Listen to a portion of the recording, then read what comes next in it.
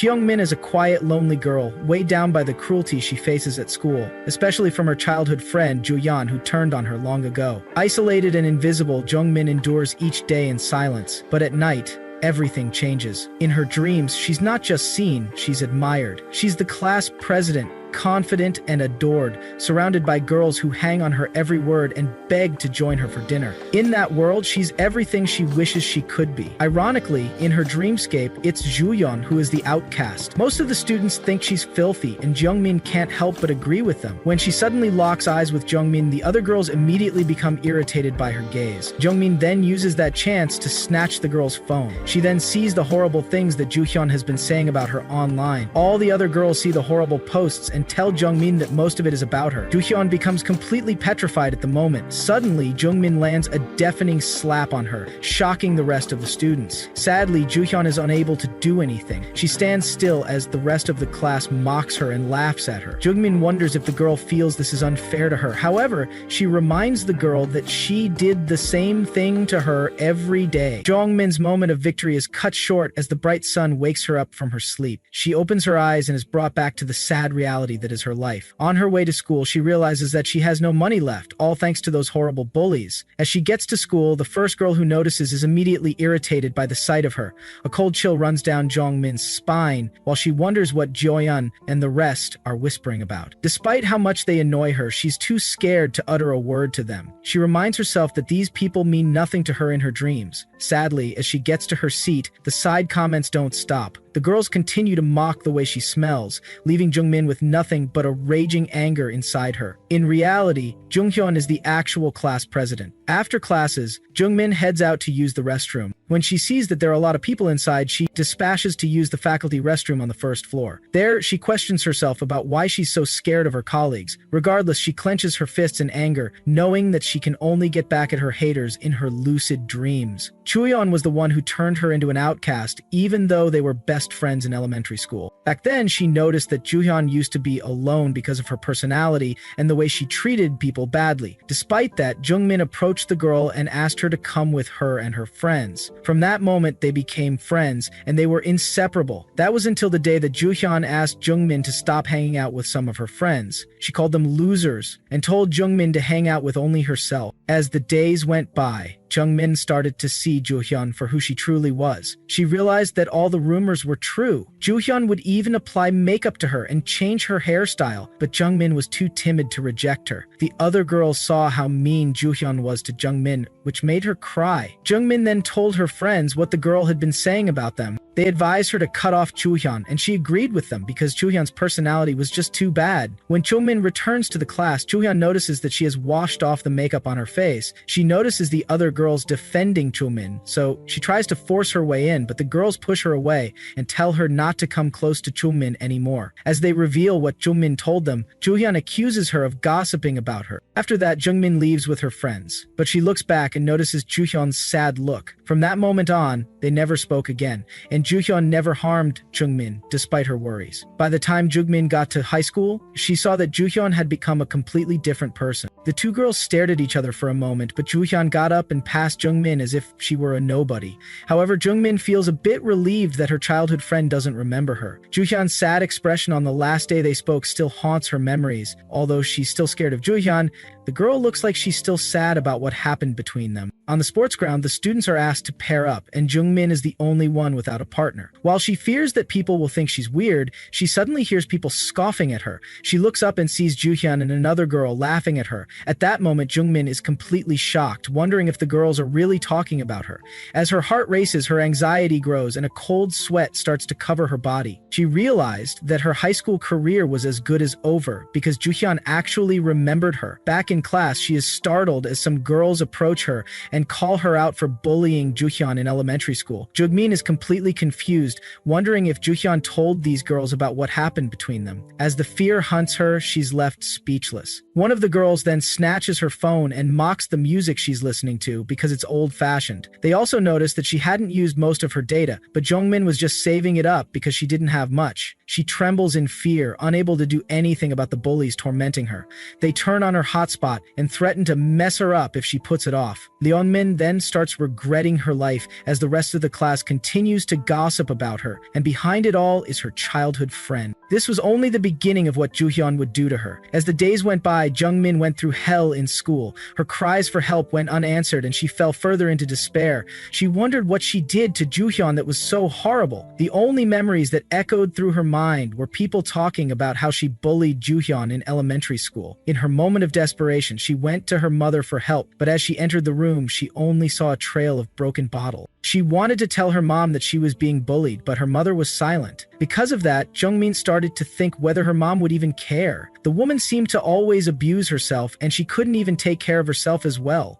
In the end, Jungmin told her mom not to bother, and then she returned to her room. It was while scrolling through her phone that she came across the concept of lucid dreaming. With this, she saw a chance to get back at the people who were bullying her. You see, there are major ways for one to successfully lucid dream. The first is to recognize that you are dreaming as you fall asleep, and then the lucid dreaming starts. The second is to fall asleep with the intent to have lucid dreams. This second path could have major side effects for first-timers, but Jungmin didn't care about any of that. In order to escape her horrible reality, she closes her eyes, and when she opens them, she suddenly sees herself in her classroom. She quickly realizes that her lucid dreaming has worked. Looking down at her hands, it all looks so real to her. However, she can hardly see what the faces of her classmates look like, but this is because she has hardly seen their faces or heard their names before. Juyeon's face is the only one that she remembers very clearly. She starts telling her childhood friend how relieved she was to see that she had friends in high school, unlike in elementary school. She then asks Juyeon if cutting her off was something so bad, but the girl doesn't respond. Feeling enraged, Jungmin grabs Juyeon and begins letting all the words inside her pour out. Knowing that the girl she's speaking to isn't the real Juyeon, Jungmin falls to her knees, wondering if she wants to hear from the real person. Back in reality, the school teacher assigns someone to collect everyone's notebooks. After the girl collects everyone's books, the last person's own she needs is Jungmin's. Feeling really anxious, she approaches Jungmin, who looks completely dead in the eyes. Jungmin hasn't been getting proper sleep ever since she started lucid dreaming, and the worst part is that all she's been doing is just telling Jonghyun what's been on her mind. Johyun doesn't reply to her because Jungmin is the one who controls her dreams. She admits that she doesn't want to hear anything from Johyun. She thinks it might be because of the fear of hitting another person. Recalling how cheerful Johyun was as a kid,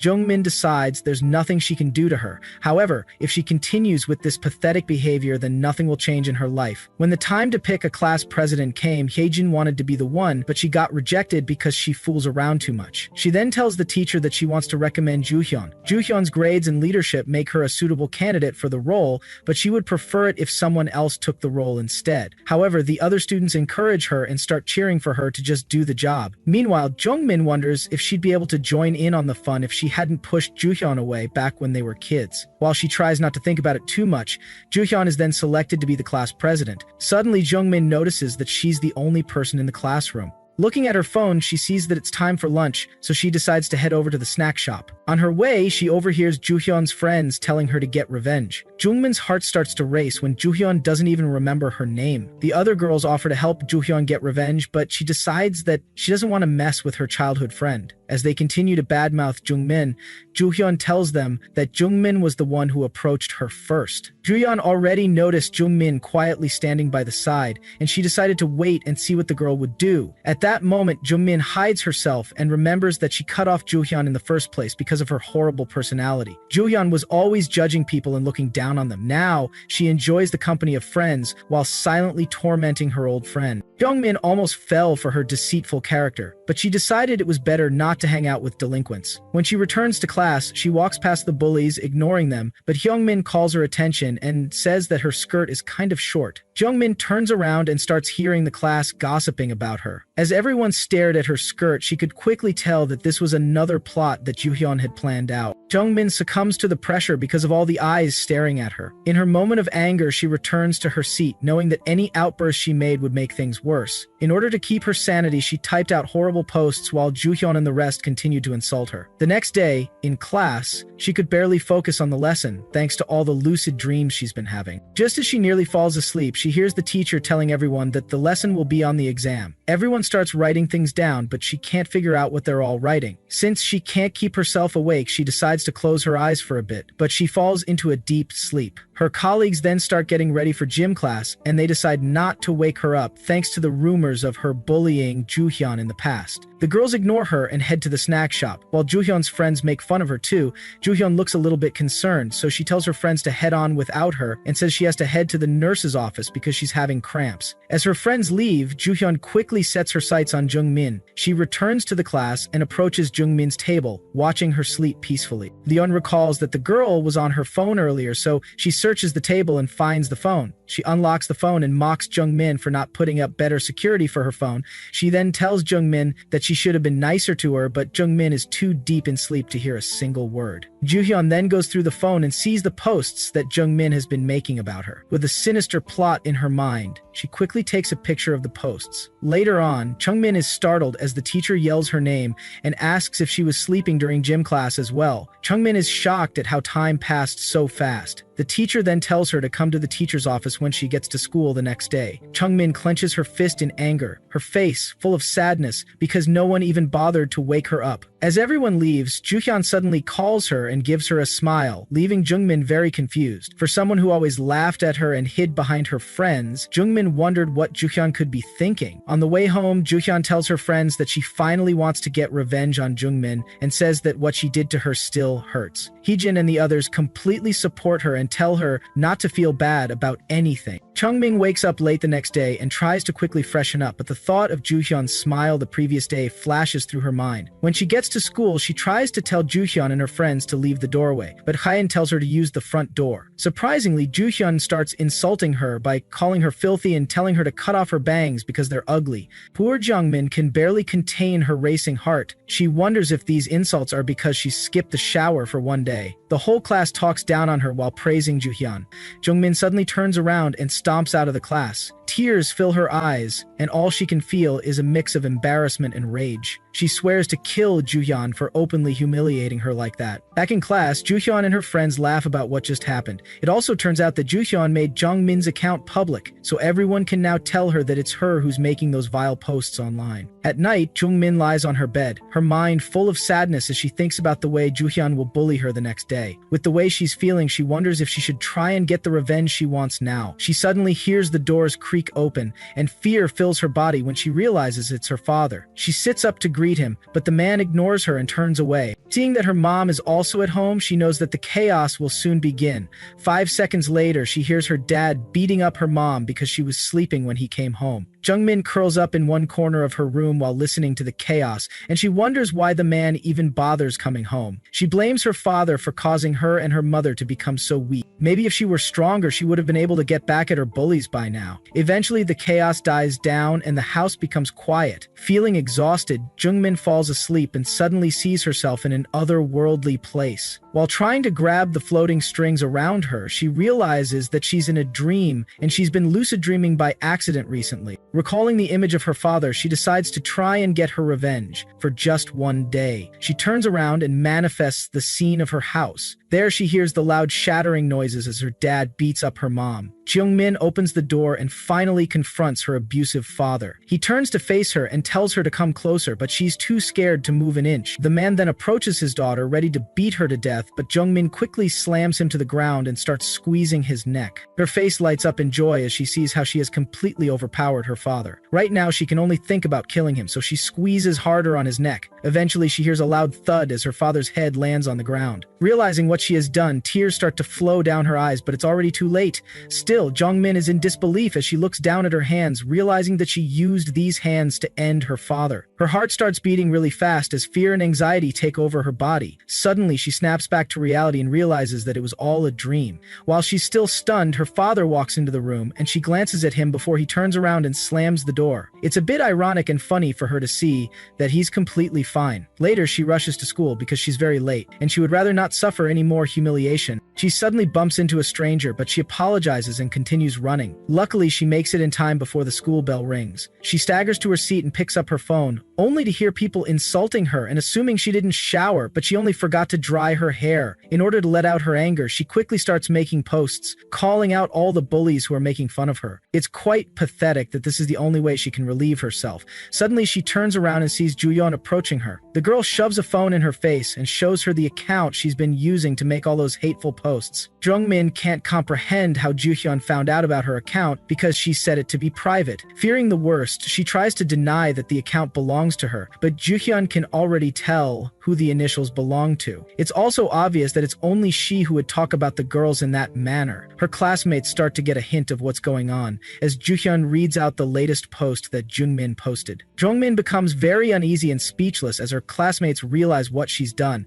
As she tries to deny all the accusations, Johyun tells her to prove it by showing her phone, but she's too scared to do it. As Johyun snatches the phone, the same scenario in her earlier lucid dream plays out. Johyun reveals that Jungmin is using the same account that she saw. In the end, Jungmin suffers more and more humiliation. Before she can say anything, Juyeon slaps her, shocking the rest of the class. Jungmin can't defend herself anymore. Her heart sinks into her stomach, and she wonders what she could have done to be treated like this. She recalls all the bad things that were said about her, and asks herself what she did that was so wrong. Later on, she heads over to the teacher's office, where she tells her teacher that she's not feeling so well. The man sees that she looks completely wretched, but he still tells her to attend all her classes. As he starts yelling at her for missing gym class, Jungmin yells back, begging the man to just leave her alone. She returns to her lucid dream with the guts to finally confront Juhyun there. She wonders if what she's doing right now is right, since she's the victim in all of this. She grabs Juhyun by the hair, knowing that whatever she does in these dreams, in there, she is the law and she is God, but back in reality, she's the usual weird girl who always falls asleep in class. Her classmates continued to taunt and insult her more until she finally woke up. All she could think of was how she wanted to destroy all of them. With more people picking on her, the lucid dreams were no longer enough to quell her rage. The moment she killed her father in her dreams, she didn't know if she was filled with guilt or the thrill of killing someone. Any way she could find out was to experiment, so she decided not to think about it so much. Back in her dreams, she picked up a pair of scissors to put an end to Juhyun. But is this why she started lucid dreaming in the first place? Eventually, she came to the conclusion that her dreams wouldn't change anything in the real world. In her dreams, Jaehoon could only cry in pain as the blood gushed out from her body. Unknown to Jungmin, there was an unknown guy there who found her interesting. The next day, Jungmin gets ready for school, feeling a lot better thanks to all the stress she released in her dreams. She gets to school, where she hears Hae-jin talking about how Juhyun hasn't been picking up her calls. She's surprised that her number one bully isn't in school, but maybe she can finally get some peace for the day. When the teacher enters the class, he tells them that Juhyun is in the hospital due to an unexpected accident. Yeon worries that her friend might be sick, but the teacher tells them that Juhyun lost consciousness when she suddenly started bleeding in the middle of the night. While the whole class is confused about this sudden occurrence, Jongmin recalls what she did to Juhyun in her dreams. But this couldn't be the cause of the accident, could it? Regardless, she suspects her lucid dreams may have had an effect in real life. The thought of being able to control Juhyun lights up her face, and she wonders if she has special abilities. However, after seeing the way her classmates are talking about the matter, she realizes that she's just having foolish fantasies. Eventually, Juhyun returned to school and everyone else was really happy to see her. Jungmin can't stand the way everyone is being so nice to Juhyun, and it makes her sick to her stomach. However, she starts paying attention when Juhyun tells her friends that she had a dream about someone chasing and stabbing her with a knife. She couldn't recall the face of the person in her dream, but she remembered that it was a man with white hair. Hyejin notices that Jungmin is looking in their direction, so she calls her out for eavesdropping on their conversation. The girl calls Jungmin a freak and says she wants to kill her, but Juhyun tells her to calm down and not waste her time on someone like her. Yohyun assumes that Jungmin must have been happy when she wasn't at school, and then she tells her that it's because of her attitude that people find her creepy. The girls then walk off while praising Juhyun for being a saint. On the other hand, Jungmin returns to her dreams and confronts Hyejin for saying that she wants to kill her just by looking at her face. She points out that she gets the same feeling from just looking at the horrible bully. After yelling at her, she manifests a knife and decides to make Hyejin suffer like Juhyun. Suddenly, she hears a strange voice asking if she wants those dreams to come true. When she turns around, she sees a strange man with white hair creepily staring at her. Jungmin wonders why this guy is there because she never called him into the dream in the first place. As he slowly approaches her, she starts freaking out because she can't control what's happening anymore. In the blink of an eye, he shows up in her face and points out that she's frustrated because she can't control her dream, but he lets her know that he's not one of her creations. Straight up, he tells her that he's fond of her and he can also make all her bullies disappear if she so wishes. Jungmin is confused by the man's words and she goes silent while thinking if she should really accept his offer. She then asks who he is in the first place because she never called him into her dream. The guy's quite amazed by how calm she's acting instead of lashing out like she does to her creations. Feeling a bit flustered, she grabs him and anxiously asks when he started watching her. He wonders if she's scared that he'll tell someone about what's been happening, but it's all a dream and no one would be silly enough to believe him even if he tried. He grabs her hand and lets her know that he just wants to help her. On the other hand, Jungmin wants to know who he is and how he got into her dream. He softly mumbles about her not being able to recognize his face, but she doesn't understand what he's talking about. Seeing that she should read about the urban legends and articles on lucid dreaming, he asks her if she remembers who this man is. This man is someone who enters people's dreams and he is the only entity that they can't control. It was proven that this urban legend was false, but Jungmin noticed that he looked completely different from the pictures she saw on the internet. After that, this man asks her once again if she wants to serve justice with him. Suddenly, Jungmin remembered that Juhyun described a man with white hair who chased and stabbed her in her dream. Looking at the man in front of her, she starts to tremble in fear. This man feels she's been mesmerized by his good looks, but she suddenly starts running away from him. Jungmin can tell there's something evil about the man, and although she wants his help to get back at her bullies, she doesn't feel he can be trusted. He doesn't even know who this person is, so how could she possibly trust him? As she runs off, this strange man just laughs at her for being a scaredy cat. Back in school, Jungmin continues to receive her daily dose of bullying from Kye-jin and the others. She remains speechless as they tell her that it's karma for what she's done. Despite all their taunts, she refuses to react to them. After the girls run off, Juhyun notices that Jungmin has stopped reacting to all the insults. A girl known as Enju then approaches her and tells her that their homeroom teacher wants her to come to the teacher's office. As Juhyun heads off, Enju praises her for being so nice to remember people's names. On the other hand, the girl with her doesn't see anything special about that, but she decides to keep quiet in order not to cause problems. When school ended, Jungmin was glad to finally leave, but she didn't want to go home either. She admits that she was too much of a coward to react to the taunts she received in school. She only knows how to stand up for herself in her dreams, but in reality, she's just a piece of trash. Suddenly, she noticed that the person in front of her dropped something on the ground. She finds out that it's a cartoon sticker, but she wonders how the guy would react if she returned it. Suddenly, the guy starts freaking out because he can't find the sticker, and he says he spent all of his allowance just to get it. While he decides to go look for it, Jungmin approaches him and shows him the sticker. He humbly thanks her and asks for her name, which leaves her speechless. She introduces herself, and the boy reveals that they are the same age. She agrees for the guy to speak casually to her, but she wonders why he wants to talk to a creep like herself. He recalls meeting her one day when she was rushing to school and she suddenly bumped into him. Jungmin is stunned to see that he even remembers that. The guy introduces himself as Jahyuk Jo and asks if he can say hi the next time he runs into her. The entire conversation is awkward for her, but she doesn't hate it. It's been so long since she had a proper conversation with someone, so this little encounter brings a warm smile to her face. Leon-min heads to school the next day, feeling much more rested since she hasn't been lucid dreaming these past few days. She feels anxious going back because she still wonders who the strange man with white hair actually is. While she's lost in her thoughts, a shadow approaches and she turns around to see Jaehook, who was trying to surprise her. She's surprised to see him and he cheerfully greets her. Feeling flustered, she moved away to get some distance because of how close he was standing to her. Jungmin remembers that he wanted to say hi the next time they met, but she's surprised that he's actually trying to have a conversation with her. The guy thanks her for making his journey to school not so boring. While Jungmin still feels very nervous, she can still tell that they both live in completely different worlds. As they walk to their different schools together, she occasionally glances at him but is too nervous to say anything. As he strikes up a conversation, she responds like a scared puppy. Jahyuk tells her about how his friend was blaming him for a loss in a game because they didn't play together. However, Jungmin is confused about what to say that would sound right. She ends up giving a mundane response and immediately immediately regrets it because it makes her look like she wasn't paying attention. She wasn't this bad in conversations when she was much younger. When the guy stops talking, she assumes that he's already tired of her. How could someone like her ever expect to talk to a normal boy? Regardless, she doesn't want to end things so suddenly with him. She then asks him about the sticker she picked up previously and lies about being interested in cartoons. Jaehook gets really excited to hear that she's interested because his friends don't really care. He says he started watching the cartoon because he found it cute, but not only that, it also teaches some moral lessons. Although the name of the cartoon seems to be a knockoff, Jaehook says it has nothing to do with the one that is said to be the original. He tells her to read it and let him know if she does. After that, he asks for her number and calls her so that she can save his own contact as well. They eventually get to school, so he has to leave, but he doesn't want to. Jung-min is surprised that the guy actually enjoyed talking to her, and he says that there's more he even wants to talk about.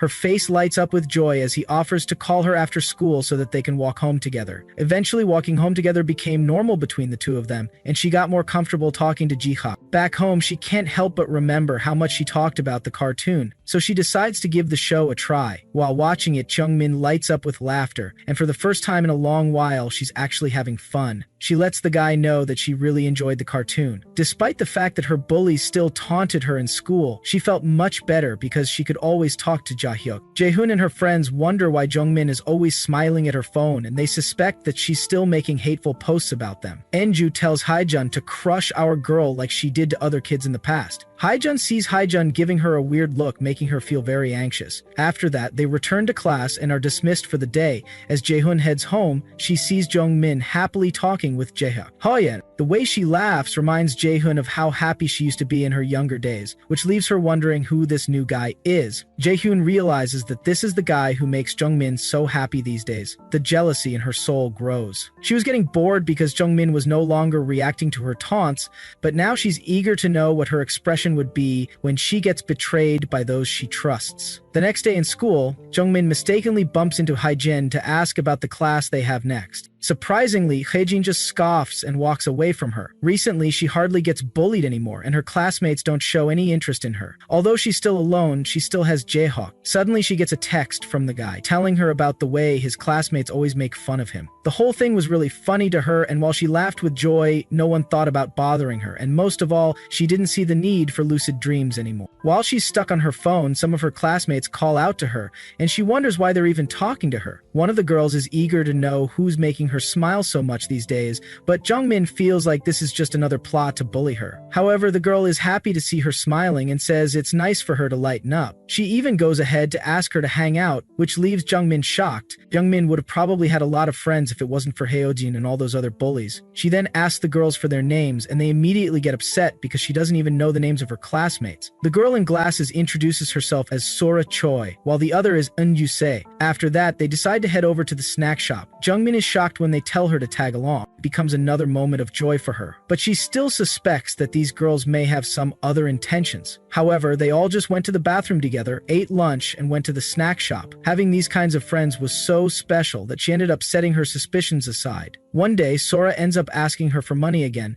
and she promises to pay it back the next day. She says it's because her parents are on a business trip, and she won't get her allowance until a week later. Enju talks down to her for always borrowing money and tells her to grow up, but Sora points out that she always pays her debts. As the two girls stare coldly at each other, Jung-min breaks it up and offers to pay for Sora's meal. She hopes that the three of them will continue to remain friends like this if she keeps being the mediator. With classes over, she approaches her two friends, eager to walk home together with them. They tell her that they're going to hang out together at a new amusement park, which is quite shocking because Sora said she didn't have any money earlier. Jung-min then asks if she can go with them for makeup shopping, but they laugh at her, saying that she wouldn't even understand what they were doing. So they tell her to go home instead. As they bid each other farewell, Jung-min gets that cold feeling again. She assumes it's because Enju and Sora have been friends with each other for a longer time, so she decides it's nothing to worry about. Meanwhile, this man is still in the dream world, wondering when Jung-min will return.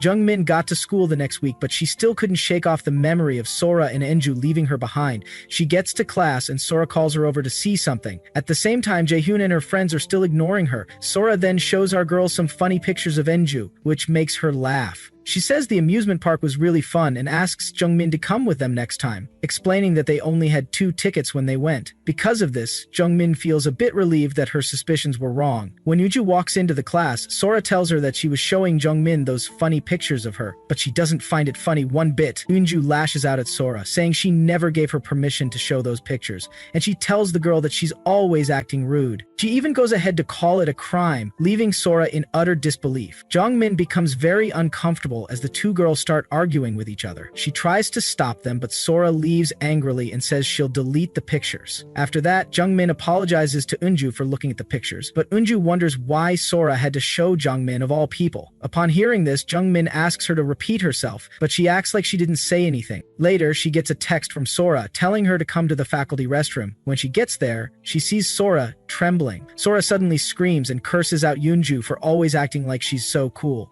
She says she's been friends with Unju since grade school and the girl always looks down on her. Sora could also tell that Unju must have said something mean to Jungmin as well. She warns Jungmin to be careful of the girl and lets her know that Unju is one of Jaehyun's worshippers. Yeonju would probably give anything to be one of Yohyun's lapdogs, but she's not fond of typical school bullies like Hyojin. Sora doesn't see why Yeonju should like Choyeon after becoming friends with Jungmin, so she tells Jungmin that she's on her side in order to gain her trust, and she tells her to keep what they talked about as a secret. Jungmin figured out that Yeonju and Sora had a complicated relationship, but the 2 girls continued talking with each other as if nothing happened. However, she believes that out of the 3 of them, she won't be the one getting kicked out of the group. She truly believes that Sora is on her side. After spending an entire day trying to understand her 2 friends, Jungmin admits she's happier than when she was being bullied. She considers lucid dreaming for the night, but fears that the strange man will show up again. Regardless, she decides to have her lucid dream in order to get some proper rest.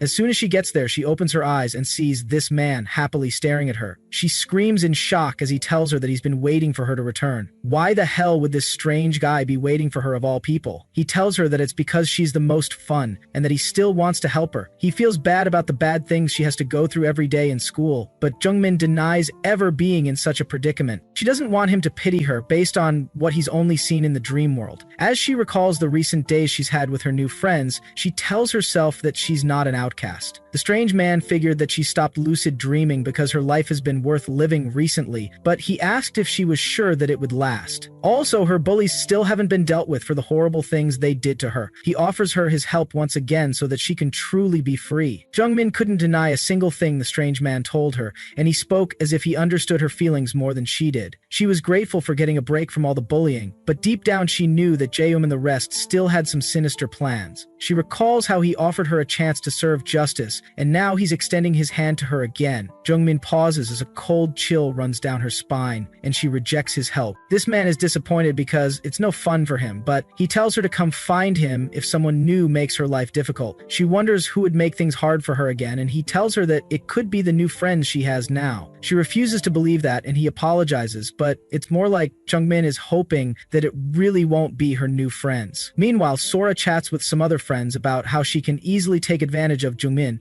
but it's still true that she hates Eunchu. While going through her chat rooms, she sees a text about Yujong breaking up with her boyfriend. She asks a girl known as Dasum if this is true, but the girl doesn't have any concrete answer either. Suddenly, Yujong-min calls her attention and asks to go to the snack shop with her. Sora finds her annoying for even bothering to call her, so she asks where Eunju is. Junju feels Sora would have preferred to go without Eunju since she doesn't feel comfortable around her. Sora wonders why she's trying to hang out alone with her, but she admits that it's better than having Eunju around her. With a sinister smile on her face, she agrees to head out with Jungmin. It's all part of her plan to get Jungmin to trust her. On their way, they bump into Eunju, who's just coming from the bathroom. Sora tells her that they're headed to the snack shop, so Eunju asks them to wait for her. Suddenly, she starts saying that Jungmin can't wait for her, making our girl look bad. On the other hand, Jungmin misreads the situation and assumes that Sora doesn't want to be around Eunju. Sora agrees to wait, but she tugs on Jungmin's hand as if asking her to disagree. The poor girl ends up saying she can't wait, so Sora quickly takes off with her. Eunju then calls out to Jungmin and asks why she can't just speak for herself and talk to her directly. Jungmin gets visibly upset when the girl asks her how she'll function in society if she continues like this, but Sora tells her to let it go. Due to this, she thought that Eunju's actions would only make her and Sora get closer, but that was not the case. Sora and Eunju continued to be close friends, leaving Jungmin as the third wheel. After school, they bid her farewell, while Jungmin stands petrified and completely speechless. It's obvious that Sora doesn't like Yeonju, given the way she always talks badly about her, calling her cringe for always trying to mimic Yeonju. Jungmin never felt guilty about gossiping about a friend either, because this was something she needed to relieve herself of. However, Jungmin noticed that Sora hated a lot of other girls in their class. She would talk badly about Yeonji and Sungha as well, and Jungmin felt this was their little secret. Eventually, Sora told her she was lucky to be an only child, but Jungmin didn't feel that way. She never felt loved, but she didn't know if her history was something she wanted to tell Sora. As she held the information back, Sora called Jungmi annoying, and Jungmin felt like she had done something bad. Back in the present, she asked the girls if they were going home, and when they told her yes, she pointed out that they don't live in that direction. She finally sees that it's the girls who are truly friends with each other and not her. Yeonju calls her out for acting creepy, but she is only curious about where they are going. She wonders if it's a bad thing to be curious. Yeonju just sighs at her and says this is why no one likes her. At that moment, she recalled the strange man telling her that it might be her friends who would give her a tough time. Jungmin gets back home in the evening. She slowly drops her bag on the floor and then curls herself up in one corner of her room. The next day, while Sora and Yeonju are happily talking with each other, our girl approaches Yeonju and asks if she wants to go to the snack shop. She even offers to buy chocolate milk for her, but Yeonju tells her to just go with Sora like she did the last time. Jungmin apologizes and they agree to go with her. On their way, Yeonju says she forgot her phone, so Jungmin happily offers to go and get it. As she leaves, Sora lets out an evil laugh. Jungmin realized that she had become arrogant and forgotten her place in the school. She thought she had escaped Jaehoon's taunts, but when she returned to class, there was nothing but cold silence and evil stares to welcome her. It's obvious that no one was ever on her side, but she pretended not to see the signs. As she grabs Yeonju's friends, she wonders how the two people she thought of as real friends could be so mean to her. When class is dismissed for the day, she tries to occupy her mind with her phone, but she suddenly hears Sora and Yeonju talking. She tries to approach them but immediately withdraws because it's not like they'd want to walk home with her. On her way out, she bumps into Jaehyuk, who looks very happy to see her. He had texted her surprisingly even though he said he had plans, but she told him that it was alright.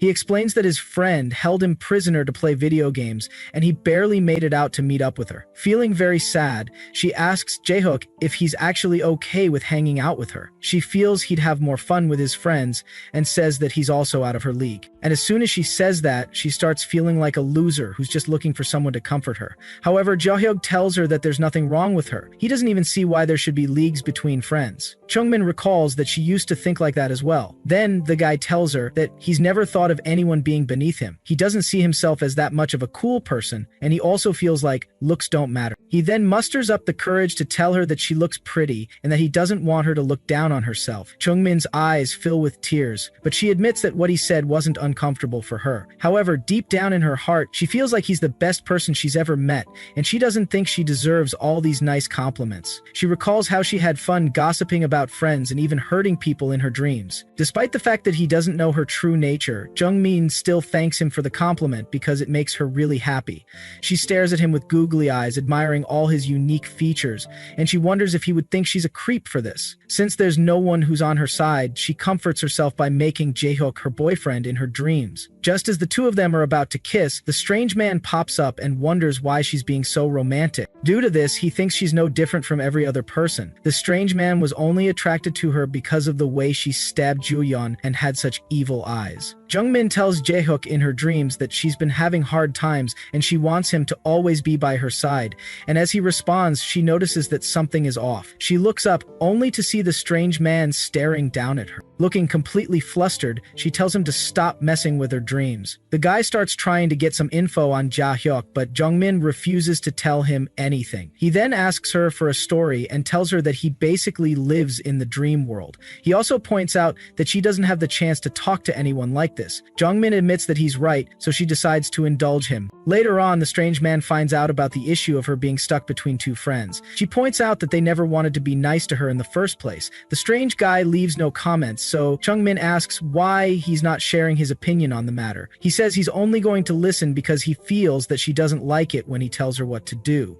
Jungmin gets pissed off because she just wanted the guy to complain with her. She decides to leave and prepare for school the next day. The strange man then tells her that her new friends probably have issues with their own reputations based on their personalities. She wonders what his point is, and he tells her that there might be something else they want from her. In school, Jungmin is stuck thinking about what these girls could want from her. However, Sora and Unju have been visibly leaving her out of plans more often. When she decides to take a quick nap, the girls approach her and ask if she wants to go to a new cafe with them. She wonders why they're even asking her to go out suddenly, but she tells them that she's kind of tired. Sora says they really want to go with her, but Jungmin doubts it. However, she decides to tag along even if it's for 1 second.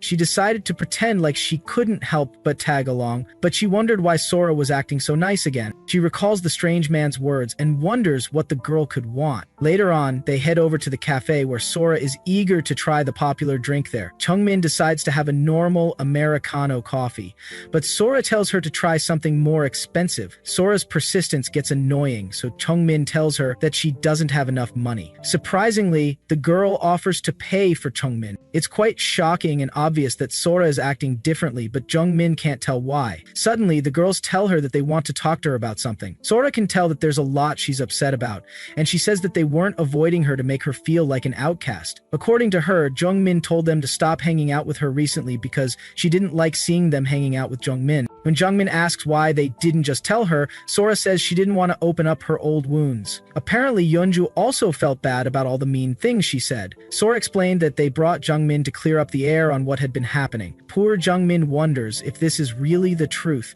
but even if it is, it doesn't explain the distance she had been feeling. She also wonders if it's right for her to argue back, and she fears what would happen. She sees this as a chance to get these girls to like her again. If not, things would return to how they used to be. She then tells them that she's fine and thanks them for telling her the truth. As soon as Sora felt relieved, she started talking badly about Juhyun, causing Jungmin to have suspicions. However, she tells Sora that she never bullied Juhyun in elementary school, and it's all a lie. She says they just grew apart, but people keep spreading rumors and making it look like she's the bad person. Sora and Unju then ask her to tell them the truth so that they never have to believe the rumors again. Jungmin wants to tell them, but she knows she can't completely trust them yet. She finally decides to tell them, but she wants to twist the story to favor herself, believing that it'll still be the plain and simple truth. Her alarm wakes her up the next morning, but she barely got enough sleep because she was up late, telling Sora about her childhood. In the end, it just makes her heart feel heavier. It might be that they found her story amusing, but they started including her in their activities more than before. The more they hung out, the more Juhyun would gossip about Juhyun, and the girls really enjoyed it. But she eventually ran out of gossip, and when she tried to have other types of conversations, it was quite hard for her. When she heads into the restroom, she suddenly sees Juhyun there and gets confused about what to do. However, the girl asks her why she's just standing at the door. Juhyun tells her that it's obvious when she's thinking of something sinister. He can tell that Jungmin is having fun with her friends,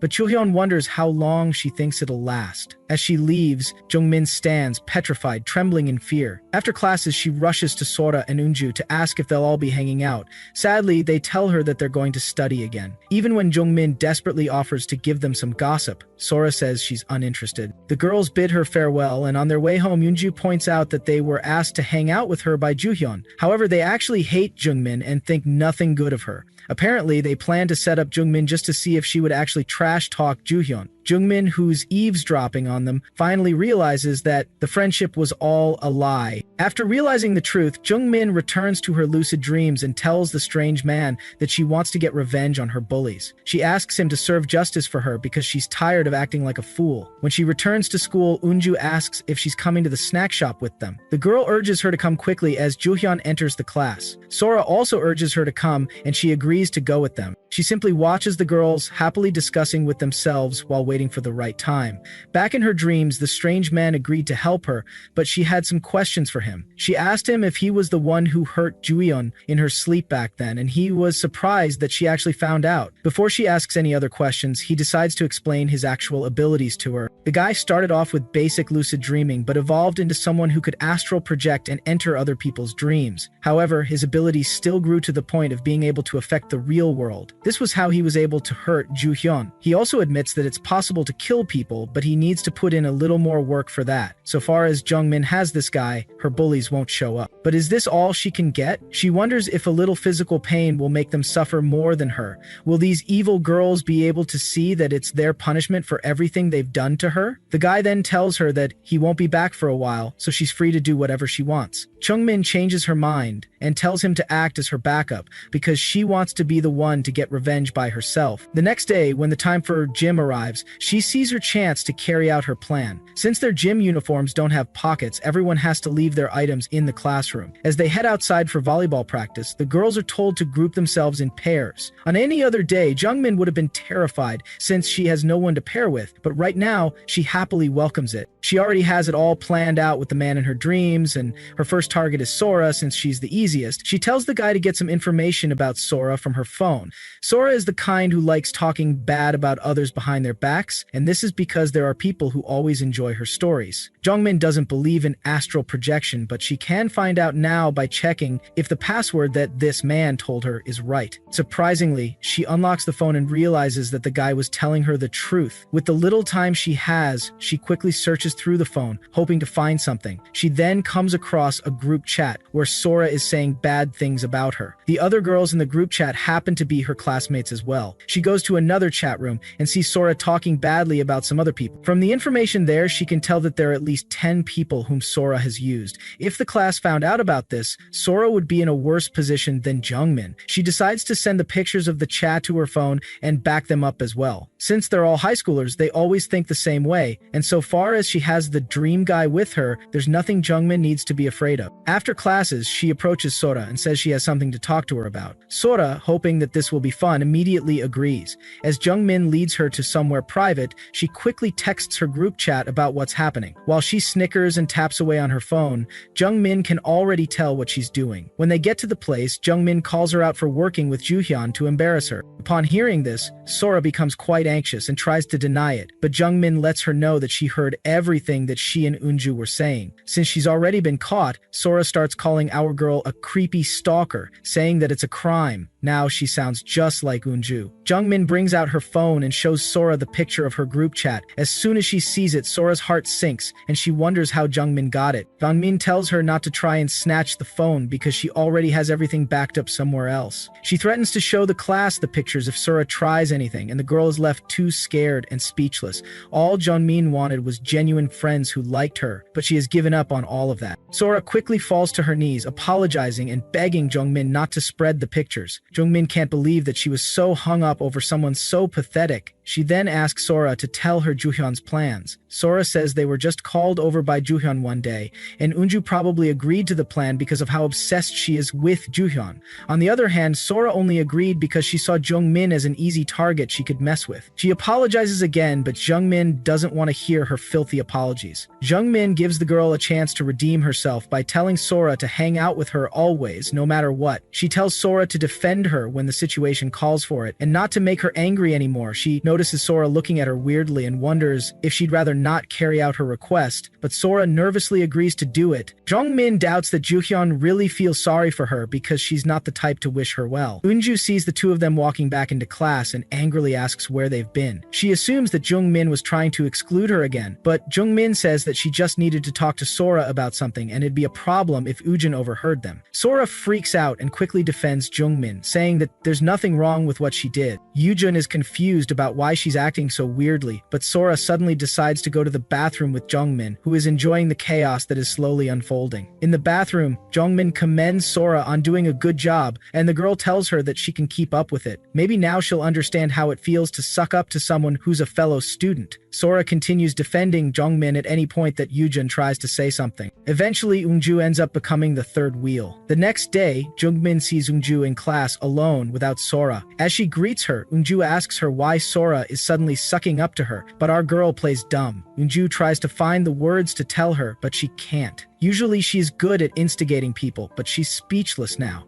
Ever since Sora turned on her, she doesn't know what to do anymore. Jongmin can tell that she's afraid of being alone. She starts mocking the girl for not being able to talk without Sora around. She even goes ahead to say she'll become a social outcast, just like Eunju once said to her. As Sora walks into the class, Eunju quickly grabs her and says they need to talk, but she seems anxious until Jongmin tells her to go on. The two girls head outside and Eunju asks her friend why she's suddenly acting so strange and clinging to Jongmin. She tells Sora all the things that Jongmin had said to her and says that our girl is mean for attacking her, but Sora tells her that she said these same things to Jongmin. Sora takes Jongmin's side, leaving Eunju in despair. Eunju then calls her out for always switching up on people. She starts bad-mouthing Jongmin, calling her a bully and telling Sora to grow up and think for once. Sadly, Sora is completely terrified and asks Eunju if she's just using her as an easy target. Eunju is shocked by Sora's words, but Sora decides to give the girl a piece of her mind. She says that she doesn't introduce people to Eunju because anyone she ever introduces to the girl hates her. Not only that, but Eunju would always lecture them whenever they were having fun and making everything so weird. For someone who always talks down on everyone, she never realized what people would think of it, aside from Sora. She doesn't even have any other friends because she can't see her own flaws. Eunju then calls out Sora for always gossiping about other people's misfortunes. In a boiling rage, she yells out about how Sora told everyone in grade school that her parents were getting divorced.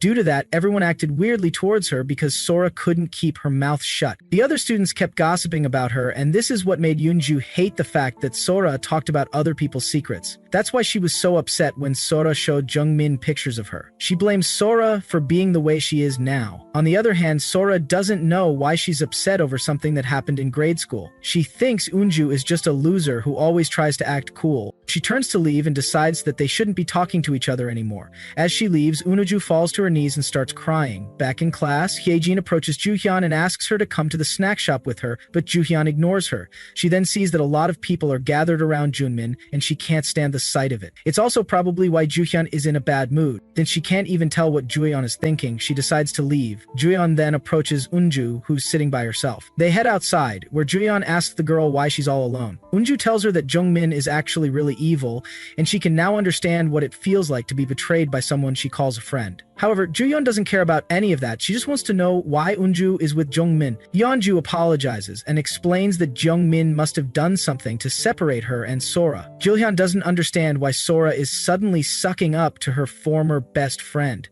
Yeonju suspects that Jongmin overheard their conversation about her, but she doesn't feel like what they said was wrong. She's more upset at Sora, who's only bothered about her reputation. She was hoping that being on Jilhyun's side would make the girl save her, but Jilhyun just thanked her for the info and walked out. Yeonju stops her and asks if that's all she's going to say. At that moment, she realizes that she's truly all alone now, but Yuhyun wonders how this concerns her. Yujin asks her to at least eat lunch with her sometime, but she gets annoyed by the girl's pathetic behavior. She refuses the girl's request, and when Yeonju tries to insist, she smacks her hand away and tells her to read the room. She tells Yeonju that it'll be embarrassing to be seen with her. She doesn't care if Yeonju has friends or not, and she even tells her that the color she's wearing looks awful on her. Juhyun never expected Jungmin to take control of the situation, and she wonders how it was possible. While she's lost in thought, Haejin calls her attention and asks what she's thinking about. They're supposed to go for karaoke, but Juhyun decides she's not going because she wants to rest at home. This leaves Haejin in a tough spot because the other guys who were supposed to come only agreed because Juhyun was showing up. As she keeps calling out to her friend, Juhyun suddenly flips out and asks if she's supposed to be her sidekick. She calls Haejin a pathetic person for not being able to make friends if she's not there. When someone calls Haejin, the girl remains silent as her anger slowly takes over. As Juhyun leaves the class, she ends the call she gets from Yuju. Then she sees Jungmin, who meets up with Jaehyuk. She recalls the first time she came across the guy before. The next day, one of Sora's friends, Yeonji-jo, asks Sora if she really wants them to hang out with Jungmin instead of Yoonju. The other friend, Sun Gagwan, also asks her if it's something she can't tell them on Katak and why she's being quiet in the group. Sora then tells them that there's a bit of a situation behind it. She reminds them that they said they felt back about how Eunju treated her, but they still find it weird that she's looking out for Jungmin. As they keep asking her questions, Sora tells them that it will be better than hanging out in an awkward odd number. She also says that they will feel more comfortable around Jongmin than Yoonju. Jongmin's school life was now more stable. After gaining a friend group, her classmates stopped picking on her so much. People like Juyeon can't treat her poorly anymore, and she loved the look on Juyeon's face. Later on, Yuju asks Haejin if something is up between her and Juyeon. She says that they haven't said anything to each other all day. Since Juyeon doesn't really talk, Haeju is convinced that there is something wrong for Haejin to be quiet. Haejin denies ever fighting with Juhyun, but Yuji says she can't fool her. Haejin decides to go back to the classroom while the girl yells at her. Haejin wonders what she's supposed to do about Juhyun's sudden behavior. She knows there's nothing she can even say because everyone is on Juhyun's side. Meanwhile, Sora asks Yeonji if she wants to go eat tteokbokki after school, but Yeonji tells her that she's meeting up with her boyfriend later. Sunga then calls her out for bragging about having a boyfriend. He recalls seeing Jungmin leaving school with a boy the previous day, but Jungmin tells them that the boy isn't her boyfriend. While Sora and Yeonji freak out about her response,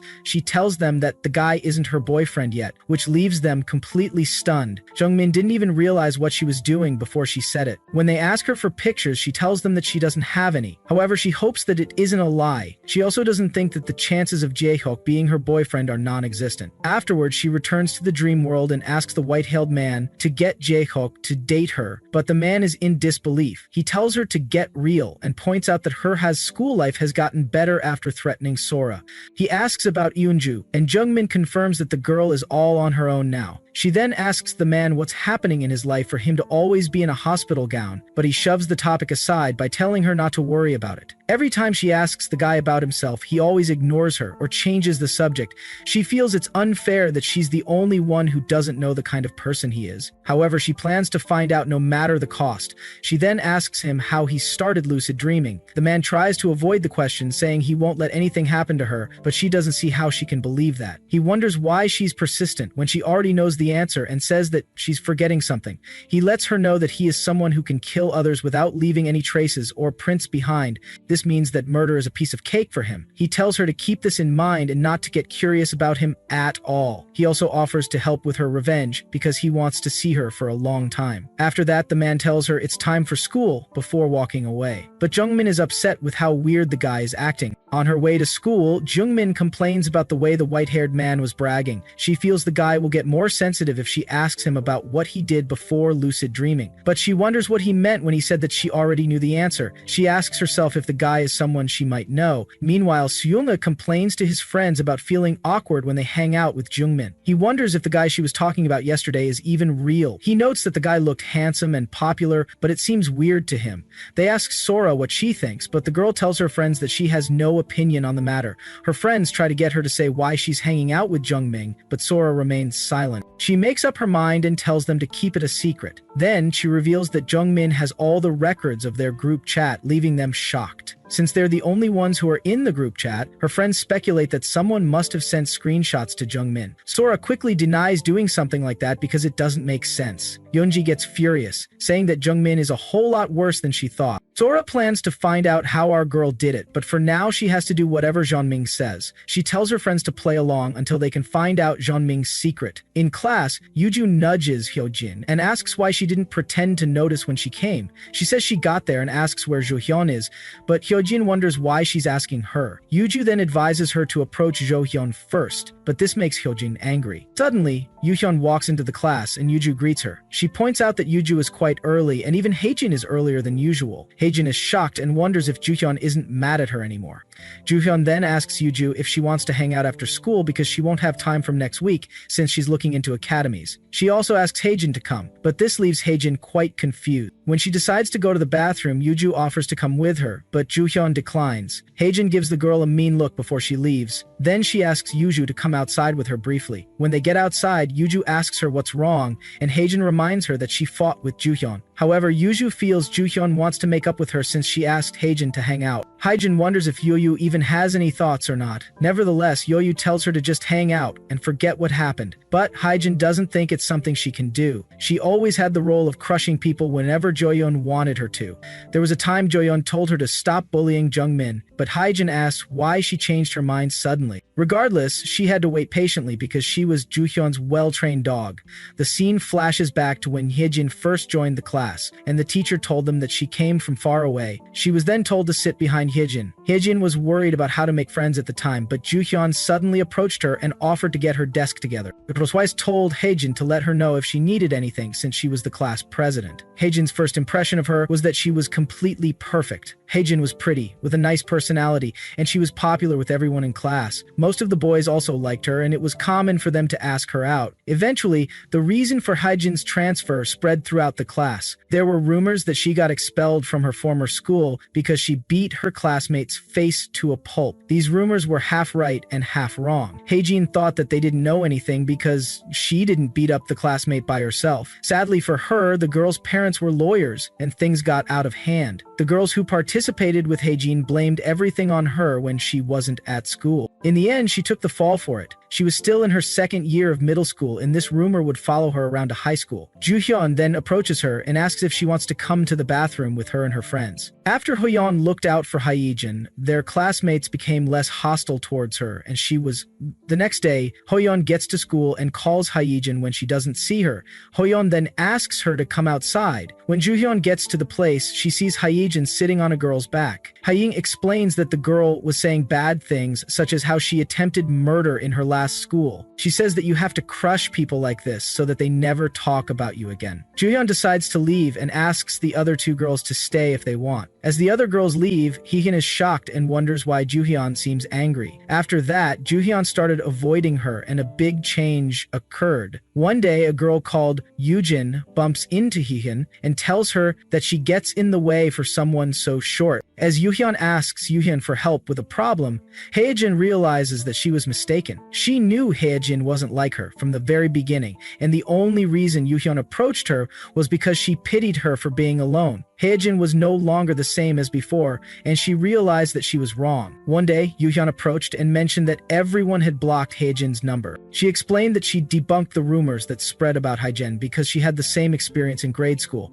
Then she asked Hyejin how it would make her look if she kept acting like that. Hyejin begged Juhyun for another chance and promised to never embarrass her again. Juhyun commended her for making the right choice, and she said she would talk to their classmates again. As Juhyun took Hyejin under her wing again, their classmates' attitudes changed towards her. Of course, she was nothing without Juhyun. Hyejin was able to end her junior high peacefully and became a high schooler. One time in class, she noticed that Juhyun's gaze was fixed on Jungmin. On the sports ground, Juhyun pointed out Jungmin, who was all alone, and Hyejin felt bad for her. Hyun then told Hyejin that Jungmin was the one who bullied her in grade school. She said that when she and Hyejin weren't on good terms, it reminded her of those days. She still found it hard to look at Jungmin's face. When she said that she wished for Jungmin to go through the same thing, Hyejin quickly understood what she meant. It's obvious that she was asking Hyejin to do it for her. Because of this, Hyejin bullied Jungmin in Juhyun's place. Juhyun never said anything about it, so Hyejin figured that she understood her correctly, but that's when it all started. Hyejin wondered why Juhyun was always ordering her around, even though she became the villain that Juhyun wanted. It was so annoying as she wondered why Juhyun was upset again. As the memories flooded her mind, Hyejin asked herself what she had done that was so wrong. Yuju then calls her, snapping Hyejin back to reality. Hyejin tells her that she was just thinking of the past, and that she wouldn't understand if she explained. But Yuju is curious to know what's wrong. Hyejin felt like she was the only one who Juhyun had in her clutches. She feels she can tell Yuju a little bit since the girl doesn't pay much attention to what she hears. Her head was telling her not to do it, but she asks Yuju what she thought of Juhyun. She says that Juhyun has been lashing out at her a lot, but Yuju laughs at her, asking when Juhyun has ever gotten angry. Hyejin yells at her, reminding her that she and Juhyun fought because she snapped out of nowhere. She asks Juhyun why she likes Juhyun so much and if she has ever seen her true colors. Hyejin lets it all out, saying that Juhyun's appearance has all been a lie. While she spills out everything, she has no idea that Juhyun is behind her. Yuju panics and tells her to look behind. Yejun turns around to see Juhyun, who points out that she was having quite an interesting conversation. After that, Juhyun abandons Hyejin. Back then, she tried to explain that it was a misunderstanding. Juhyun slapped her hand away as she tried to touch her, and she told her that she was crossing the line. Hyejin snapped and yelled at Juhyun for using her to mess with Jungmin because of her precious reputation. She also called out Juhyun for messing with Jungmin's social media so that the whole class would think she's a hero. All the times Hyejin was messing with Jungmin, Juhyun never really cared. Hyejin told her how hard it was for her to play the villain, but Juhyun acted like she never made her do that. She told Hyejin Haejin that she's always been this kind of person. Juyeon denied ever telling Haejin to bully Jungmin, but she admitted that it was satisfying to see Jungmin suffer like she did. She says she was more worried about Haejin as the matter got worse. If something had happened to Jungmin, Yujin would have been the first ones to blame. Juhyun said she tried to stop Haejin, and she pointed out that she wouldn't have been friends with her if her reputation were so important. Haejin's heart raced as Juhyun told her that she never regretted what she did. Nothing was adding up in Haejin's head, and she didn't understand why. Later on, Jeogmin meets up with Jaeug on her way to school. It all seems like a coincidence, but she's been circling around there since the early morning, waiting for him to arrive. As they walk together, she mistakenly bumps into Haejin. Jeogmin panics and worries that Haejin will try to pick a fight with her, but the girl just walks away, which leaves Jeogmin confused. When she gets to class, she wonders if Hyunhyun has cut off Haejin. Sora then approaches her, saying that the other girls want to go to the snack shop. She declines and drags Sora somewhere else so they can talk. While outside, Sora tells Jungmin that Haejin and Juhyun haven't been on the best of terms lately.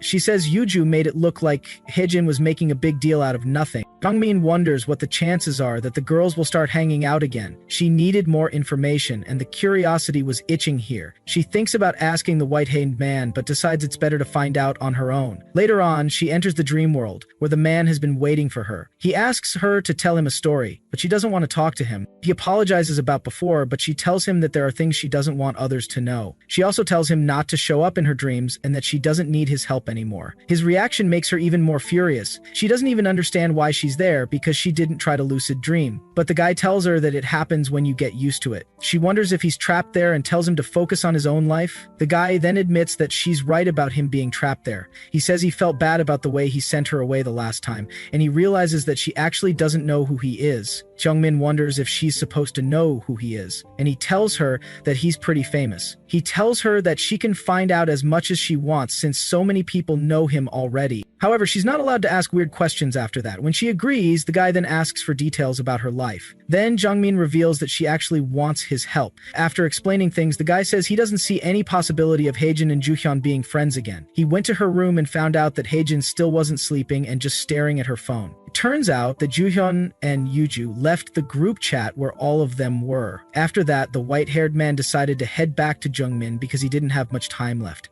He got startled when Haejin threw her phone on the floor. The guy then leaves and tells Jungmin that Haejin is completely on her own now. He advised her to bring Haejin to her side and use her. Jungmin then approaches Haejin in class and asks to talk with her. With no one around to hear her, Jungmin asks Haejin if she wants to hang out with her since Juhyun has cut her off. Haejin gets angry, saying that she will never hang out with a loser like her. She tells Jungmin that she's still a nobody, even though she has a couple of people to hang out with. After that, she warns our girl to never talk to her again. Jungmin wonders what she could do to Haejin and if she has to keep living like this forever. She asks herself how much longer she has to keep avoiding Haejin. As Haejin leaves, Jungmin asks her if it's right that Juhyun gets to abandon her and act completely fine. She tries to let the girl know that anyone who knows Juhyun's true colors can't just let her get away with it. Thanks to Juhyun, she was also wrongfully bullied at the beginning of the school year. She offers to cooperate with Haejin to get revenge on Juhyun, even if it's just once. She knows it will be unfair for Haejin to keep her mouth shut and graduate like this. Jungmin knew this wasn't the time to be picky, so she extends her hand to Haejin, but as the girl reached out for her hand, she suddenly left quickly. Jungmin ends up disappointed, seeing that her plan didn't work. In her home, Haejin tells herself that she has too much pride to be on Jungmin's side. She feels it's not too late for her. Even if the people she knew were Juhyun's friends, she just needed one person to listen to her. Sadly for her, everyone abandoned the group chat and their numbers weren't available. She continues dialing and praying for someone to answer until she reaches someone called Haeyoon Im. She asks if the girl has heard anything from Juhyun and tells her that Juhyun is trying to make her an outcast. Poor Haejin has no idea that Juhyun is with Haeyoon, listening to the conversation. She tells the girl that Juhyun used one of her weaknesses to control her and later abandoned her. She warns that they are all being deceived and asks if Haeyoon has time after school to talk about the details. However, Jaeyoon picks up the phone and responds in place of Haeyoon. She tells Haejin that she's the one who needs to be careful. Then Haejin realizes who she's talking to. Haeun accuses Haejin of being evil to Joohyun after everything she did for her. Joohyun tells her to stop bothering her friends and that she's disappointed in her. She tells Haejin that she should have been nicer to her. As the call drops, Haejin realizes that she can't forgive Joohyun, and she starts to consider Jungmin's offer. Meanwhile, Jaehyuk suddenly approaches Joohyun and Haeun. He gets teased for following Joohyun around, but he says he just wants to be friends with her since she's new at their cram school. Meanwhile, Jungmin gets home after school and is welcomed by her mother. Her mom decides to make some kimchi stew for her since she used to like it when she was younger. Moments later, they sit down to eat, but Jungmin isn't eating. Her mom asks if the food tastes bad, but she says it's delicious. Looking at the bruise marks on her mom's neck, Jungmin feels sad. Her mother tells her that her dad is away on a business trip and won't be home for a long time, which means she can relax more. Upon hearing this, Jungmin's face lights up with joy, and she starts eating her food. She can't believe the atmosphere at home has changed so much because her father isn't around. The next day, her mom wishes her a good day as she heads off to school. Jungmin wished that every day could be like that day. In school, while she's chatting with Jaehyuk, Haejin approaches her and asks her to come outside. Afterward, Joohyun enters the class and meets Yuju, who asks her if she saw what was happening in the hallway. Suddenly, Haejin and Jungmin enter the class with their other friends, leaving Joohyun startled. Haejin proposes that they should celebrate becoming new friends, unlike Joohyun, who makes her look like a bad person. Jungmin can see how much Haejin is trying, but what makes her happier is seeing the anxious look on Joohyun's face. When the bell rings, Haejin tells her to go to her seat and that she'll call her over later. Meanwhile, Joohyun finds it hard to believe that Haejin would just decide to hang around Jungmin. She wonders if Jungmin brought Haejin to her side. At the same time, Jungmin thinks that messing with people is easier than she thought, but she is nervous about how things have been working out lately. Elsewhere, Jaehyuk is standing by the sidewalk, but his face lights up when Joohyun meets him. He is surprised that she asked to see him. He says he likes it a lot, but realizes how embarrassing that sounds. After that, Joohyun asks if he wants to get something to eat before they head to cram school. They go into a restaurant where Joohyun says that the place is good and that she's always wanted to come there. Jaehyuk thanks her for bringing him, saying that he really wants to get closer to her. When she tells him that she has something to say, his face goes red and he tells her that he'll listen. It hasn't been long since they met, but Joohyun suddenly says that she thinks she likes Jaehyuk, and she asks him to go out with her. As they leave the restaurant, Jaehyuk is still in a daze while they walk together, holding hands. He then asks Joohyun why she wants him to keep their relationship a secret from Jungmin. Joohyun then says that she wants to surprise her later. The next day, Jungmin feels weird around Jaehyuk because he's not usually using his phone so much when he's around her. Suspecting that something is amiss, she asks him who he's talking to, but he says it's nothing. This leaves her wondering if the guy has someone he likes. She refuses to believe it and questions why he was being so nice to her all this time. She ends up meeting the white-haired man and asks him to find out who Jaehyuk is talking to. However, he's not interested and says he's not here for volunteer work. She reminds him that he agreed to help her with anything, as long as she didn't ask about his past. Jungmin is fine living without her family and friends, but if she doesn't have Jaehyuk, she feels she might die. Upon hearing this, the man agrees and tells her to stop crying. He used astral projection to enter the streets when Jaehyuk suddenly showed up beside him. He starts getting jealous, wondering why Jungmin likes the guy so much. However, the man is shocked when Jaehyuk meets up with Joohyun. He doesn't recall Jungmin ever mentioning that Jaehyuk and Joohyun know each other. He realizes that Jungmin doesn't know and decides to tell her what's happening, but when he returns to our girl, he finds it hard to tell her the truth. He then yells at her, saying that she made a big deal out of nothing. He tells her that Jaehyuk is just talking to one of his guys from school. However, she starts suspecting that Jaehyuk might like boys and not girls. The white-haired man assures her that Jaehyuk will get tired of his new friend and things will go back to normal. Sadly, Jaehyuk isn't even reading Jungmin's texts quickly anymore. She then overhears Yuju asking Joohyun if she has a new boyfriend now. Yuju starts asking many questions, but Joohyun says that it's just the guy who likes her and that he's the one who kept chasing her around. Meanwhile, Haejin approaches Jungmin and asks her why she only sees the other girls when she eats lunch with them. Jungmin says that she's not even friends with those other girls. Seeing them talk irritates Joohyun, but Yuju tells her not to worry about it. On the other hand, Haejin is happy to see how upset Joohyun is. She then tells Jungmin that the girls were saying that she was trying to act cool by making up a story about a boy she was talking to. After classes, Jungmin checks for Jaehyuk's reply, but there's still no text. She decides to call him, which is something she's never done before. When he picks up, she asks him if he wants to walk home together with her and her friends. He agrees, and this makes her racing heart calm down. She meets up with Sora and the rest, asking them to follow her to the front gate because she wants to introduce them to someone. She doubts Jaehyuk could have changed, but she just needs to stay by her side like he does. Jungmin recalls how she brought Sora and Hyejin to her side and she stopped getting bullied. She gave Juhyun a taste of her own medicine, and because her dad went on a business trip, her mom returned to her old, warm self like she used to be before her dad got violent. But her heart gets crushed when she sees Johyuk with her worst enemy. As she gets to the front gate, Johyuk calls over to her. Yeonji and the rest wonder if this is the guy that Jungmin talked about. Jungmin is too stunned to speak. Jaehyuk approaches her and tells her that Juhyun said he could tell her now, but she didn't understand what he meant. While he tells her that he met Juhyun in cram school, Hyejin and the other girls start murmuring. Jungmin then screams, saying that she's not friends with Juhyun. The other girls then ask Jaehyuk if he wasn't in the talking phase with Jungmin. Our girl's heart sank into her stomach. Then, Jaehyuk tells her that he's dating Juhyun. She sees them holding hands, and Juhyun gives her a sinister smile. Jungmin then asks the guy if he knows what Juhyun says about him at school. She screams in a wild rage, asking if he knows what kind of person she is. Jungmin wonders why it had to be Juhyun of all people. Jaehyuk then tells her that she's acting weird and that she's been misunderstanding things. He proceeds to apologize for making her think that there was anything between them and tells her not to talk badly about Juhyun. Jungmin felt so much pain at that moment that made her want to die on the spot. The other girls then assume that Jungmin was trying to get with Juhyun's boyfriend. Clenching her teeth, Jungmin runs away from there. She wonders why Jaehyuk chose Juhyun and not her, even though she likes him more. With tears in her eyes, she realizes that it was Juhyun who made him smile like that. She then recalls what the white-haired man told her. Meanwhile, Jaehyuk apologizes to his girlfriend and offers to talk things out with Jungmin. Juhyun tells him not to bother, because Jungmin doesn't consider her a friend. When he asks if something happened between them, she tells him that they had a fallout when they were younger. She says that Jungmin bullied her, which Jaehyuk is shocked to hear. He falls for her trick and says it's only natural that he should think of her the most. He promises to be on her side and she gives him a sly smirk. Meanwhile, the white-haired man is getting bored while waiting for Jungmin to show up. He thought that being stuck in that white space for so long wasn't good for a person. He wonders what his physical body is like now and won't be surprised if he's dead, since he hasn't woken up in months. He was also growing tired of that space. It's pretty fun for him when Jungmin is there, and now he thinks about it, she's the only one he has left. Suddenly, Jungmin shows up and he asks how her day is. As he tries to touch her, she smacks his hand away, and he realizes that she seems different.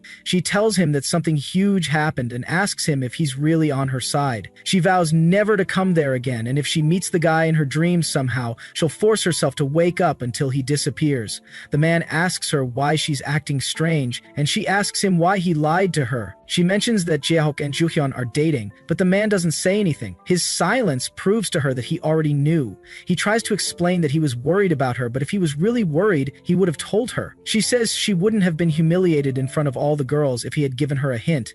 She calls him useless and tells him to never show his face around her again. Her words cause him to remember how bullies always called him a useless boy. In a cold tone, the man tells her that he was getting tired of her as well. She looks up and is surprised to see how sad he looks when he tells her that he should have never met her either. The man agrees to get lost and tells her to have a nice life. After that day, he never appeared before her again. The next day, Juhyun approaches Jungmin in school, noting that she's early, but our girl just walks past her. Juhyun then asks her how she felt when the only person in the world who was on her side turned her back on her. Jungmin tells her to shut up before she rips her mouth apart. Yeonji and Sunga walk into the class and notice the tense vibe. As Jungmin goes to her seat, Juhyun gives an evil smile before leaving the class. The other girls note that it was the first time Juhyun had ever looked like that.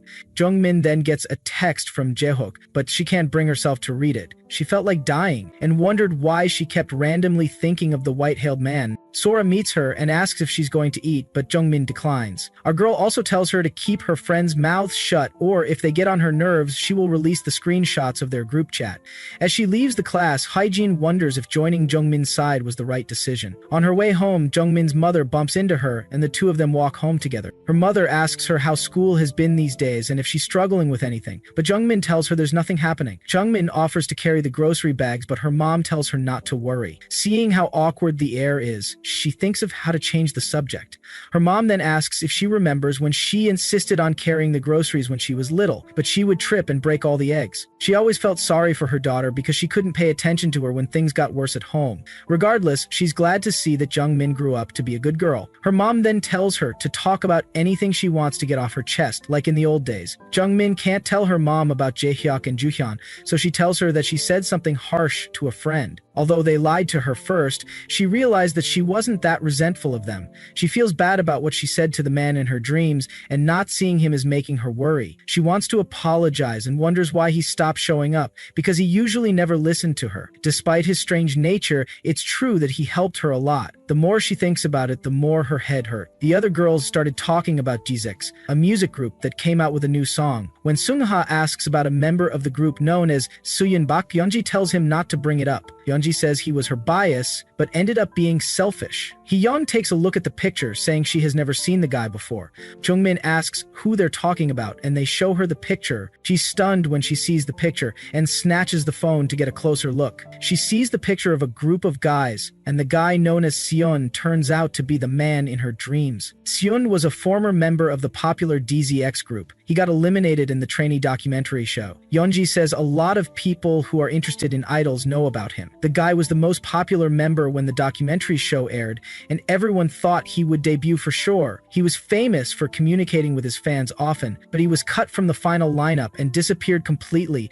Part of the reason he got eliminated was because of a big car accident during filming. The other reason was that Seong started getting competitive with a member named Nahyuk-gung, causing his popularity to decrease. He and Nahyuk had similar images. The girls then tell Jung-min that she'll figure out more if she watches the documentary. After that, Jung-min went home and watched every video with Seong in it. He felt unfamiliar, as if he wasn't the person she knew. And as she recalled the hint he gave her, it felt like she was putting the pieces of the puzzle together. She wonders if this is why he didn't want her to know his true identity. She finally got to the last episode, where Seon addressed his fans and told them not to worry about his injuries. He promised to continue to show his face and begin his personal promotions once his injuries healed. But Jung-min could tell he was lying. She didn't know much about him, but she trusted her gut. There was also the fact that Seon hated when people dug up his past, but she could tell the truth from his facial expression. The documentary also showed his school uniform and mentioned that his agency was close to her. So Jung-min decides to go to the hospitals in the area, hoping to meet the guy. Of course, this was impulsive,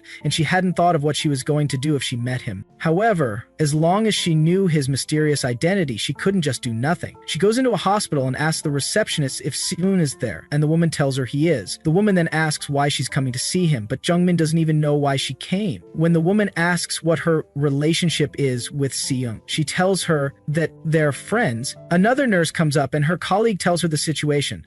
They decide to allow Jung-min to see Seon since they can call security if anything happens. As the nurse guides her to the ward, she tells Jung-min that a lot of weird people come to see Seon. Jung-min assumes it might be his fans because the hospital was never disclosed to the public. As they get to the room, the nurse tells her that Seon is currently in a vegetative state due to an intense emotional shock. This confirms what he said about being basically trapped. Jeonming never thought she would see him in real life, and as the nurse leaves, she enters the room. There, she sees him lying unconscious on the bed. She didn't think she would find his identity and what happened to him like this. She feels like her efforts to find out about him were in vain, because she heard it from Yeonji. Now that she is seeing him, she feels less tense. He tries to wake him up, but there's no response. She then wonders if it's only her and the hospital staff who know about his current state.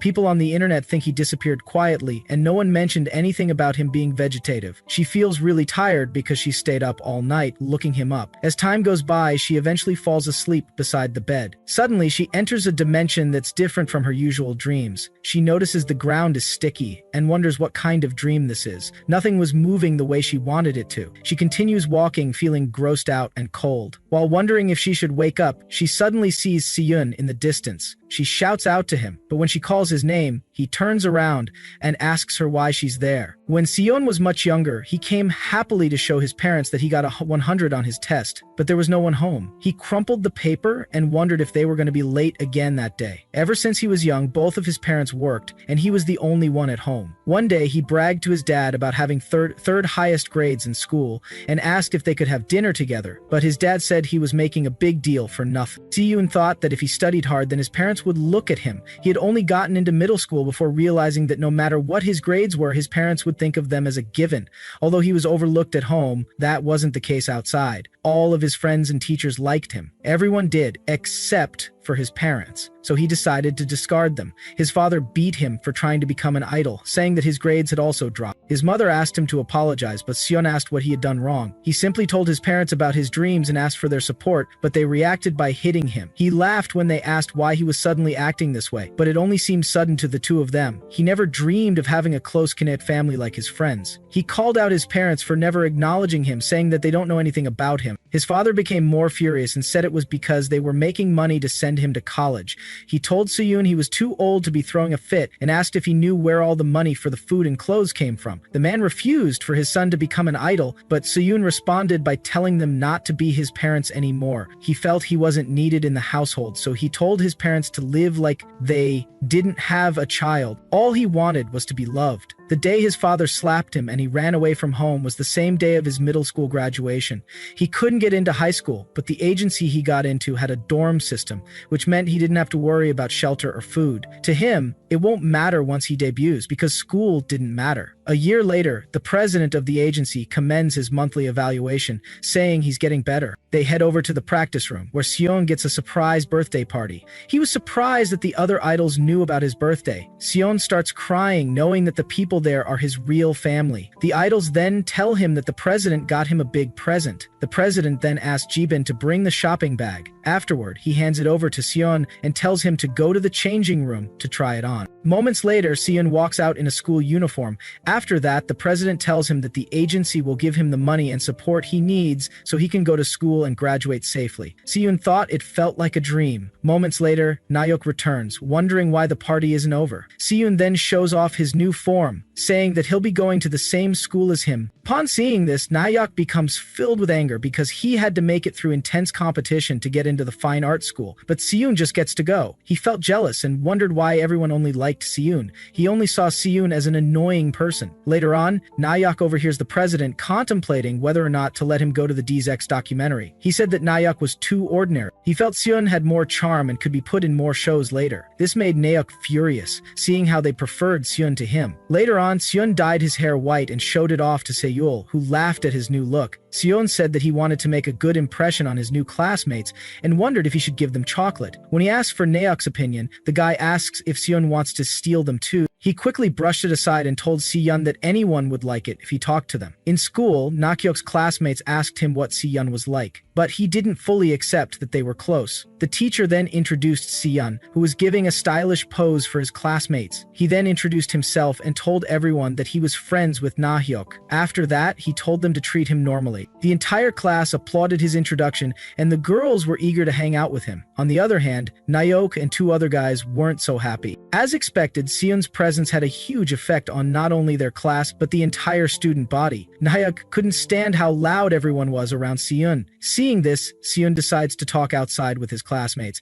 and he also offers to buy treats for them. Meanwhile, Nayeok wonders if Siyun read his expression and left the room. This is what annoyed him even more. After classes, Siyun asked Nahyok to come and have lunch together. Nahyok agreed, but still couldn't stand his presence. A pink-hamed girl interrupts them, and he recognizes her as someone whom he rejected because she was a nuisance. He assumed she was back again and felt that her timing wasn't bad. Suddenly, she shoves a present in Siyun's face, saying that it's chocolate and she made it for him, which leaves Nahyok confused. Siyun happily accepted it, telling the girl that he's sure it tastes great. On the other hand, Nayeok was trembling in anger, so he quickly left. Other students mocked him for thinking that the chocolates were for him. They said he deserved it because he always acted like he was too good to hang out with them. They felt Siyun was perfect and didn't discriminate, which was why people were drawn to him. But Nayeok didn't understand why all this was happening to him. Back at the agency, a lady asked why he was dragging behind lately. She felt he would come to his senses if she compared him to other trainees. She then asks him if he knows that Seon has already caught up to all of his training. Immediately, Nahyuk becomes angry because people are always comparing him to Seon. As he leaves, he wonders why people think Seon is so better and if it's because the guy gets along with people a little bit better. He overhears Seon telling Seon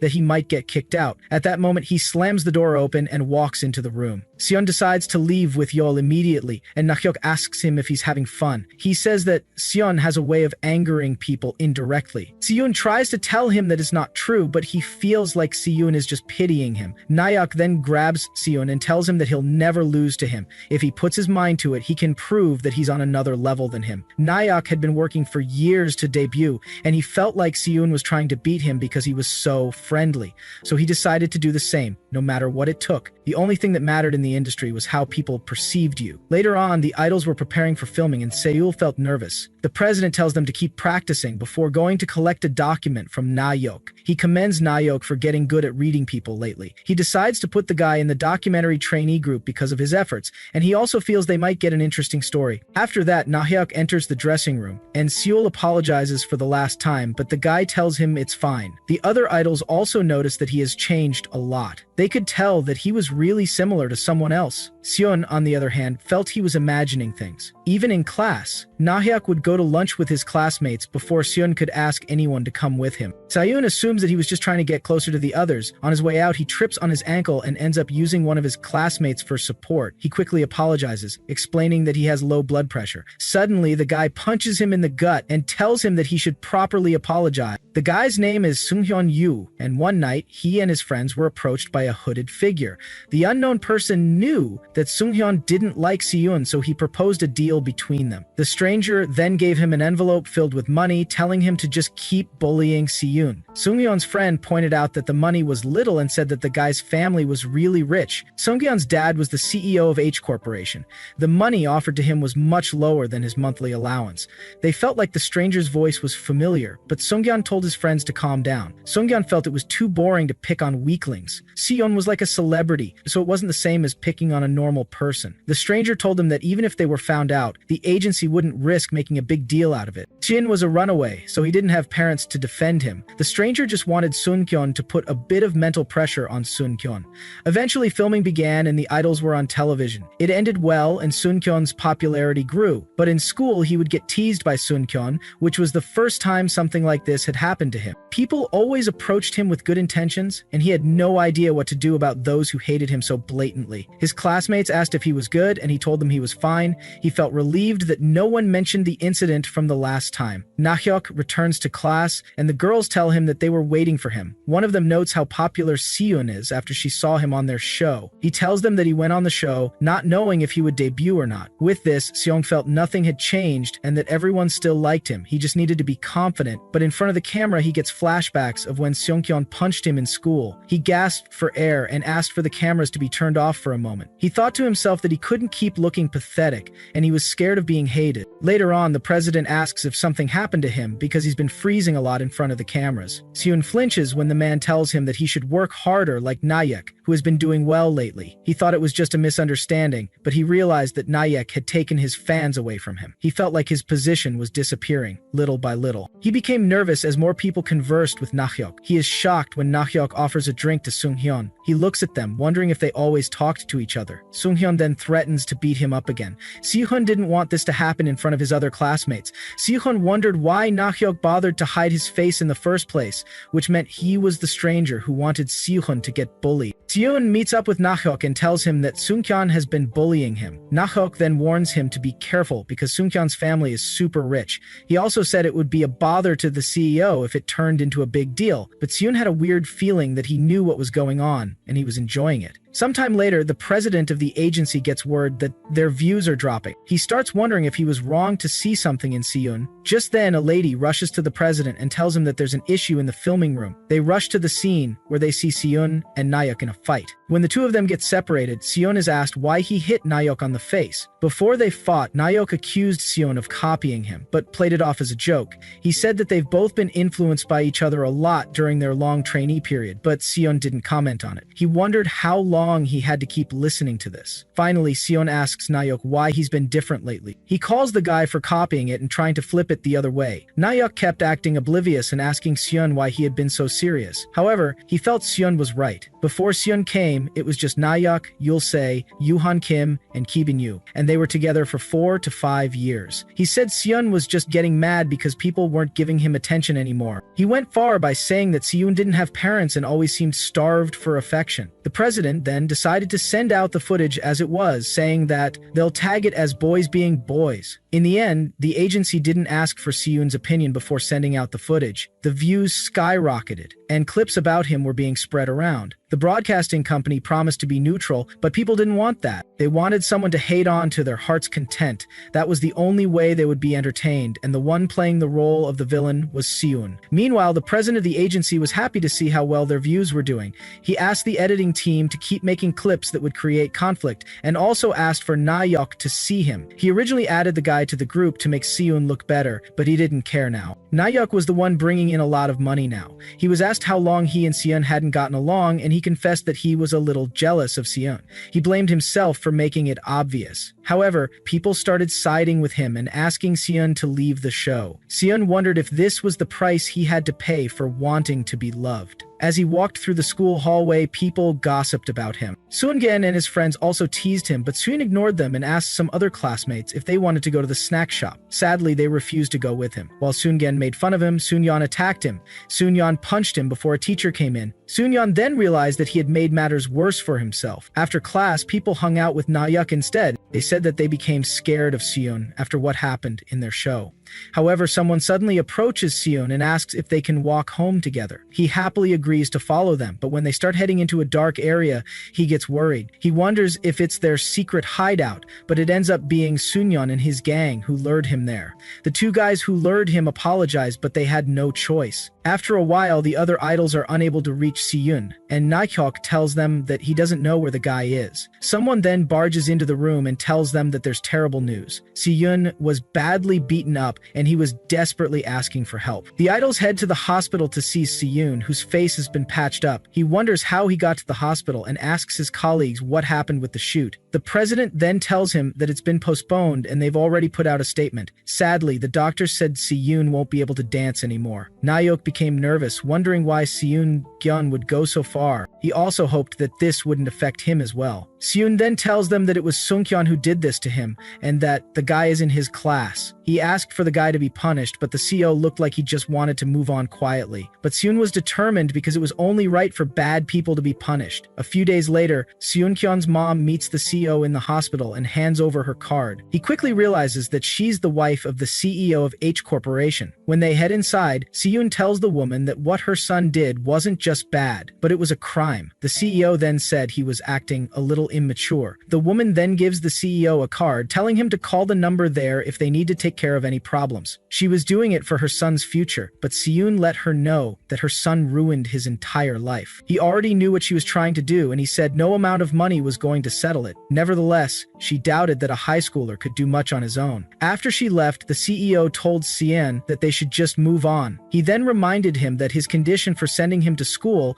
was just to graduate quietly. Seon asked if the man had taken the money, but there was no response. The CEO then tells him that he's no longer part of the debut lineup and that he's out of the agency. Seon felt that these people were supposed to be his family. He crawled out of bed, begging the man and offering to keep a low profile and not sue. He promised to bear it all on his own, but the CEO smacked him, calling him a useless boy. The man didn't see any use in Seon because his face was a mess and he couldn't dance anymore. He also said that Nahyuk would take his place in the agency. Seeing that he had nowhere to go if he left the agency, the CEO asked Seon if he needed money. After that, the agency announced that Seon was in a car accident and will be saying goodbye to his audience in a short interview. The final members of DZX were announced to be Yoon Kim, Yul Se, Chibing Yu, and Nahyuk Kang. The CEO then tells Seon to hang in there until his cast comes off. They get ready for the interview and he reminds Seon to mention that he'll be doing other broadcasts.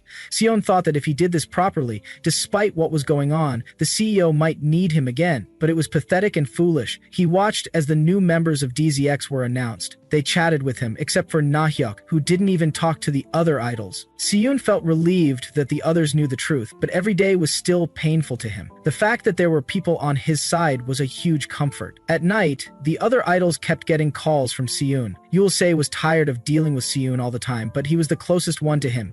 He complains that Siyun has been acting so weird and obsessive. He was getting really upset because this was the first time they'd been able to sleep properly in 3 days. Meanwhile, Siyun was hoping that they wouldn't abandon him. Eventually, the numbers he dialed were no longer in use. He laughed as he realized that the friends he thought Og as family had abandoned him. He wondered how he got to this point and how he was supposed to live now. Suddenly, someone in a hood rushed toward him as he limped through the hospital. The girl said she loved him, but the nurses and doctors rushed to get Siyun to safety. He wished that day had been the end, but another person came in and told him not to bully Nahyuk. Siyun was completely speechless. He began to have this dream because he liked being loved by many people, but he wondered if this was the result of what he wanted. His eyesight became blurry and he passed out. He woke up at night, recalling what had happened earlier. He began suffering from sleep paralysis more frequently. His mind was awake, but his body couldn't move. His ears rang with a terrible, high-pitched noise. Suddenly, he saw himself in the classroom of his school. Sunkyung then appeared in front of him to bully him again. There, people called him a total loser and said he was pathetic for being scared of Sunkyung. They felt sorry for him and wondered why he couldn't tell that everyone was uncomfortable around him. The voices continued talking down to him and he begged them to stop. He yelled out and suddenly saw his former colleagues who said they only hung out with him because they felt sorry for him.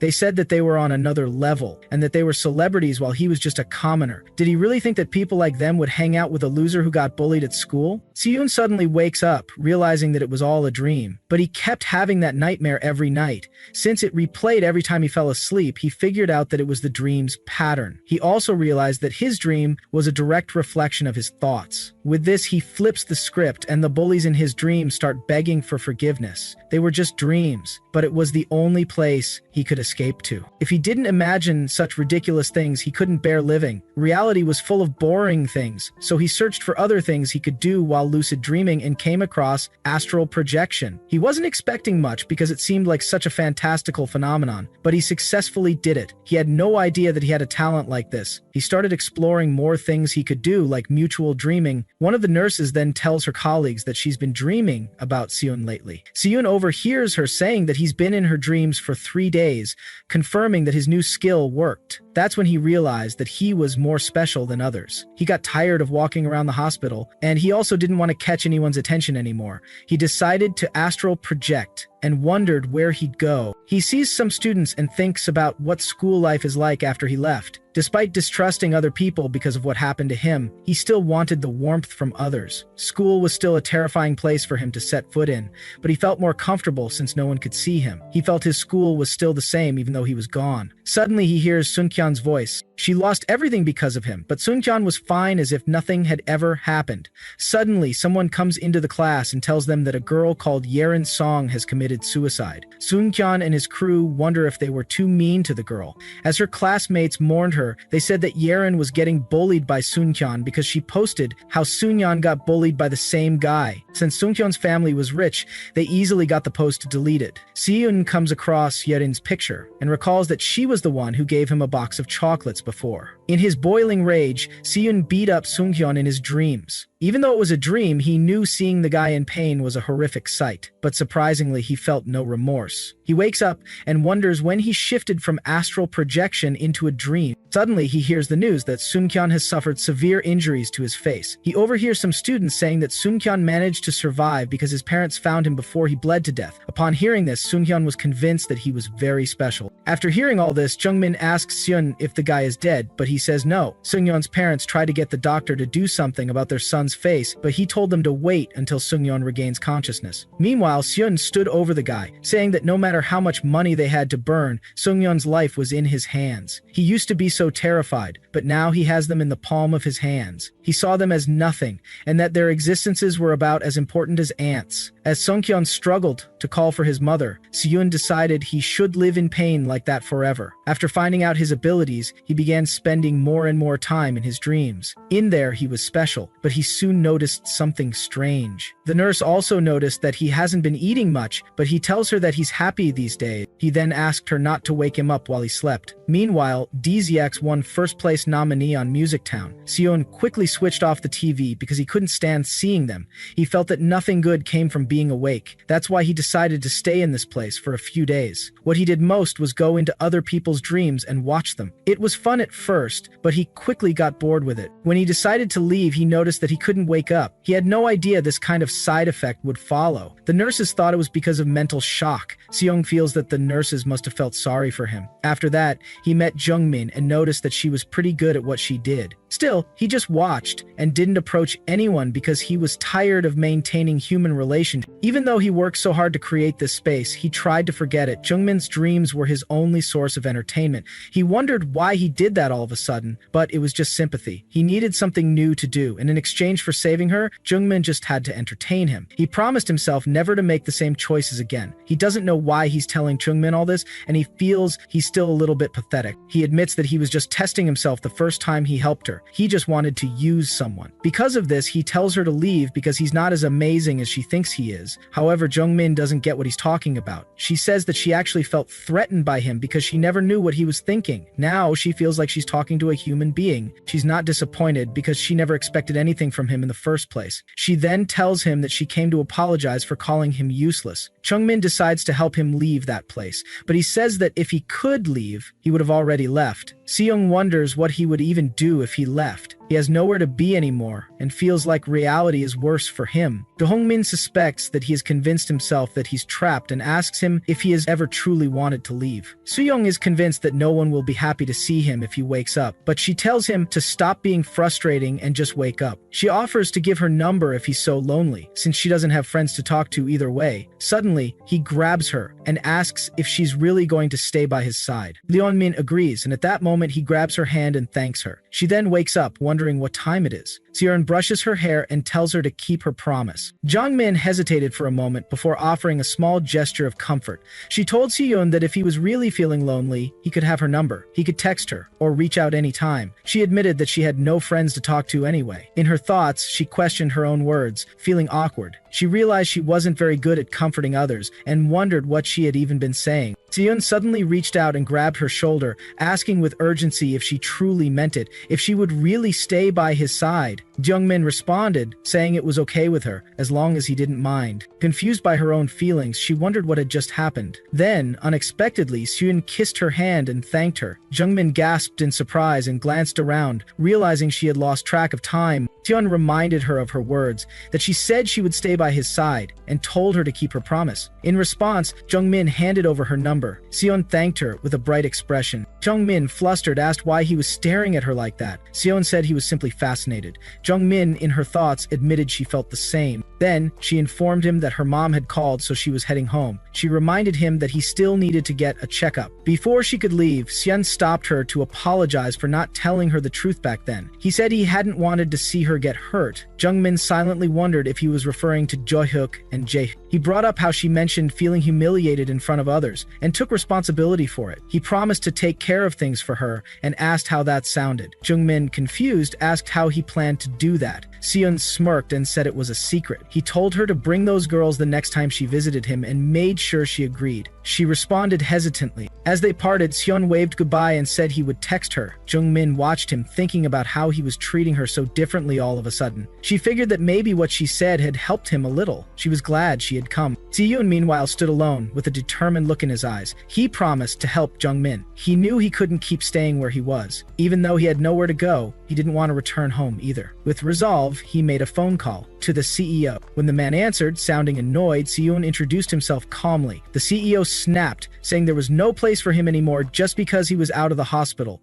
But Seoyeon cut in, saying he didn't want to come back, he just wanted a house. He reminded the CEO that he had made a fortune off of him. Seoyeon wasn't going to let it all end with a bit of pocket change. He offered a deal, just a house until he became a legal adult. In return, he would stay silent and live quietly. The CEO, furious, rejected the idea outright. He told Seoyeon to figure it out with the money he had already given him. Siyun responded coldly, asking where a teen runaway was supposed to live. He said he didn't want to be homeless, so he might as well expose everything and end his life. The CEO went silent. Siyun added that if he couldn't get a house, he understood, but dying alone didn't seem fair. He mentioned going live on social media and broadcasting his suicide. He laughed as he said it, knowing exactly how to shake the man. He reminded him that people with nothing to lose were always the scariest. The call disconnected. The CEO stared at the phone, stunned. He called out Siyun's name in disbelief, shouting into the dead line. Frustrated, he cursed under his breath. He couldn't understand what had gotten into Siyun. The words "suicide show" echoed in his head. It sounded insane, but a part of him wondered if the boy really meant it. Siyun's mind echoed with the weight of his own words. People with nothing to lose are the scariest. The thought lingered like a shadow. Just then, his phone buzzed with a sharp vibration. A notification popped up on the screen. Siyunbak started a live broadcast at around 9 p.m. At the hospital, a nurse approached him with concern. She asked if he felt okay walking around,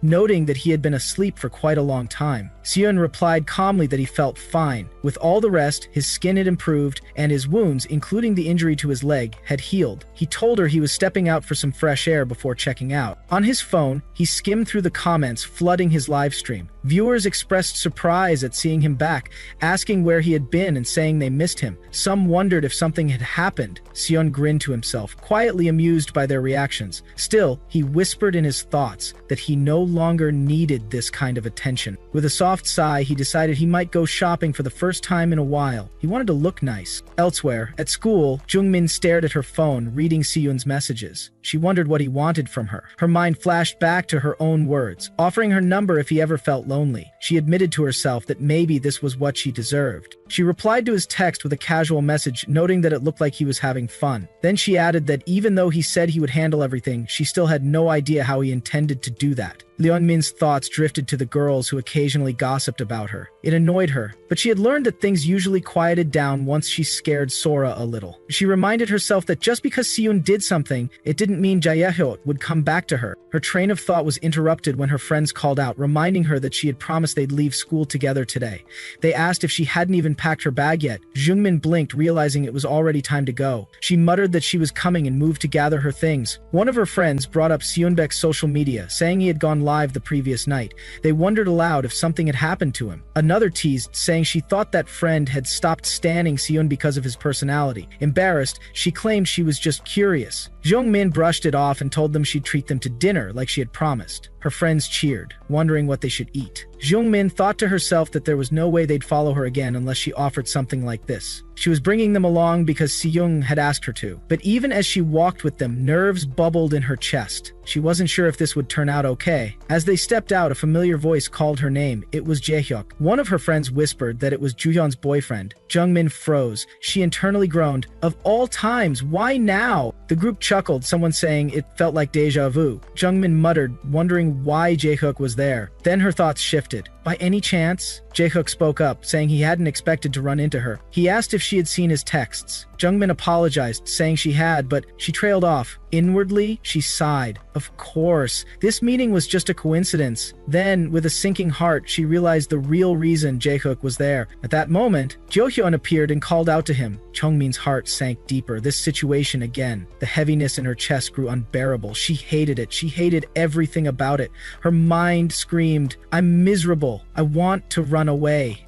But then, as if on cue, Siyun appeared nearby. He asked if her phone was on silent and why she hadn't picked up his calls. He looked at her with genuine concern and asked if she had been waiting long. Leongmin was startled the moment she saw Siyun and questioned why he was there. Siyun casually replied that he had come to get her. Though confused, Jongmin hesitated, then remembered why, muttering uncertainly. Her friends observed Siyun closely, one of them recognizing his face but unable to recall where they had seen him. Another confirmed it, realizing he was Siyun Beck. Someone quickly searched his name, confirming his identity. Whispers and stares filled the air. Other students around them began murmuring, curious why Siyun was at their school. They pointed out that the girl beside him was a student there and speculated about their relationship. Jungmin's friends immediately confronted her, asking what was going on between the two and what their connection was. Without warning, Siyun pulled Jungmin into a hug and suggested they leave the area, noting how many people were watching.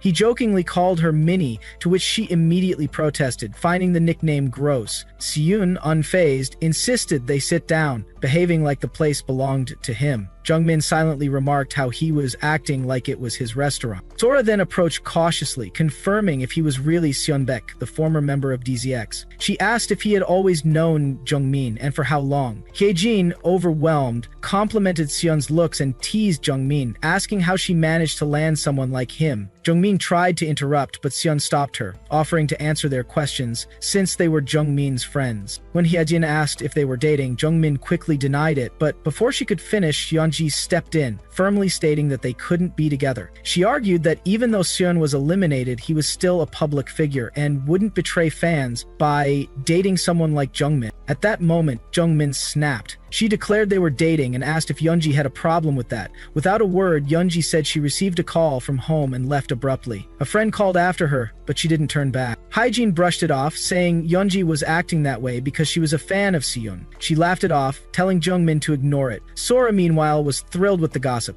wondering who to tell first. Hyejin whispered that Yeonji had always claimed to stop standing Seon because of his personality, but it was clear she hadn't really stopped. Jungmin watched Seon quietly, wondering if he was okay. She noticed Hyejin was pushing his buttons and worried about how he would react, but Seon smiled faintly, calling himself a bad guy. Jungmin sighed with relief, realizing he was holding up fine. Later, her friends commented that they were full. Hyejin asked if Seon was really going to pay. He confirmed, saying he was the one who told Jungmin to bring everyone. Since he invited them, it was only right for him to pay. Hyejin teased Jungmin again, asking how it felt to have such a hot boyfriend. Sora begged for permission to spread the news, then announced she was heading to the bathroom. Seon joined her, leaving Hyejin and Jungmin waiting outside. While waiting, Hyejin brought up Juhyun's reaction earlier, asking if Jungmin had noticed her expression. Jungmin admitted she didn't know. Her thoughts drifted to Jaehook. She had been so distracted that she forgot to talk to him before leaving school. Hyejin laughed, then shifted the topic, suggesting Jungmin dress up more now that she had a boyfriend. Jungmin blinked in confusion.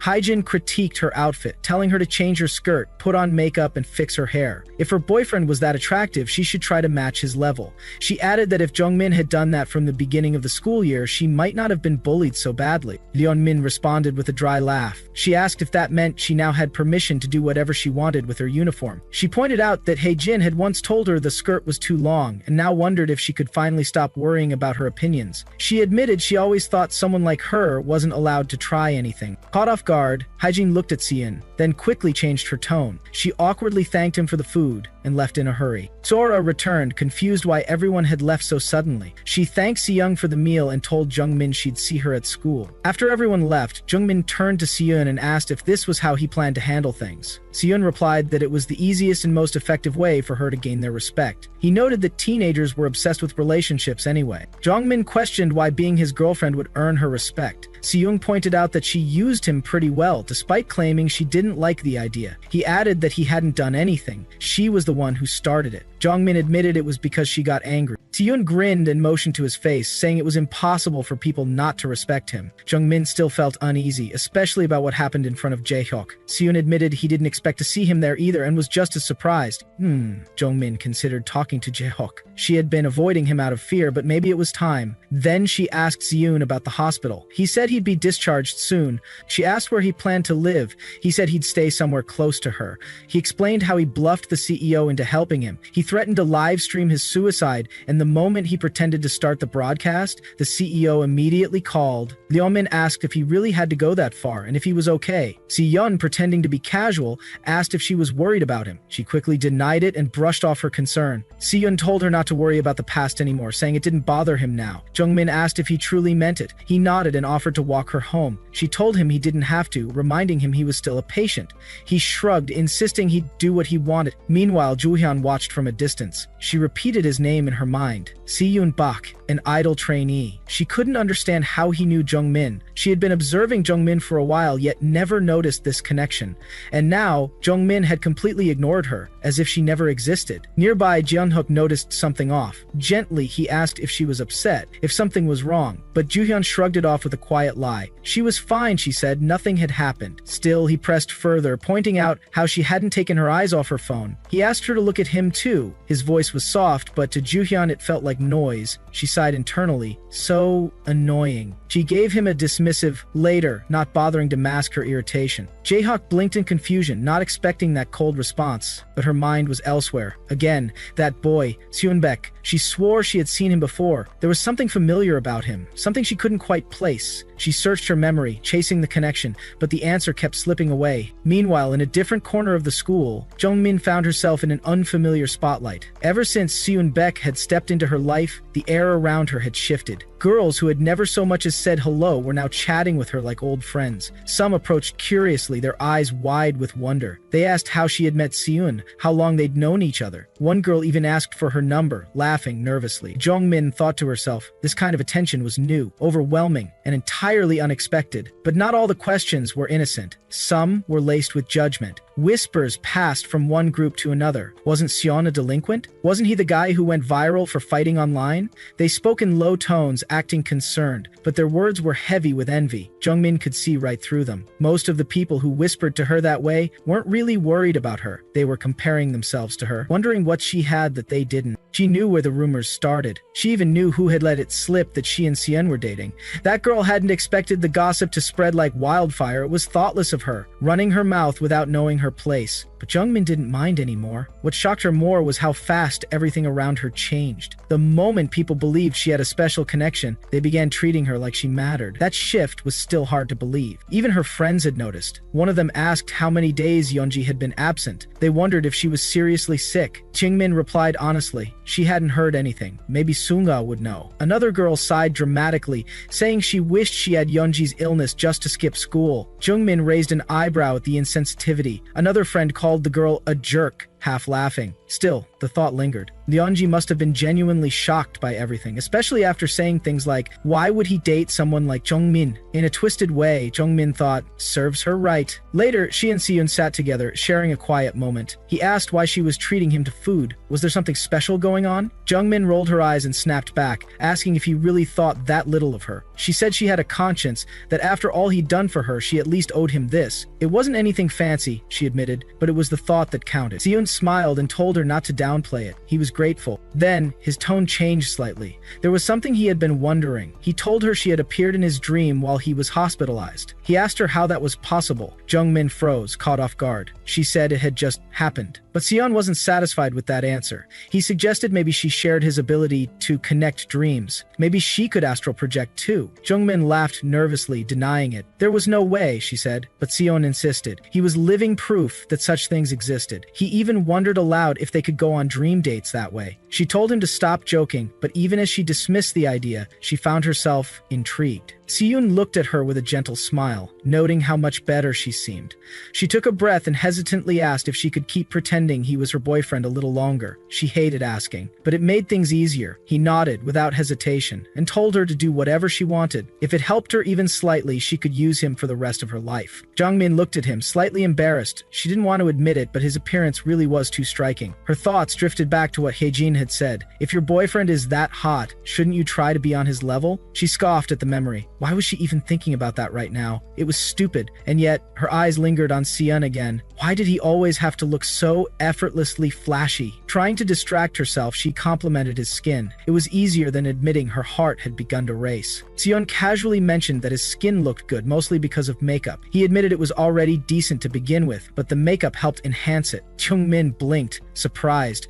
She hadn't realized he wore makeup too. Seon grinned and explained that it looked natural because he had great technique. Curious, Jungmin hesitantly asked how he did it. When Seon questioned her interest, she confessed she had been wondering what it might be like if she tried makeup herself. But before she could say more, Seon told her that he didn't think she needed it. That single comment made her pause. For a brief second, her thoughts grew insecure. She wondered if he believed she couldn't pull it off, or that she wasn't suited for things like that. But Seyoung immediately followed with reassurance. He told her face was already more than pretty enough. Jungmin blushed, brushing it off awkwardly and asking him to at least make his compliments believable. Seyoung didn't back down. He said he was being serious, that he had seen many potential idols in his time, but Jungmin could easily compete with them. He stuttered, caught off guard by the praise. It felt too much, too sudden. Her mind drifted for a moment. moment. She remembered Jaeok's voice, the way he had once called her pretty too. That memory lingered, uninvited. Jaeok, breaking the silence, Sion suddenly suggested they go shopping. Jungmin blinked again, surprised by his energy. She pointed out that he already seemed to have more than enough clothes, and asked if he really needed more. He just smiled playfully and declared that he had money to burn. Jungmin sighed internally. She didn't even have the strength to argue with that kind of confidence. And so, they spent the next few hours wandering stores. Sion eagerly held up outfit after outfit, asking what she thought. Jungmin responded with brief nods. She grew increasingly tired, as his enthusiasm showed no signs of slowing down. 2 hours later, after trying on more clothes than she could count, Jungmin watched him hold armfuls of pieces. She finally asked if he was really planning to buy all of it, but Sion shrugged. He said none of it really spoke to him and decided he'd just get a simple t-shirt instead. Then he held one up and asked if she liked it. Jungmin gave a vague reply saying it was okay, then immediately backtracked saying it wasn't really that cute. As they finally stepped out of the store, Sion beamed. He said he had fun again today. Jungmin rolled her eyes and muttered that he was probably the only one who had fun. Sion laughed without denying it. When they reached her place, Seong told her to go inside and said he'd see her in their dreams later. She groaned, admitting she was too tired for even dreams. That's when Seong handed her something unexpected. Confused, Jungmin looked down. It was the jacket she had tried on earlier in the store. She stared at him, surprised, asking why he would do that. Seon simply said it was to repay her for the meal she'd bought him. Even though she only spent 30,000 won, he said it was the best food he'd ever eaten. Then he nudged her gently to go inside. Later at school, some girls noticed the jacket immediately. They complimented how good it looked on her, saying they'd only ever seen her in a blazer before. They asked if Seon really bought it for her, but their chatter halted when someone else appeared. Yeonji had returned. She stepped up and called out to Jungmin. Her tone was direct. She said she had something to say, and she wanted Jungmin to come outside. Jungmin followed her to another spot, where a boy was already waiting. Without wasting time, Yeonji confronted her, demanding to know if Jungmin had asked about Siyun last time, despite already knowing who he was. She reminded Jungmin that when she showed her Siyun's picture earlier, Jungmin had asked who he was, which clearly meant she hadn't recognized him at that time. Her voice rose with frustration as she questioned what Jungmin's true intentions were. Jungmin, taken aback, admitted they had known each other for a while, but confessed she had no idea Sion was that famous. Yeonji, growing more irritated, claimed that none of this made sense, and revealed she never even wanted to spend time with Jungmin in the first place. Then, her voice sharpened as she accused Jungmin of blackmailing Sora. Jungmin, narrowing her eyes, asked if Sora had told her everything. Before Yeonji could answer, Sora arrived at the scene. The boy who had been with them turned to Sora, asking how she knew they were there. Sora, clearly nervous, replied that she had seen them leaving without her and decided to follow. But in truth, she had sensed something bad was about to happen. Leonmin let out a sigh, then finally admitted it. She confessed that she had used Sora a little out of desperation, simply because she was tired of being bullied. Then she coldly reminded them that she still had all of their chat logs. She questioned how they could act so righteous with that knowledge hanging over their heads. She continued without hesitation. Even if she lost them, there were still plenty of people who liked her now. It wouldn't matter if they no longer spent time together. If they truly hated her that much, she told them to just leave. Then she turned to Sora, asking what she wanted to do. Sora froze, her mind racing. She wondered if she really had to choose between Jungmin and Yeonji right then and there. Her thoughts turned dark as she realized that Jungmin held all her chat logs, even the ones from other group conversations. If those chats got exposed, especially the ones where she had talked about Yeonji and Sunga, she'd be in serious trouble if she chose their side. Her voice trembled as she hesitantly responded. She said she couldn't possibly leave Jungmin. Then, trying to calm things down, she turned to Yeonji and told her she was just being too sensitive, urging her to apologize to Jungmin. Yeonjan's anger exploded. She yelled, accusing Sora of betraying her just because Jungmin had something to hold against her. Her voice cracked as she asked how Sora could do this to her. Then she shouted that Jungmin could go ahead and expose the chat logs, because if she did, she'd just be seen as the creepy girl who leaked private conversations. Jungmin responded with cold certainty. She agreed that there might be backlash for her too, but then she reminded them of the time Juyeon exposed her social media. Back then, their classmates had been far more upset about her talking behind their backs than they were about Juyeon's actions. She looked directly at them and made it clear they were the ones who had gossiped about their classmates' private lives and family issues, and she was the one who found out and exposed the truth. In the end, it was obvious who would take the brunt of the consequences. Then she struck a final nerve. She brought up Siyun, telling Yeonji that she clearly liked him, but because of his bad reputation, Yeonji had never admitted it openly, fearing what others might say. Jungmin warned her that if she chose to leave now, just as she wanted to, she would never get to see Seon again. The words hit Yeonji like a slap, leaving her stunned and wide-eyed. No one said another word as they quietly left. Later, Jungmin sat alone, deep in thought. She tried to reassure herself that what she did was enough. A long sigh escaped her lips. She reflected on everything she had just said, realizing how far she had come. It felt surreal. Once, she could have never imagined herself speaking up like that. She had changed a lot. Just then, a message popped up on her phone.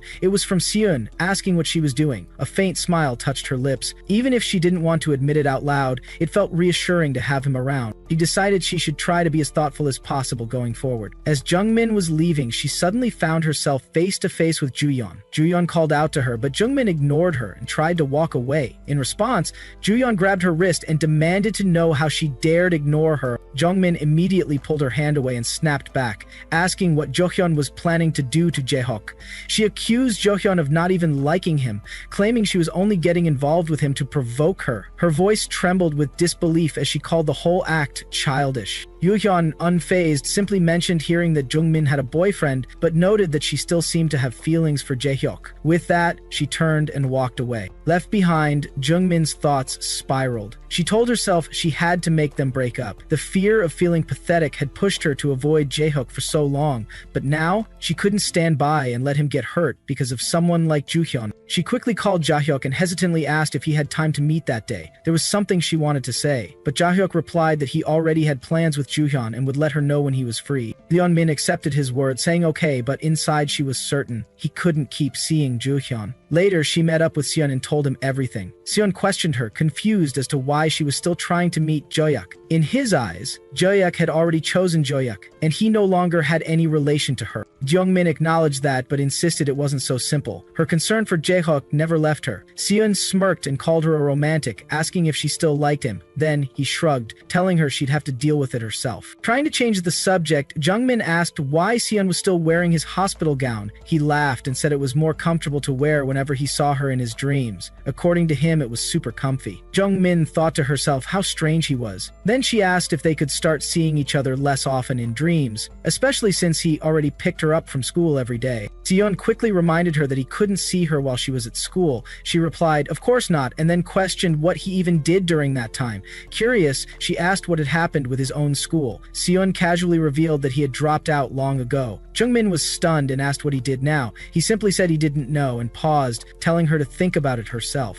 Annoyed, she told him to stop messing around and to take it seriously. She was genuinely worried about him. But Seyun seemed uncertain. He questioned whether it was that important, and then said he didn't think the way things were was all that bad. Without warning, he leaned in close to Jungmin. Startled, she pushed him away and asked what he was doing. Seyun, surprised, asked what was wrong. Jungmin grew frustrated, pointing out how he kept grabbing and leaning on her out of nowhere. She demanded to know why he was acting like that. Her thoughts spun. She spoke before she could stop herself, admitting aloud that she liked Jaehar. Seon didn't seem surprised. He replied casually, saying he already knew that. But Jeongmin's thoughts only grew more confused. Did he really not like her that way? He had never been normal from the beginning anyway. Before she could gather her thoughts, her friends called out to her, urging her to come with them to the snack shop. One girl declared she was treating them. Another shouted in protest, laughing, accusing them of trying to scam her into buying food. Again and again. Jongmin went along with it, agreeing to go. As they got ready to leave, Yeonji stepped forward nervously. She asked Jungmin where they were all going. One of the girls answered that they were heading to the snack shop, and Yeonji quickly said she wanted to come too. They welcomed her along without hesitation. When they reached the shop, the crowd was overwhelming. Some of the girls grumbled about how packed it was and doubted they could all get inside. One of them turned to Jungmin, asking if she was any good at pushing through crowds. Jungmin admitted she'd probably just get pushed around. So the girl decided that Jungmin and Yeonji should wait outside while the rest went in. Jungmin looked at Yeonji with slight surprise, noting how quickly she had changed her mind. Yeonji hesitated, then blurted out that she had a favor to ask. Just once more, she wanted to meet Seyun again. Jungmin raised a brow. She didn't respond immediately. She asked if Yoonji was just going to turn on her again the moment she gave in. Yoonji protested, insisting she wouldn't. If she wanted to see Seon, she had to stay on good terms with Jungmin, so why would she sabotage that? Jungmin gave her a knowing look, so that's what it was really about. She told Yeonju it all depended on her behavior. If she kept acting nice, maybe. Just then, the rest of the girls returned, panting and sweaty from the chaos inside. Jungmin teased them, surprised they were already back. One girl, out of breath, complained about how insanely hard it had been to squeeze in. Off to the side, Yeonji's thoughts turned venomous. In her mind, she cursed Jungmin, swearing revenge silently. Just you wait. Later, Jungmin sent a message to Jaehook,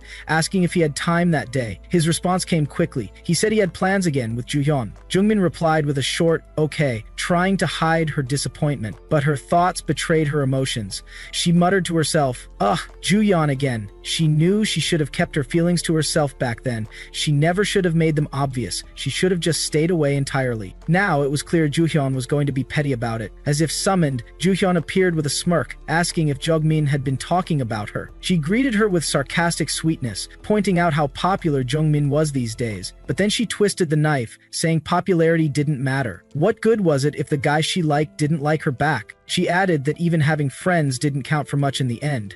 The words hung between them like poison, sinking into the cracks left by everything unspoken. Jongmin stood her ground as she looked Juhyun in the eye, her voice firm but laced with exhaustion. She said it was time to stop. Wasn't it about time, honestly? Everything had changed in her life lately. She had been trying to live better, and slowly the pain Juhyun had caused was fading into the background. She was even starting to forget all the cruel things done to her. And instead of being grateful that she hadn't retaliated or exposed everything, Juhyun had chosen to twist the knife deeper by turning Jaehook against her. But Juhyun didn't flinch. She scoffed at the idea of gratitude, brushing it off like it meant nothing. She claimed she could have done far worse but chose not to. She acted like holding back was a favor. Jiangmin's brows furrowed. She asked if all of this, the manipulation, the cruelty, the constant need to interfere, was really over something that had happened so long ago, back in elementary school. Her voice carried a mix of confusion and disbelief. But Juhyun didn't answer the question directly. Her expression darkened and she stiffened. Jungmin pushed further, asking if she realized just how much she was dragging this grudge out. If only Juhyun had acted like a normal person back then, things would have turned out so differently. That was the final trigger. Gross eyes sharpened with venom. Her voice dropped, cold and cutting. She asked Jungmin if she was trying to die. Did she even understand what Chung had gone through back then? Of course she didn't. Then suddenly, Juhyun's anger curled into a cruel smile. She mockingly thanked Jungmin. She admitted she had planned to move on, to let everything go like Jungmin had done. But now, Jungmin had reignited her hatred. She confessed that, deep down, she still wanted Jungmin to be miserable. That's why Jungmin froze, confused, until Johyun shoved her phone forward. She announced that she had canceled her plans with Jaehook, telling Jongmin to go and meet him, to talk things out. Jongmin stared in disbelief. Her thoughts echoed in silence. What a weirdo. Soon after, she found herself standing in front of Jaehook. He greeted her with a gentle nod and motioned for her to sit. Nervously, she complied, sitting down and trying to find the right words. She asked him softly if he was still upset with her, about the lies she told, that the two of them were together, and also about the things she had said about Juhyun. She tried to explain that she never meant to hurt anyone. She had only overheard things because she and Juhyun were in the same class, and what she heard just didn't sound like Juhyun genuinely liked him. That was why she reacted the way she did. But Jaehook's expression didn't soften. Instead, he questioned her calmly, asking why she felt she had the right to make that judgment. And then he posed a question that made her heart stop. He asked if it was true if she had made Juhyun an outcast back when they were younger. Jungmin's body tensed, her fists clenched, her teeth gritted. Her voice shook as she asked what he meant. She told him she didn't know what Juhyun had said, but whatever it wasn't true. There was a misunderstanding. She said she would explain everything. She begged him to believe her. She tried to defend herself, insisting that she hadn't done anything wrong, that they had just drifted apart naturally because of how Juhyun had been acting. But her own thoughts interrupted her.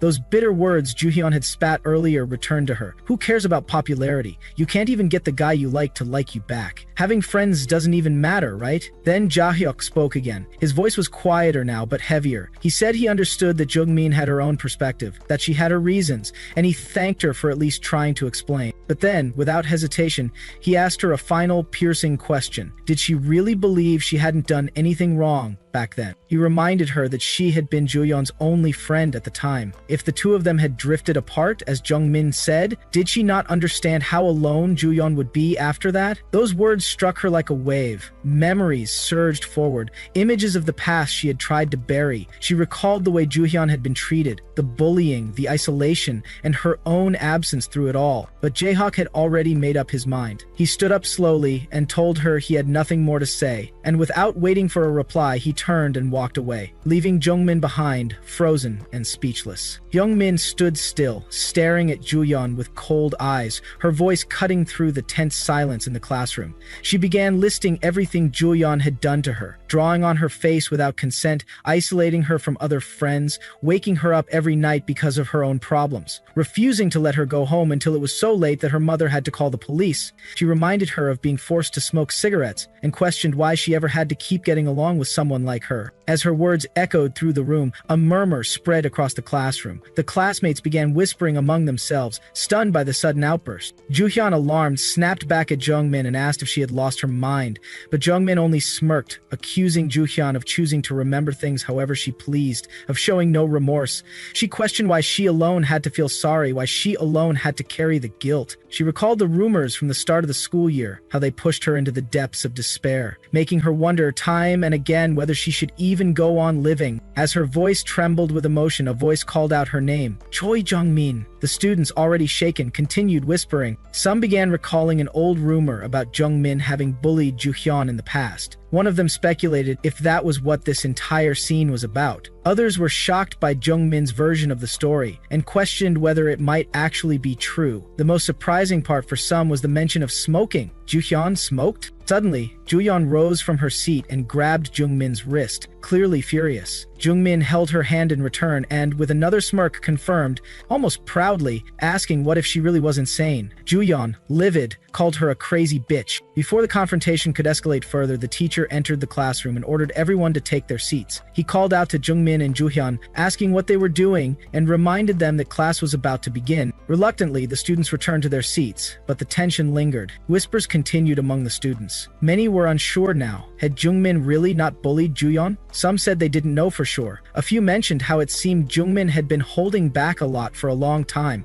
Others began to feel sympathy for her. One of them even remembered how Juyeon had slapped Jungmin at the beginning of the school year. Meanwhile, Juyeon sat quietly, her mind spinning with thoughts. She wondered what was wrong with Jungmin and why she would bring all this up in front of everyone. Realization hit her. Jungmin had caught her off guard. She regretted not keeping Jungmin isolated. Now it was too late, and the damage had been done. A headache started to throb at Juhyun's temples. Her deskmate noticed and called out to her in concern, asking if she was okay. But Juhyun snapped, telling her to shut up, clearly irritated. Her classmate, startled and hurt by the harsh tone, stepped back, replying with a quiet, "Oh, okay," while Juhyun sighed heavily, overwhelmed by everything that had just unfolded. As class finally ended and the teacher stepped out, a heavy silence hung in the air. Tension still lingered as students quietly packed their things. Amidst this, Juhyun walked over to Jungmin and told her they needed to talk. Just the two of them. Jungmin, calm and composed, agreed. Together they exited the classroom. While they were leaving, one of Jungmin's close friends called out to her, asking if she was all right. She had overheard parts of the argument and felt like something serious had been going on. Jungmin reassured her that she was fine, apologizing for not greeting her that morning and explaining that her mind had been scattered. Her friend waved it off, saying Jungmin apologized too much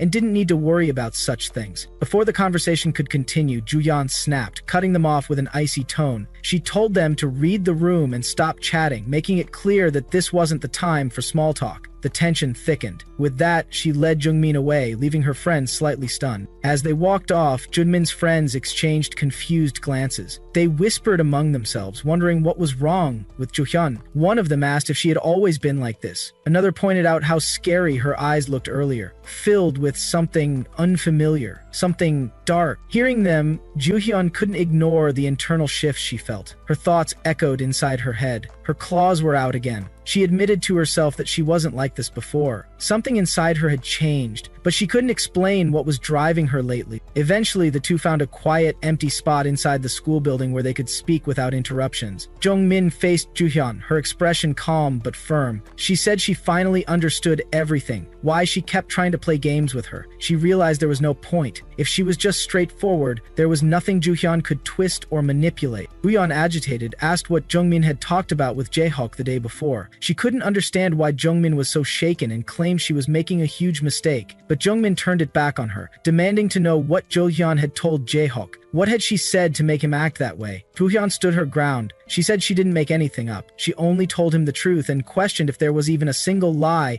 in what Jae-hyuk had repeated to Jung-min. Suddenly, Jung-min's restraint cracked. Her voice rose, trembling with emotion. She shouted that she had never bullied Ju-hyun. She never asked anyone else to bully her either. She wasn't like her, not even close. But Ju-hyun cut her off, her voice cold. She blamed Jung-min for starting it. She claimed she wasn't wrong. If Jung-min had a problem, she should have spoken to her directly, not gossiped to others. She demanded if Jung-min had any idea how much she had suffered because of that betrayal. Jung-min's expression darkened. Her voice shook as she asked if that was why Ju-hyun had deliberately bullied her when high school started. Was it revenge? Did she want Jung-min to suffer the same pain? Was it about making her regret the past? Regret leaving her behind? She pressed further, asking what Ju-hyun truly wanted from her. Did she want her to feel guilty, to beg for forgiveness? What then? Roswai stood still, her thoughts swirling. Inside, she finally admitted it. She had wanted Jung-min to suffer, but once she achieved that, then what? There was no answer, only emptiness. Leonmin's eyes filled with tears, though she tried to stop them.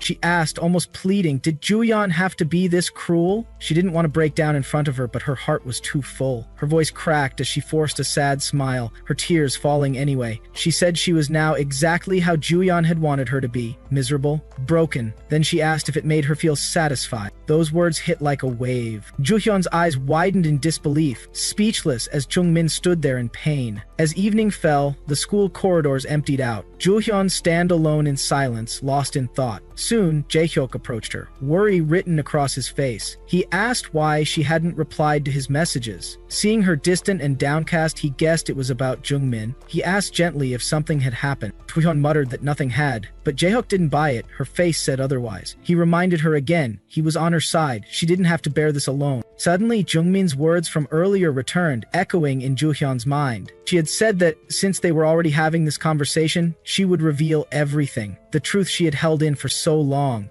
She told Ju-hyun how uncomfortable she felt around her, how she hated that Ju-hyun only commented on her appearance when others were present. She confessed to hiding behind her bangs for years, truly believing she was ugly. She said if Ju-hyun had ever been a real friend, she would have accepted her for who she was. She was different. She was who she was, but instead she forced her to become someone else, someone worthy of being with her. Jung-min had always wondered if Ju-hyun ever saw her as a real friend. Deep down, she doubted it, and now she regretted ever being friends with her too. The weight of those words broke something inside Ju-hyun. Tears welled up in her eyes and spilled over. Her chest ached with guilt, confusion, and sorrow. She started to cry. Jae-hyuk, seeing her like that, gently pulled her into a hug. He whispered softly for her not to cry. He reminded her she wasn't alone anymore, that she had him, that everything was going to be all right. Jung-min walked toward her class, her thoughts clouded with irritation. Everything was getting on her nerves. Her mood had hit rock bottom, and nothing seemed to lift it. As she approached the classroom, the sound of familiar voices stopped her just outside the door. Her classmates were talking, unaware of her presence. They were discussing her and Ju-hyun. They feared the situation between them might force everyone to pick a side. Then came a pause, followed by a mocking observation. It wouldn't have been a problem if Jung-min had stayed quiet like she used to, but now, thanks to her boyfriend, she had many friends. Their tones turned gossipy. One of them pointed out how even the girl she was talking to acted friendly with Jung-min,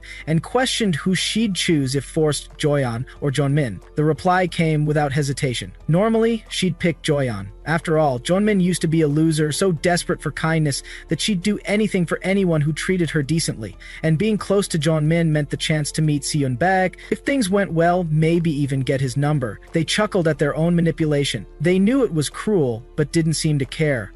Sora had said Seon looked even better in person. One of them sighed, wishing she could date a hot guy too. Jung-min heard every word, but instead of reacting with anger or pain, she simply smirked and walked away. Later, at a cafe, Jung-min sat across from Seon, her head lowered, eyes focused on the table. Seon called out to her, trying to bring her attention back. asking why she seemed so down.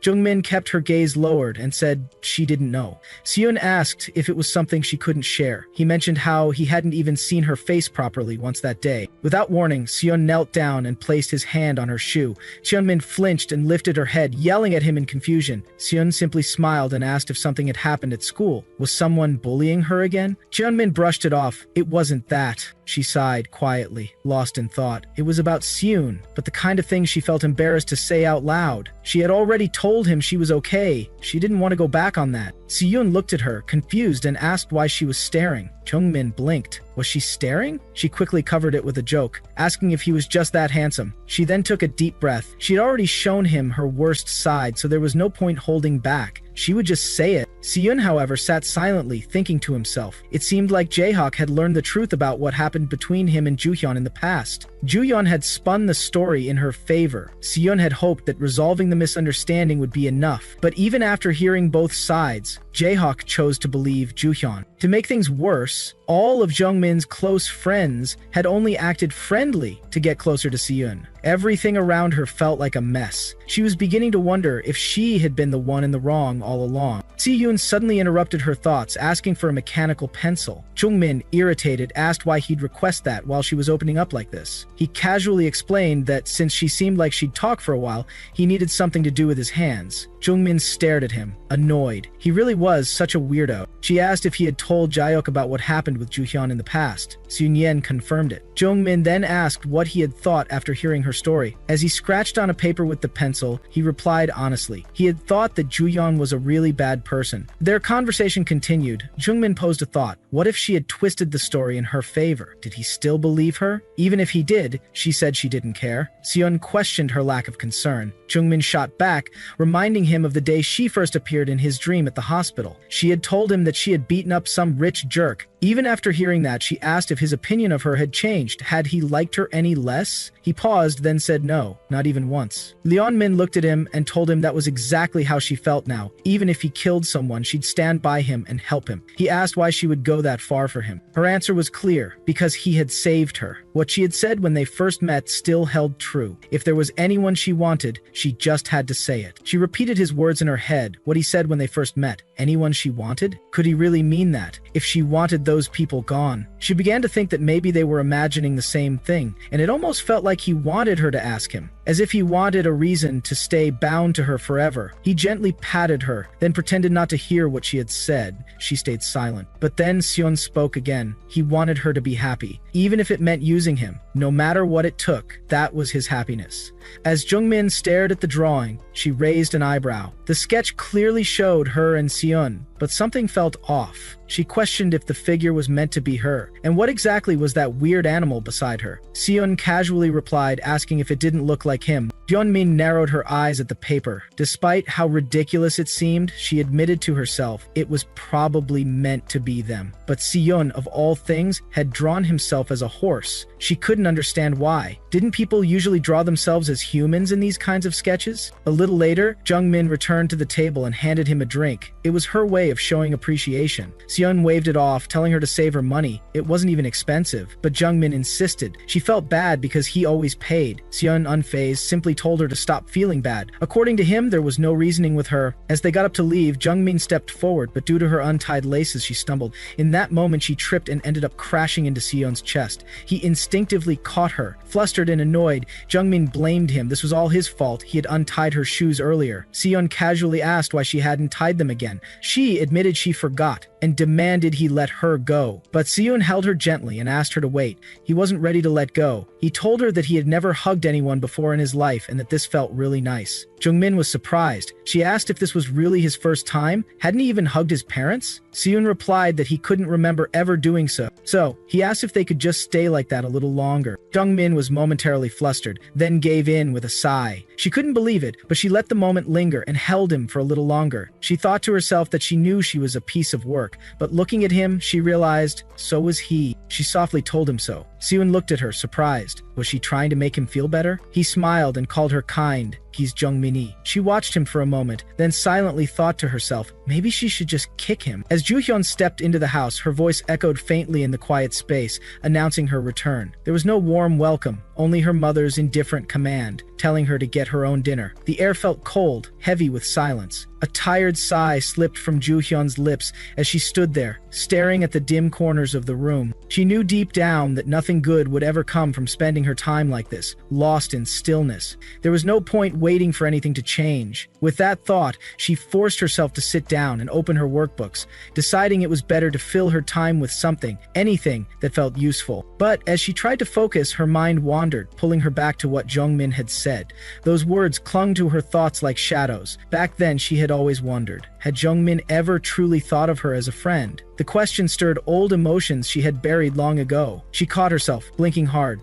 There was no time for thoughts like that, no time to dwell on things that couldn't be changed. She let out a soft laugh, hollow and sharp. It almost sounded ridiculous now. Looking back, they had seemed so silly. Two girls pretending everything was fine. What had she even liked so much about a girl like Jungmin? Then came a quiet confession, tucked away like a page in a forgotten diary. Her parents had separated before she ever stepped foot in grade school. As a young child, she would cry and throw tantrums, begging to see her father again. But her mother never comforted her. Instead, she always snapped back with the same cutting words, telling her not to be so emotional like her father, threatening to abandon her too if she didn't stop. It was in those moments that Juhyun learned a lesson that would never leave her. Never waste emotions on things that didn't matter. That was the only thing her mother had truly taught her, and it shaped everything. Still, for all her coldness, her mother never failed to provide. She worked relentlessly and made sure Juhyun lacked nothing. She spared no expense when it came to supporting her daughter financially. She remembered a conversation from the past. An older woman had gasped softly, half amused, remarking on how luxuriously Juhyun was being raised. But children, she warned gently, grew too fast. Buying them expensive clothes at such a young age didn't make sense. With a warm chuckle, she offered to send some clothes her own eldest child had grown out of. It was strange how comfort could be built out of money yet feel so completely empty. Juhyun's life was full of nice things, but starved of affection. And in that contrast, she had learned to stand on her own, to bury her feelings deep, and to keep moving forward, no matter how alone she felt. Juhyun looked back on those memories and found them laughable now. The things she used to say, the way she used to act, it all felt like a distant echo from a different life. There was a time, back when she was just a little girl, when she would boast proudly that her mother bought her expensive clothes every single day, no matter how quickly she grew out of them. She would say it didn't matter, because her mother had a lot of money. That was her truth then. But beneath the flashy confidence was something else. Something quieter, something more painful. She hated the way people looked at her. Their stares made her feel small, unwanted, out of place. So to shield herself, she built a habit of pretending. She began showing off more, bragging louder. She tried to become someone untouchable, a girl who was spoiled, adored, and treasured, someone who got more money, more love, and more attention than anyone else, especially more than children who still had both of their parents. Even back then, her mother's voice would cut through everything. It always sounded the same, sharp, impatient, cold. She would call out, telling Hyun to hurry up, and that was how it always went. Their lives moved forward, side by side, yet never really together. When Julian started at her new school, things seemed easy at first. She didn't have to put in much effort. Without doing anything special, her classmates were still drawn to her. Their attention felt automatic, and she believed that was how things were supposed to be. She spoke her mind openly. If she liked something, she made it known. If she didn't, she said so plainly. She thought expressing herself clearly was a strength, an honest way to live. But that kind of honesty didn't go unnoticed. Soon, whispers started circling behind her back. Quiet at first, then growing louder. Some of the other girls questioned whether anyone truly liked Juhyun at all. They complained that she acted like she was better than everyone else. Some said she always behaved differently around the boys, like she was putting on a show. And others began to wonder if they'd be better off hanging out without her. That was the moment school stopped being the simple place she thought it was. At home, she tried to talk to her mother. She approached carefully, saying there was something she wanted to share, but her mother was too busy. She didn't look up, didn't listen. Juhyun pushed again, saying it would only take a minute, that it was about school. Her mother cut her off, her tone sharp. Was someone bothering her? Was she being bullied? Juhyun said, no, it wasn't like that. Then her mother made up her mind. If it wasn't bullying, then it wasn't a big deal. She told Juhyun to go back to her room, told her she was busy, said she should handle these kinds of things on her own, that other kids didn't need help figuring out friendships. that she just had to share and be thoughtful. Why couldn't she be like everyone else? Later, alone in her room, Juhyun repeated those words in her head. Maybe her mother was right. Maybe it really was pointless to worry about things like this. Now that everyone thought she had a bad personality, at least she wouldn't have to deal with their constant talking anymore. Silence, she thought, was better than judgment. But then something unexpected happened. Jeongmin called out to her, asked if she wanted to come with them to the bathroom. At first, Juhyun was stunned. Had she heard correctly? Was Jeongmin really talking to her? Leon smiled and confirmed it. Yes, she meant her. She wanted to be friends. She told her to come along. Just like that. Grosswise couldn't understand. Back then, including someone like her could have ruined Jeongmin's reputation. People already didn't like her, so why did Jeongmin take that risk? Even as they walked together, she could hear the whispers from the other girls. Some of them clearly didn't want her there. But despite all that, Juhyun felt like maybe, just maybe, this was how it was supposed to be. A few days passed and she continued spending time with Jeongmin and her friends.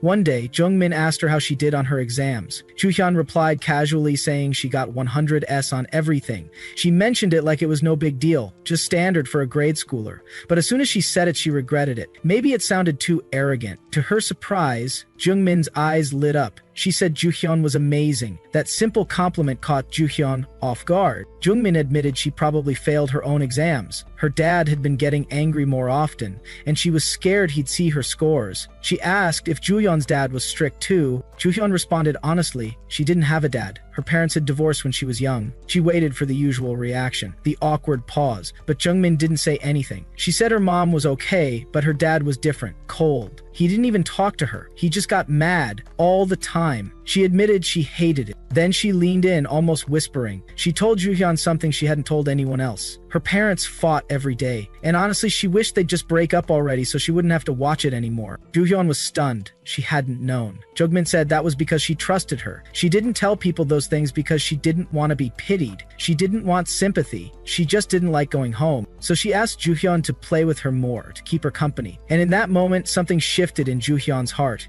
She realized that people don't always need a grand reason to open up. Sometimes a small act of kindness is enough. Jeongmin was different from everyone else. While most people waited to be approached, she took the first step. She was the one who reached out. At first, that had seemed strange, even foolish. But now, Juhyun saw the truth. That was why people were always drawn to her. In quiet moments, little Juhyun would look at Jeongmin and think, she's amazing. I could never do that. But still, when others talked about Jeongmin, she would glare and speak harshly. She believed she was the one who knew Jeongmin best, the one who understood her. She didn't get why Jeongmin spent time with the others. They weren't good enough for her. One day, she asked Jeongmin to stop hanging out with Jimin and the rest. She said she didn't like them, that she wished Jeongmin would just be with her, that she alone should be enough. Afterward, she found herself wondering, what was the look on Jeongmin's face when she said that? The next day, Jeongmin didn't come to school. Worried, Juhyun went to her teacher and asked for Jeongmin's address. She wanted to visit her. The teacher smiled warmly, touched by her concern, and gave it to her, reminding her to call before she went. But Juhyun didn't call. She thought she didn't need to. They were close after all. They didn't need formalities. As she stood in front of the unfamiliar house, she hesitated. Was this really Jeongmin's home? She had only seen places like this in alleyways, run down, forgotten. She never thought people actually lived in them. Then a voice came from inside, a familiar voice. It was Jeongmin. Rosewai's heart jumped. She called out Liose, saying it was her. Juhung, she had come to check on her, to see if she was okay. But then the door opened, and as she stood there staring, something inside her froze, because what she saw left her completely speechless. Later that evening, Jeongmin and Juhyun walked together through the quiet park. Concerned, Juhyun gently asked her what had happened. Tearfully, Jeongmin confessed the truth. She had thought her father was hitting her mother, so she had tried to stop him. But in the process, she had been hurt too. Now she could only cry, wondering what would happen to her mom. Juhyun noticed the bruises and pointed out that Jeongmin had been hurt as well. Through her sobs, Jeongmin looked at her, worried and desperate,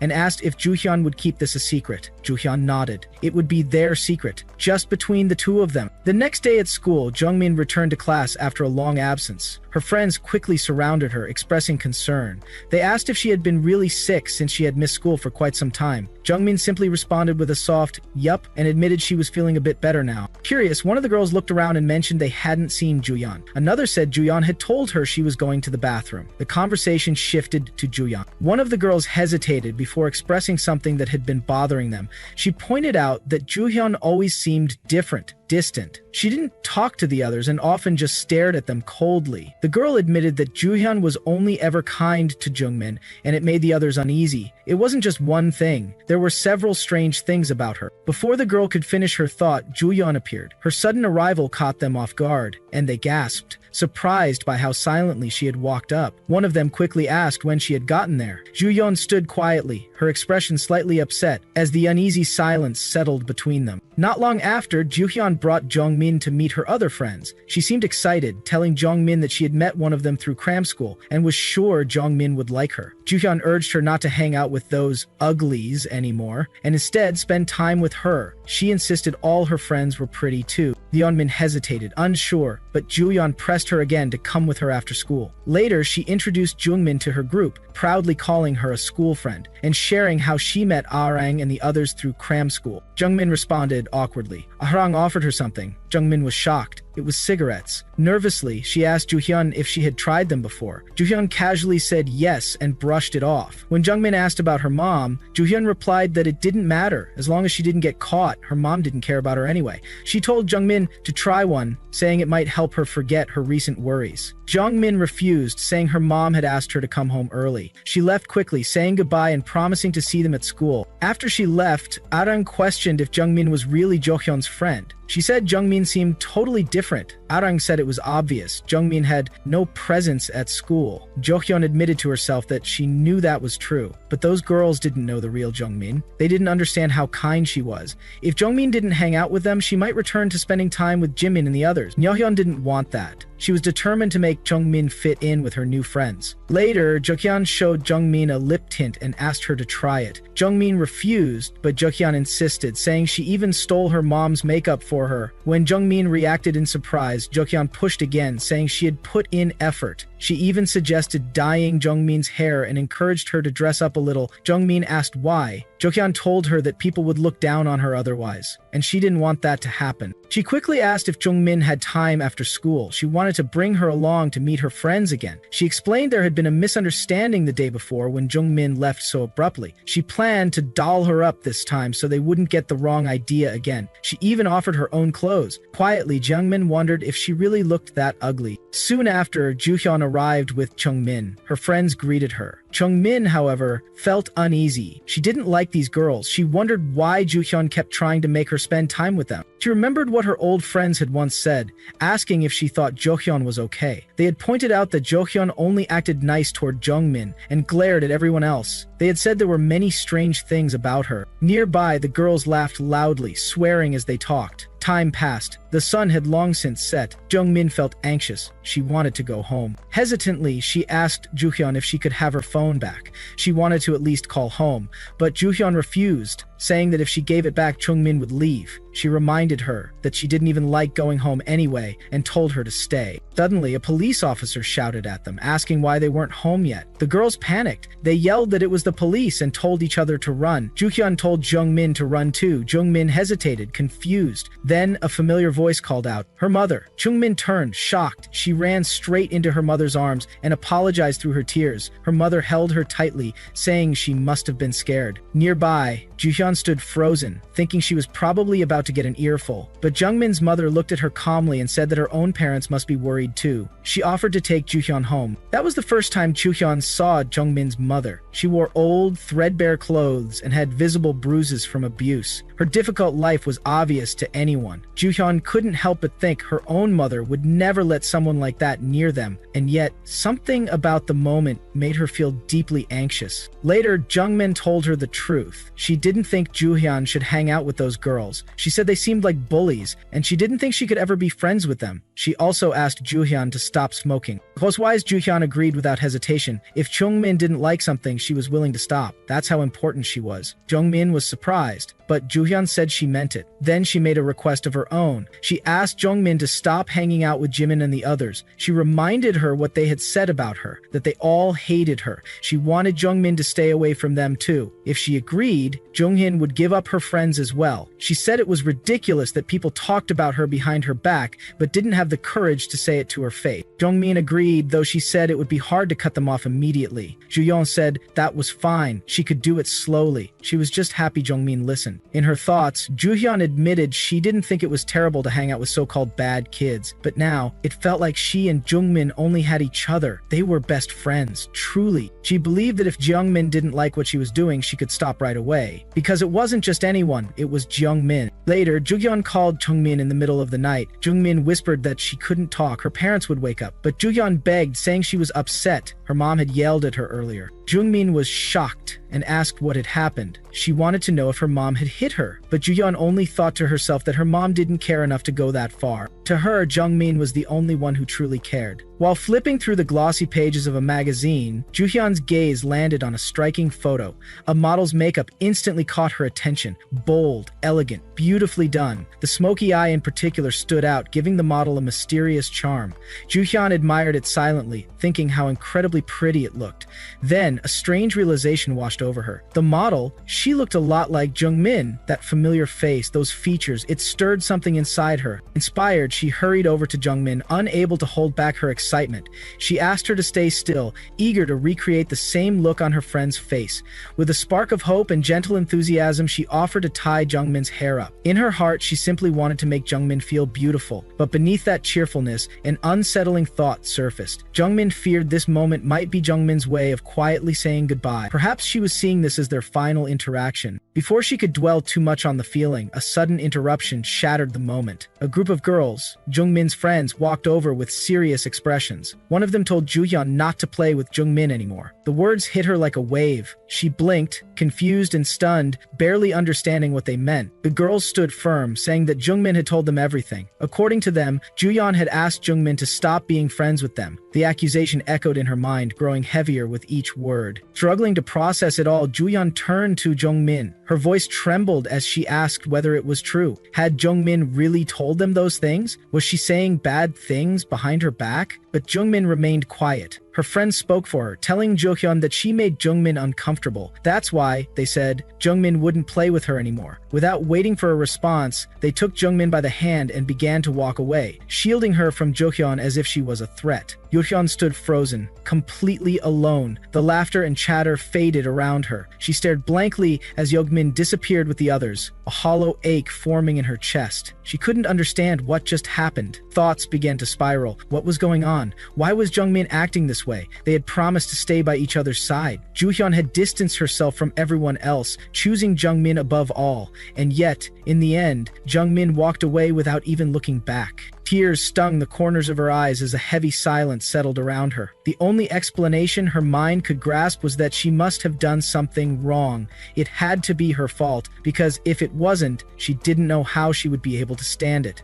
Believing she was to blame was the only way to stop her heart from falling apart. As school ended that day, the soft golden light of the setting sun bathed the hallways. Juhyun quietly followed behind Jungmin, her heart heavy, her steps uncertain. She finally called out, her voice barely above a whisper. She asked if she had done something wrong, something she hadn't realized. There was sincerity in her tone as she promised not to do anything that Jungmin disliked ever again. She seemed desperate to hold on to the fragile connection between them. Jungmin barely responded. Her words came out in a quiet murmur. She said it was scary. Yeon was puzzled. She leaned in, asking what she meant, but Jungmin's eyes were distant, filled with something unreadable. She said that Joyeon was just scary. Then, without waiting for a reply, she turned and walked away, leaving Joyeon standing there in stunned silence. Left behind in that still corridor, Juhyun's thoughts began to spiral. While she was alone, she had time to think deeply, honestly. Her memories began to unfold one by one. She reflected on her past behavior,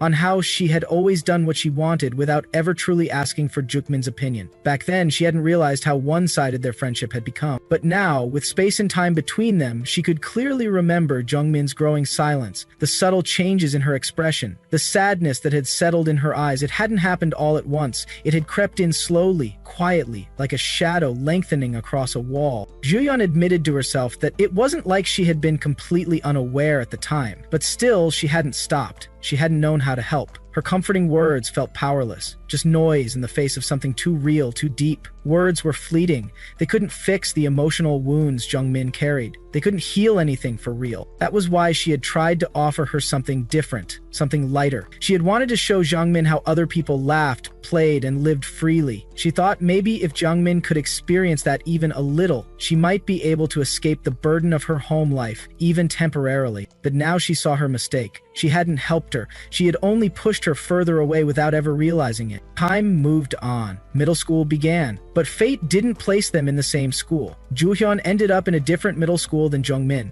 She felt the distance immediately. Still, she held onto a small hope that maybe, someday, they'd end up at the same high school and things could start over. During those lonely months, Juhyun began to change. She made a conscious decision to stop doing the things Jungmin had disliked. She tried hard to become a better version of herself, someone others would describe as kind, someone who didn't stand out for the wrong reasons. She tried to become just like the Jungmin she had admired. She believed that if she changed enough, if she became someone gentler, someone safer, then maybe Jungmin would let her back in. Maybe their friendship could heal. That was when a new student, Haejin Kim, transferred into her class. From the moment Haejin walked in, she gave off a different energy. Her sharp eyes, her posture, even the rumors about her, all of it made her seem like trouble. But to Hyeon, she looked familiar. There was something in her demeanor that reminded her of herself from before. Maybe that was why Hyun felt drawn to her. Maybe that's why she chose to take special care of her. One day, Juhyun went to look for her friends. She found them in the far corner of the school grounds, hidden from view. There, she saw something disturbing. Haejin was sitting on top of another girl, clearly bullying her, while the two others in the group just stood and watched. Juhyun's voice cut through the tension as she asked what was going on. Hyejin laughed it off. She claimed the girl had been spreading lies, serious accusations from her last school, including attempted murder. Hyejin was furious. To her, the only way to silence people like that was through force. She wanted to make sure no one ever talked about her again. As she spoke, her tone grew darker. She said people shouldn't talk behind someone's back unless they were brave enough to say it face to face. Roswai stepped back. She told them she was leaving and asked if the others were staying. One girl said she'd leave too. It was boring anyway. As they walked away, Haejin called out to Juhyun, but Juhyun wasn't listening anymore. Her mind was swirling with emotions. Was this how she had looked to Jungmin all those years ago? The thought left her shaken. The more she reflected, the more twisted it all seemed. Why was she still dwelling on the past? Why did her mind keep going back to Jungmin over and over again? Maybe Jungmin had been more than just a friend. Maybe she had been special because she was the first person Juhyun had ever truly connected with. She wanted to test that feeling, to see if it was real. So she shifted her attention. She began to treat the quietest, most ordinary girl in their class with kindness. She even distanced herself from Haejin completely. But something wasn't right. The girl's timid voice, her nervous movements, it all reminded her too much of Jungmin. It made her uneasy. The memories kept resurfacing. Why was she feeling this way? Why hadn't she just picked up the phone and called Jungmin? That wasn't like her. She always faced things head on. Still, she tried. She dialed the number, but the call didn't go through. It went to voicemail almost instantly. Had Jungmin blocked her? The idea hit hard. Did she really have to go that far? What had Juhyun done that was so unforgivable? Had Jungmin ever clearly asked her to stop? Had she ever given her a real chance to explain herself? Why had Jungmin made all the decisions, quietly pulling away, never looking back? They had called each other friends. So why had she turned away when Juhyun was hurting? Juhyun had said sorry. She meant it. Wasn't that enough? She felt a wave of regret first. Then came self-hatred, sharp, painful. But what followed was resentment, a bitter, creeping anger toward Jungmin for not forgiving her, for rejecting her, even after everything she had done. She felt a little bad for the quiet girl, but still, she returned to Haejin. She went back to that place of chaos, because at least there she wasn't alone. Then, by chance, she saw Jungmin again, and something inside her twisted. Of course, she warned Haejin to behave when Jungmin was nearby. She had an image to maintain, after all. But deep down, she wanted Jungmin to hurt. She wanted her to feel what she had felt, abandoned, betrayed, forgotten. But she wouldn't do it herself. She wouldn't get her hands dirty. She had changed, after all, or at least that's what she told herself. Someone else would carry out her unspoken wishes. Time moved forward. The high school entrance process was approaching fast. One day she went to Jinte, a classmate. She remembered he had a friend at Yongbak Middle School. She asked if he knew anyone named Jungmin Choi. He said no. Was she a friend of hers? Juyeon simply said her phone was dead, so she couldn't contact her. She asked Jinte to check if any of his friends knew which high schools Jungmin was applying to, but she made sure to ask him not to mention her name. Leon Zait nodded and went to ask his group chat. After a short wait, he returned with news. One of his friends was actually in Jungmin's class. Apparently, Jungmin's first choice was Unbak High School. Juhyun thanked him quietly. She didn't smile, but inside something dark settled into place. What she truly wanted now was for Jungmin to be unhappy. Far away, Seon stood at a distance, observing everything quietly. He muttered softly under his breath,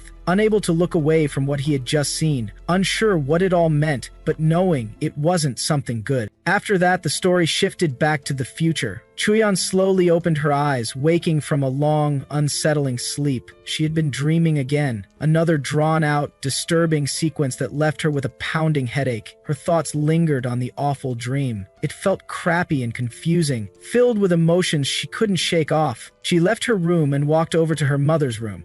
Her mother was getting ready for work. Though she looked unwell, she insisted on going to work anyway. When Juhyun asked, her mother offered to inform the school on her behalf. Juhyun agreed silently. Her mother told her the housekeeper would prepare food when she arrived and reminded her to eat something. After her mother left for work, Juhyun sat in silence, her mind circling back to her dream. That blurry-faced boy who kept appearing, she couldn't figure out who he was. She didn't know yet that it was Seon. The scene transitioned to the school. In class, the teacher announced that the class vice president would be in charge for the day, as Juhyun was absent due to being sick. Somewhere else, Juyeon thought to herself. She wondered if her absence was because of her own guilt, but she quickly denied it. Deep down, she didn't feel ready to face that person's face again, so staying home felt like the easier choice. Her thoughts shifted to Seon. It confused her that he hadn't appeared in her dreams this time. He was always the one urging they should be together all day. He always acted according to his own will. Unable to let go of her curiosity, Juyeon picked up her phone and called him. When Seon answered, his voice startled her. She couldn't understand what he wanted so suddenly. The confusion built inside her as the line stayed open between them. Soon after, Seon's voice came through the phone, sharp and slightly frustrated. He didn't waste time questioning why Jungmin was acting like he was the strange one, when in fact she had been the one to call him first. His tone carried a mix of confusion and annoyance. At that moment, Jungmin froze. A sudden realization hit her. She must have accidentally called him while carelessly holding her phone. Flustered and mortified, she fumbled for an explanation, quickly trying to dismiss it as a mistake. But just as she was about to hang up, two of her classmates appeared at her side, grinning with mischief. They leaned in, sensing something interesting, and immediately started teasing her playfully. With wide eyes and mocking voices, they asked if she was on the phone with her boyfriend. Their curiosity only grew. They pressed her further, saying they wanted to hear his voice, and even pushed for a video call, just to confirm whether it was really Siwon Baek on the other end. Jeonmin felt her stomach twist. Internally, Juhyun panicked. Her thoughts raced as she told herself over and over that this wasn't what it looked like. She hadn't meant for this to happen. Trying her best to remain calm, Jungmin told her friends that she had only called by mistake and was just about to end the call. But her friends weren't buying it. They giggled and leaned in closer, urging her to keep talking to him for just a bit longer. They were eager to hear his voice. The pressure mounted. Jungmin's mind began to spiral. She realized with dread that she had spoken to Seon too casually in front of them. Now she didn't even know what to call him anymore. She couldn't just use something vague like, "Hey, you," not with everyone watching. After a short moment of hesitation, she finally called him Sisun Appa. The word came out awkward and hesitant. On the other side of the line, Sisun went completely still. Her use of Appa hit him like a wave. His eyes widened and he reacted in disbelief, asking what she was even saying. The sudden, formal term gave him chills. It was so unlike her usual tone, but as he processed it, it began to make sense. She must be surrounded by classmates. Realizing the situation, Seon decided to help her save face. His voice changed instantly, shifting into a more playful and cheerful tone. He responded sweetly, asking if she had called because she missed him. His response wasn't just convincing, it was calculated. He knew exactly what he was doing. Her classmates were immediately swept away by the act. Their teasing turned into awe. They blushed, whispering among themselves how romantic it all sounded. Some declared they would only go for older boys from now on. From their perspective, this had confirmed it Jungmin and Seon really were dating. Trying to keep up appearances, Jungmin let out an awkward laugh. She quickly said that Seon had just woken up, hoping to bring the call to a close. Seon, still playing along, replied that he hadn't, but Jungmin pushed forward anyway, insisting she'd call him later. Seon tried to protest gently, but before he could say more, she hung up. Her friends looked at her in disbelief, surprised she had ended the call so quickly. Jungmin made an excuse, saying he was probably still half asleep and not in the mood to talk. Just then, Haejin appeared and casually asked if Jungmin was done with her phone call. She invited her to join her on a trip to the snack shop. Seonmin hesitated. Every fiber in her wanted to say no. Deep down, she didn't want to be around Hyejin at all, but in that moment, she didn't feel like she had any other choice. So she nodded and quietly followed her. As they walked through the hallways, Haejin turned and asked where Sora was. Jungmin shrugged and said she didn't know. At that exact moment, a nearby girl turned her head slightly in their direction. Her expression was tense, almost as if she had overheard something important. The day passed, and the school bell finally rang. After school, Jungmin met Seon at a quiet cafe nearby. It was just the two of them now, away from the stares and the teasing. The atmosphere was calm, but the tension between them hadn't fully lifted. As they sat across from each other, their conversation took a more serious turn. Seon asked gently if she was upset, maybe because of how she abruptly hung up earlier.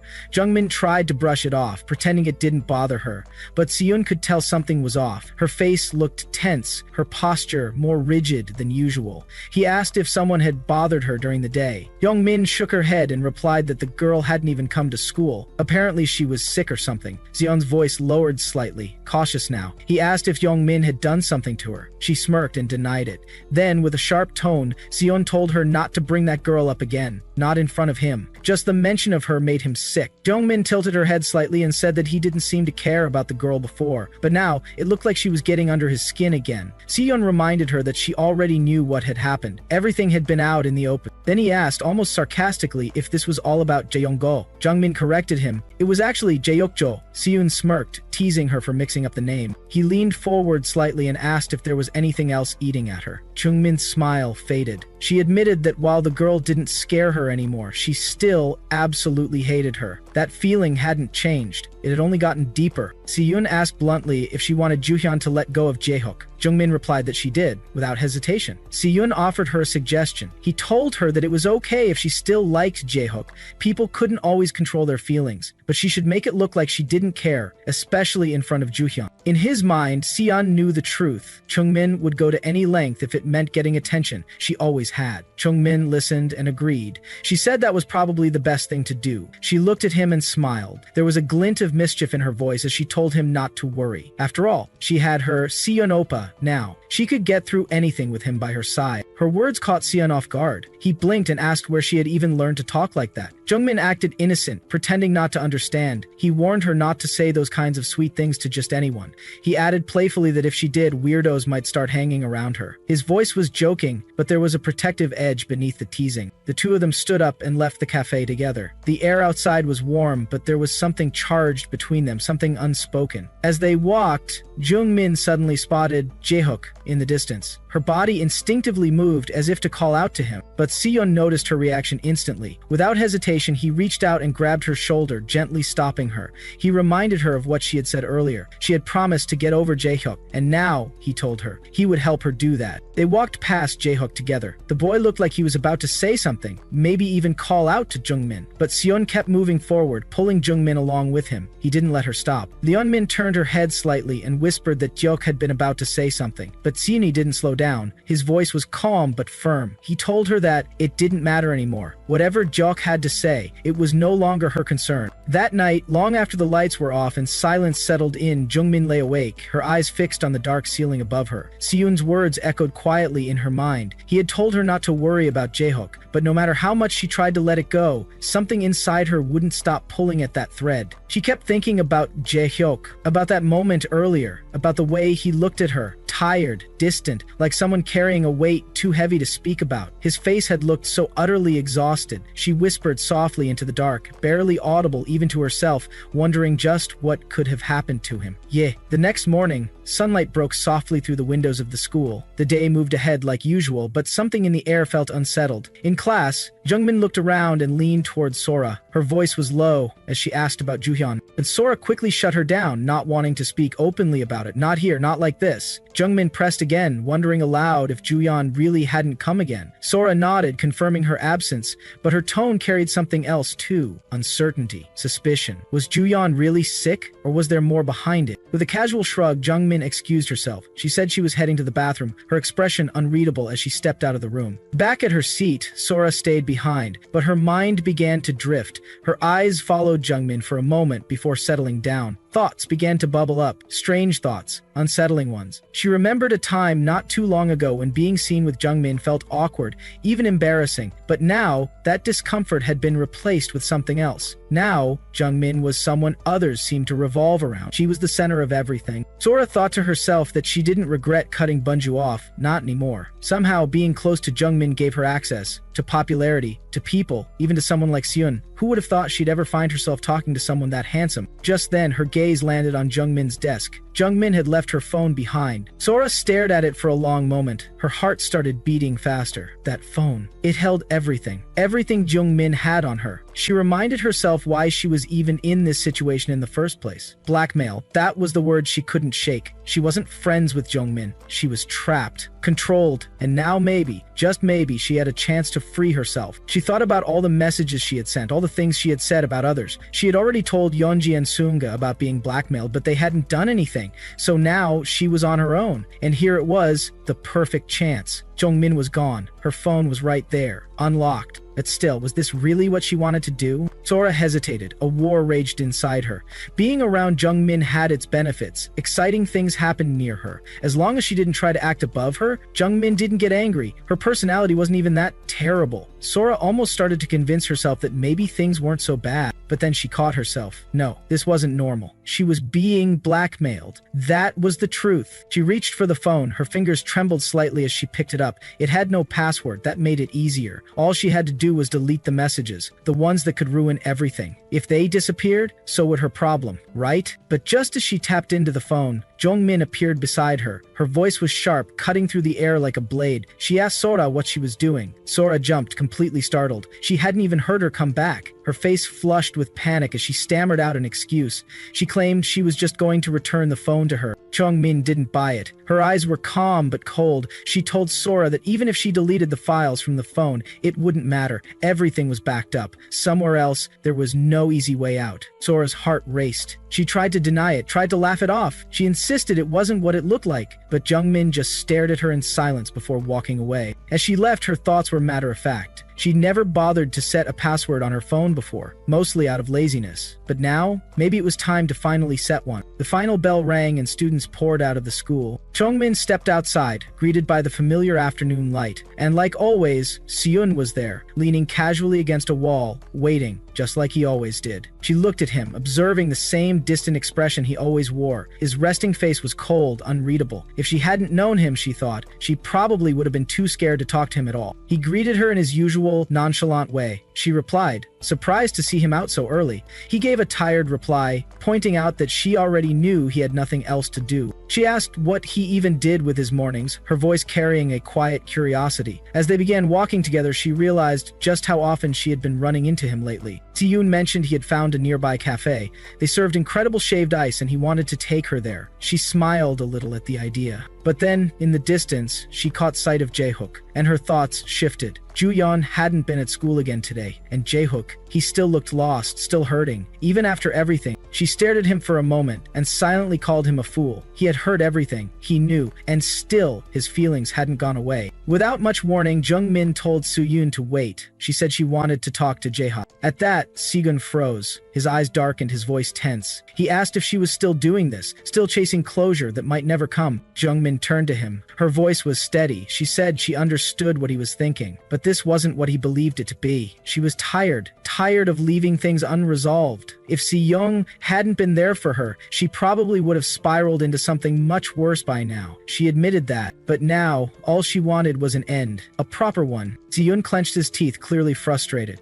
He asked if she really meant it, even if it meant he would be the one to get hurt in the process. He asked if she thought he would ever let that happen, if she truly believed he'd stand by and allow her to suffer. His voice softened as he looked at her again. He asked what it was about Jaehyuk that she liked so much. Jungmin looked away, day, quietly admitting that while Seung was the reason she had changed, become stronger, it was Jae-hook who had first made her feel like she could accept herself, like she could be someone worth liking. Seung swallowed hard and replied softly, "He said he could do that for her too." Jungmin smiled gently. She told him she knew, and she believed it. With a long breath, Xian looked her in the eye and finally said he understood what she meant, that she wasn't looking for reconciliation, she was looking for rejection, so she could finally move on. Jungmin flinched slightly at his bluntness, but nodded. It hurt to admit it, but it was the truth. She asked him if it was okay to make him wait, just for a little while. It would be over soon. Siyun took a step back, his expression unreadable. He told her to do whatever she wanted, and so Jungmin turned and began walking toward Jae-hook. Her heart was heavy, but steady. When she reached him, Jae-hyuk looked up, surprised. He asked why she had come to see him, and the moment hung in the air, silent, uncertain, and filled with everything that had gone unsaid. In the dim quiet of the school hallway, Jungmin found herself standing face to face with Jae-hyuk. The air between them was heavy, filled with tension that neither of them knew how to cut through. Her brows were furrowed, voice firm as she reminded him that they had crossed paths just the day before. She pressed him, searching his eyes for a flicker of honesty, something to confirm that he had come with a purpose, something he wanted to say. But Jae-hyuk met her intensity with calm detachment, denying it without offering even a hint of explanation. His cold response made her heart twist in confusion and frustration. If he had nothing to say, then why had he come at all? But instead of addressing her question, Jae-hyuk shifted the conversation, asking if Joo-hyun had come to school the previous day. Jungmin froze, her breath caught in her throat as the meaning behind his words settled in her mind. Was that it? Had he really come just to ask about Joo-hyun? That realization hit her like a stone in the chest. She repeated his question under her breath in disbelief, her voice shaking, her eyes dimming with disappointment. Jae-hyuk's expression remained unmoved as he reminded her that she had asked the first question. Trying to compose herself, Jungmin managed to inform him that Joo-hyun hadn't come to school today either, mentioning that she was apparently sick. But beneath her words, emotion rippled through her tone, subtle but undeniable. She then called out his behavior, how indifferent and careless it felt. Her voice grew heavier as she reminded him of that day at the cafe, how he had left her words hanging, how she hadn't gotten the chance to say everything she needed to say. He had walked away too quickly, leaving her thoughts locked inside. And now, standing before him again, she tried to open up the parts of herself she had kept hidden. She told him that after what he had said to her that day, she had been too shaken to speak clearly. She had wanted to tell him everything, about how deeply Joo-hyun's actions had hurt her, about the invisible wounds that still ached inside her chest. She had wanted to clear the misunderstanding between them, to explain herself before things fell apart, but he hadn't let her. He hadn't given her that chance. Despite her efforts, Jae-hyuk responded with quiet indifference. His silence was louder than words. Leon Min's thoughts began to spiral, drowning in the overwhelming sense of betrayal. It hurt her deeply that he had misunderstood her, that he had turned away without even trying to see her side of the story. She had spent so long convincing herself that love and friendship were different, but now it felt like even that line had blurred. The fact that she had known him longer, that she had shared more time, more memories, more unspoken feelings with him, it all felt meaningless now that he had chosen to walk away so easily, especially over someone like Joo-hyun. A fresh wave of pain crashed over her. If this was the kind of man he was, so quick to discard, so quick to forget, then maybe he should have never been kind to her in the first place. He should have never treated her like she mattered, because now every kind word and every gentle gesture from him only deepened the sting. Drawing a shaky breath, Jungmin asked him the one question that had been clawing at her heart for days. Why did he trust Joo-hyun so blindly? She didn't even seem to make an effort to stay in contact with him, and yet he waited, cared, and worried as if her silence meant nothing. But Jungmin wasn't done. She took a step forward and shared something deeper, something painful but true. She told him that Joo-hyun already knew about her feelings for him, that Joo-hyun was pretending to like him just to get under her skin. Her words trembled with hurt as she warned him that falling for someone like Joo-hyun would only lead to heartbreak. Jae-hyuk, however, was already prepared for these accusations. Her words, as sharp as they were, didn't shake him. His expression remained unreadable, his stance firm. And now that the subject had been opened, he too had something he needed to say, something he had kept buried. waiting for the right moment. Cheok's voice remained calm, his expression unwavering, even as Jungmin's words struck out with emotional force. He faced her with quiet defiance, making it clear that no matter how she felt, whether she liked him or not, it didn't change his truth. The one he loved was Juhyun. That feeling was unshakable, rooted deep within him.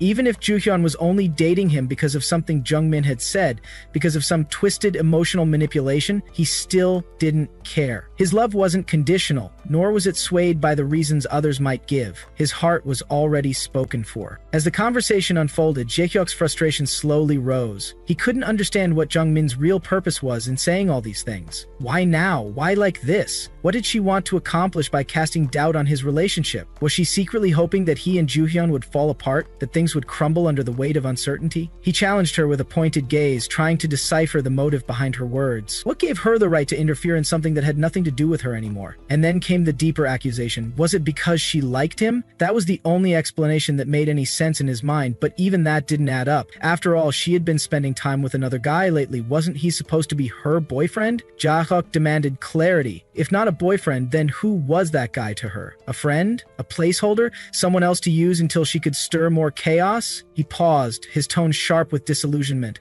He admitted, with a hint of hurt laced beneath his frustration, that he could no longer make sense of her actions. It felt as if she had been planning to use him too, just another pawn in whatever emotional game she was playing. And with that bitter realization, something in the air shifted.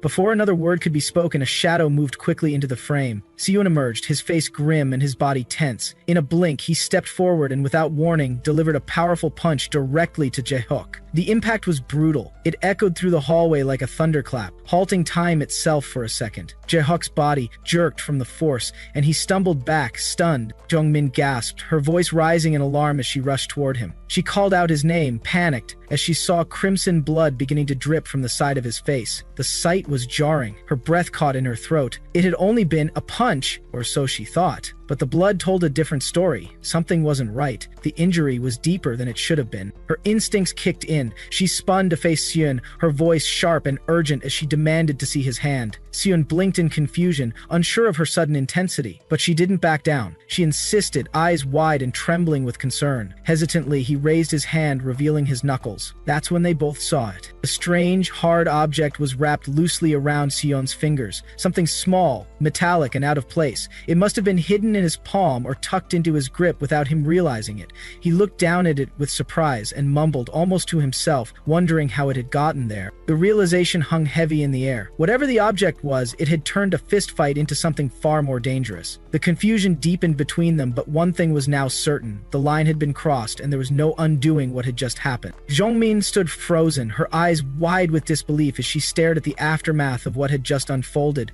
Her voice quivered with a mix of fear and confusion as she asked, barely above a whisper, what Seon had just done. The scene felt unreal, like a moment suspended in time. On the cold, hard ground, Jaehyuk groaned in pain, clutching his side. Without thinking, Jungmin rushed to his side, panic gripping her chest. She dropped to her knees and called out his name, gently tapping his shoulder, desperate for any sign of consciousness. When he stirred faintly, his eyelids fluttering open just a little, she leaned in closer and asked with urgency if he was awake. The panic in her voice grew heavier, almost suffocating her. She looked around, realizing she didn't even know where he lived. Her mind spun in circles. The only thought anchoring her was that they had to call his parents immediately. But before she could reach out again, Jaehyuk recoiled, his voice laced with pain and bitterness as he told her not to touch him. Her heart sank. For a moment she was lost, but then her mind clutched onto one name, Chuyeon. Maybe she could help, but it had been so long. What if Chuyeon had changed her number? What if she didn't pick up? Still, Jungmin had no other option. She had to try. There was no time to hesitate. Meanwhile, elsewhere, Juhyun sat on her bed, scrolling through her phone, frustration flickering in her eyes. Her phone buzzed again, the vibration sharp in the quiet room. She let out a sigh, already assuming it was another message from Jaehyuk. Her thumb hovered over the airplane mode option, tempted to disconnect entirely, but then she looked at the screen and froze. It wasn't him, it was Jungmin. The unexpected name made her pause. Her expression shifted from irritation to confusion. Slowly, cautiously, she answered the call. Her voice carried both concern and confusion as she asked what was going on. On the other end, Jungmin's voice was rushed, shaking with urgency. She didn't waste time with pleasantries. She told her she explained everything later, but right now,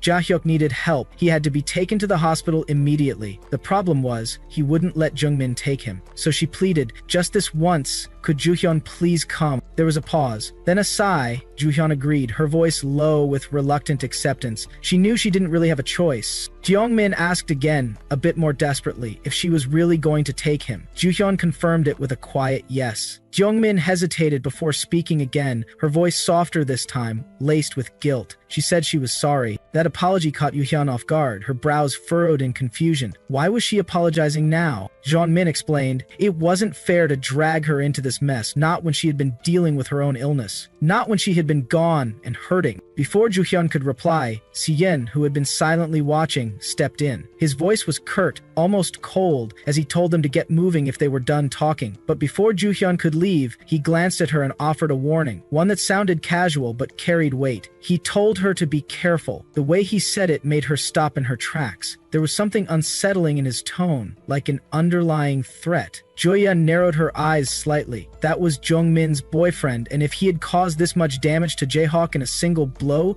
then he was clearly not just some ordinary guy. Her instincts told her that this wasn't over. As Juhyun helped Jahyuk away, leaving the scene behind, Siyun turned his full attention back to Jungmin. He called her name again and again, trying to get her to look at him, to speak. Then he suddenly winced, shaking his hand slightly and giving a weak smile as he asked if he might have gotten tetanus. His voice tried to sound light, even humorous. Jungmin finally looked up and told him to give her his hand. He blinked, confused for a moment, then extended it slowly. She took it gently. Her voice trembled as she asked the real question burning in her mind. Why did he do it? He had promised. He had promised her he would wait. What would he have done if she hadn't stopped him in time? Siyun fell silent. The weight of her words seemed to hit him. He didn't give a clear answer. Instead, he admitted that when he saw her crying, when he saw her in pain, his mind went blank. He hadn't been able to think about anything else. Damin studied his face closely. Then she asked if he truly regretted what he'd done. His response came fast, too fast. Of course he regretted it, he said.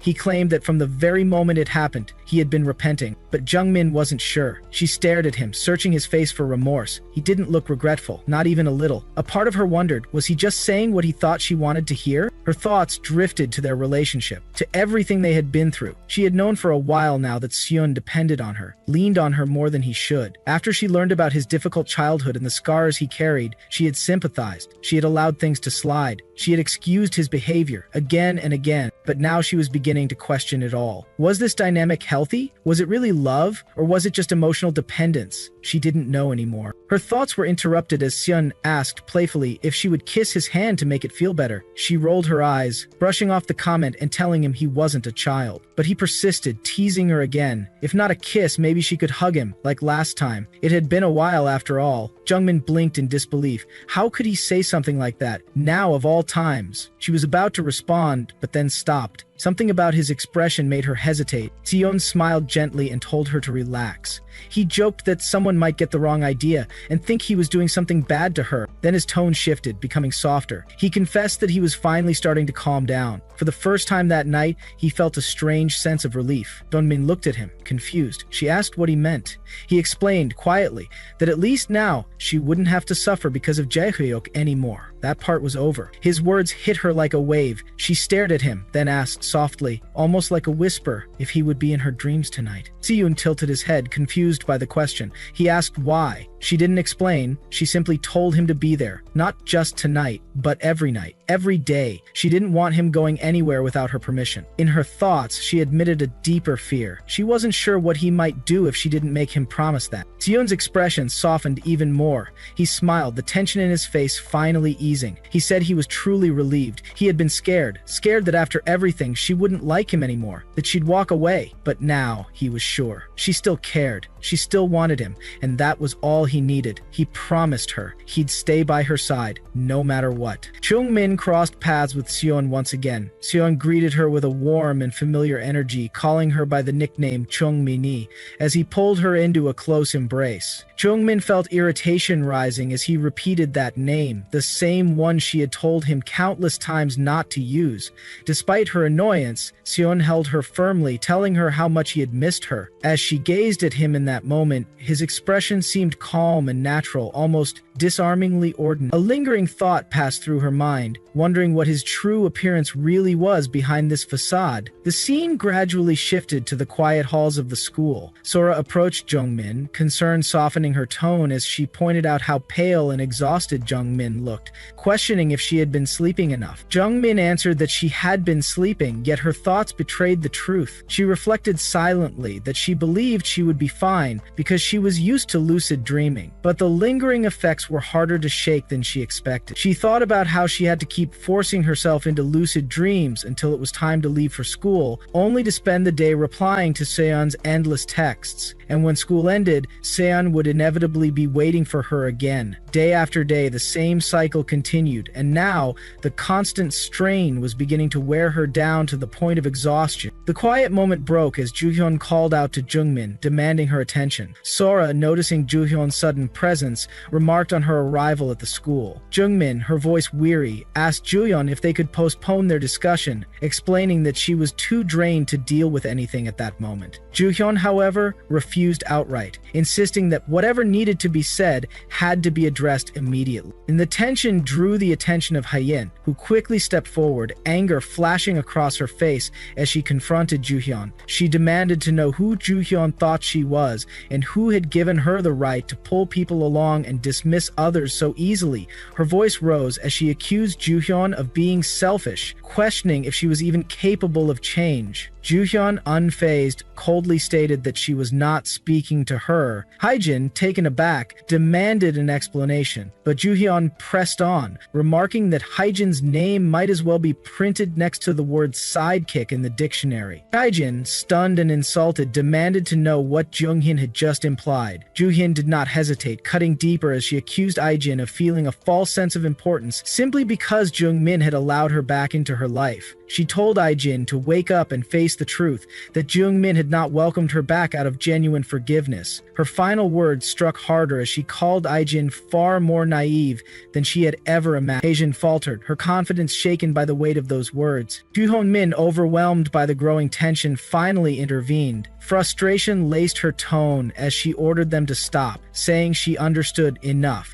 Inwardly, she wondered why these two had chosen to fight so openly and so close to her, especially when she had no energy left to deal with it. She turned to Sora and Haijin, telling them that she would return shortly, before walking away with Joohyun to continue their conversation elsewhere. Once they were alone, Jungmin began by asking about Jahyuk. Joohyun's response was sharp, explaining that he would not be able to attend school for the next several days. Jungmin pressed, asking about his condition, and Joohyun revealed that he was struggling, weakened, and now burning with a fever. Her attention shifted quickly as she demanded to know who the man with Jungmin had been, questioning why someone like him would go so far as to harm another person. Jungmin explained calmly that he had acted because Jaehyuk had said something deeply hurtful to her. She made it clear that she did not approve of what he had done, but admitted the reasoning behind his actions. Joohyun, however, remained firm, pushing further and asking what exactly Jaehyuk had said to provoke such a response. Jungmin held back her thoughts, her expression calm even as her mind drifted.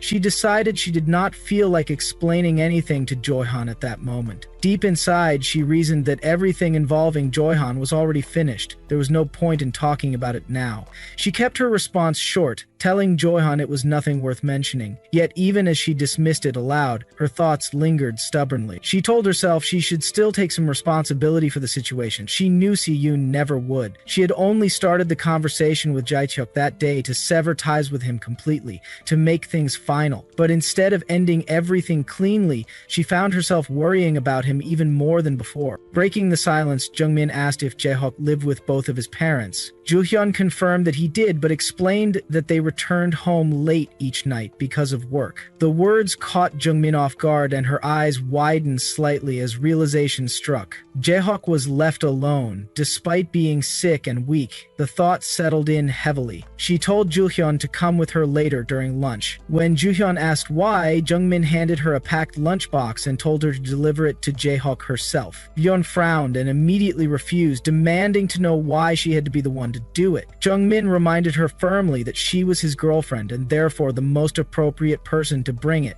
She explained that she had not asked Joo-hyun to buy anything for him, choosing instead to handle it herself. Joo-hyun remained unimpressed, telling Jungmin to go see him personally if she was so worried, insisting he would recover on his own without anyone's help. Jungmin, her patience thinning, ordered her to stop complaining and simply take the food without arguing. Joo-hyun, her voice rising with irritation, said she still did not want to do it. Jungmin, refusing to budge, revealed that she had bought 2 servings so Joo-hyun could simply go and eat with him while she was there. Joo-hyun blinked in surprise, asking if Jungmin had actually bought food for her as well. As Jungmin turned to leave, Joo-hyun muttered under her breath that she had followed Jungmin there. Jungmin, her tone flat with annoyance, asked what she was supposed to do about that. Joo-hyun responded coldly, saying that if Jungmin had even a shred of conscience, she could buy her lunch before leaving. Jungmin sighed and agreed, though her voice held a sharp edge. She set one condition: Joo-hyun could not tell Jaehyuk that the food had come from her. Joo-hyun glanced at her and asked if she still liked him. Jungmin's tone turned firm, almost detached, as she stated that she did not anymore. With the matter settled, the two began walking side by side down the corridor. The air felt strangely familiar as they walked. Joo-hyun let out a quiet giggle to herself, a sound she quickly tried to suppress. Walking next to Jungmin brought back a wave of nostalgia, as if she had been pulled back into the old days. But the laugh caught in her throat as her thoughts shifted and a pause settled over her. A question formed in her mind, directed not outward but inward. She had resented Jungmin deeply before, even hated her, or at least thought she had. Yet Jungmin's insistence that she no longer liked Jaehook made everything feel uncertain. If Jungmin truly no longer had feelings for him, then there was no reason for Jo-hyun to keep dating Jaehyuk either, someone she had never truly felt anything for in the first place. Still, Jungmin's actions contradicted her words. She kept reaching out to Jo-hyun to check on Jaehyuk's condition. She had pulled her away from everyone during lunch to talk. She had gone out of her way to buy medicine and food for him. These gestures kept piling up, and to Joo-hyun they painted a different picture than Jungmin's calm denial. Roswise thought quietly to herself that if Jungmin truly did not care anymore, she should stop doing things like this. She realized Jungmin had not changed as much as she once believed. Her personality was still the same as it had been before, too soft, too unwilling to cut ties completely, too unable to truly let go. A lingering thought followed. If she ended her relationship with Jaehyuk, would that mean there would no longer be any reason for her to see Jungmin at all? After a long pause, Joo-hyun finally broke the silence, commenting that Jungmin truly did not know how to hate anyone. Jungmin brushed off the remark with a cold tone, claiming she hated plenty of people, especially Joo-hyun. Joo-hyun clenched her teeth, her frustration rising as her mind circled back to Jungmin's earlier words. Jungmin had said that Jaehyuk had hurt her, and yet here she was, going to such lengths for him despite that pain. The contradiction left Joo-hyun quietly questioning why Jungmin still cared enough to do all of this at all. Jungmin initiated the conversation with Joo-hyun, explaining that her boyfriend had been the one to hurt Jaehyuk, and that he had no intention of apologizing for it. Joo-hyun, her tone sharp, asked why Jungmin had done what she had to her in the past. Jungmin hesitated, questioning if she truly had to explain everything at that moment. She reminded Joo-hyun that it had been Joo-hyun who first cut her off. Without ever trying to talk things through, Jungmin told her that she had never hated her. She admitted she had only been stubborn back then.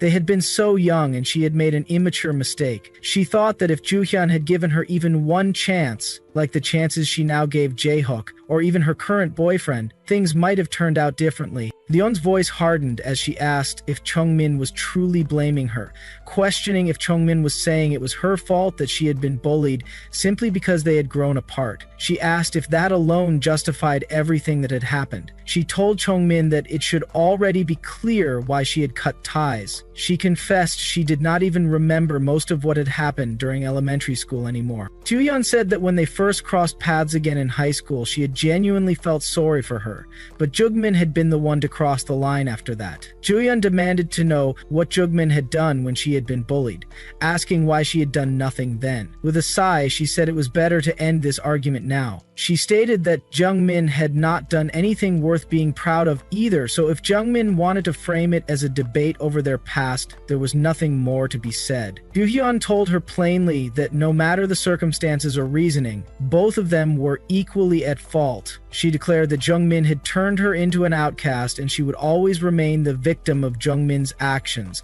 That would never change. She added that Jungmin seemed to be getting the wrong idea, thinking their interactions now meant something beyond Johyok.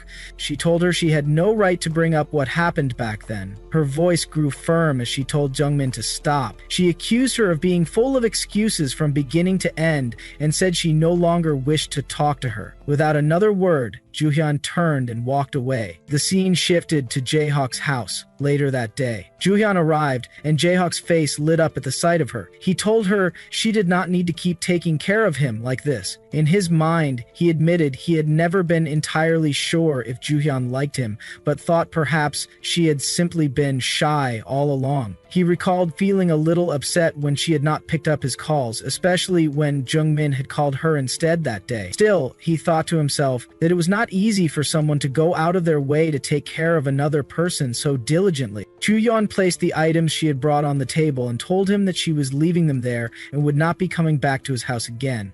Jaehook, now feeling better, told her it was fine and that she could stop visiting since he was recovering. Leon shook her head and clarified that was not what she meant. She told him they were breaking up. She revealed that everything she had been bringing him from the very beginning until now had been at Jungmin's request. Every item had been bought with Jungmin's money, not hers. She admitted bluntly that she had never liked him, not even once. After Juhyun left, Jaehook remained seated in silence, his thoughts circling around the weight of everything that had just unfolded. Her decision to break up did not strike him as shocking or baffling. There was no outburst of disbelief or sudden rush of denial. Instead, a heavy stillness settled over him, as if he had already seen this moment coming from a distance. Inwardly, he wondered if everything that had been happening, the quiet arguments, the distant glances, the lack of warmth, had all been leading, inevitably, to this point. Deep down, Jaehook admitted to himself that he had known all along. He had already realized, even if only quietly, that Juhyun had never truly liked him. That knowledge had always been lingering at the edge of his thoughts, unspoken but impossible to ignore. What hurt most was not the breakup itself, but hearing it said so bluntly, hearing the truth spill out without hesitation, and having it thrown at him from someone else's lips instead of her own. As his thoughts drifted, he reflected on what he had come to understand. Juyeon had always been aware that his heart leaned toward Jungmin. She had only pretended to date him to get under his skin, to twist the knife a little deeper. All because Jungmin had once made her life difficult. He remembered the conversation he had shared with Jungmin at the cafe not long ago. Back then, he thought the discussion had closed that chapter. But now, with the truth unraveling piece by piece, he realized that moment had not been the full story. The truth stretched further,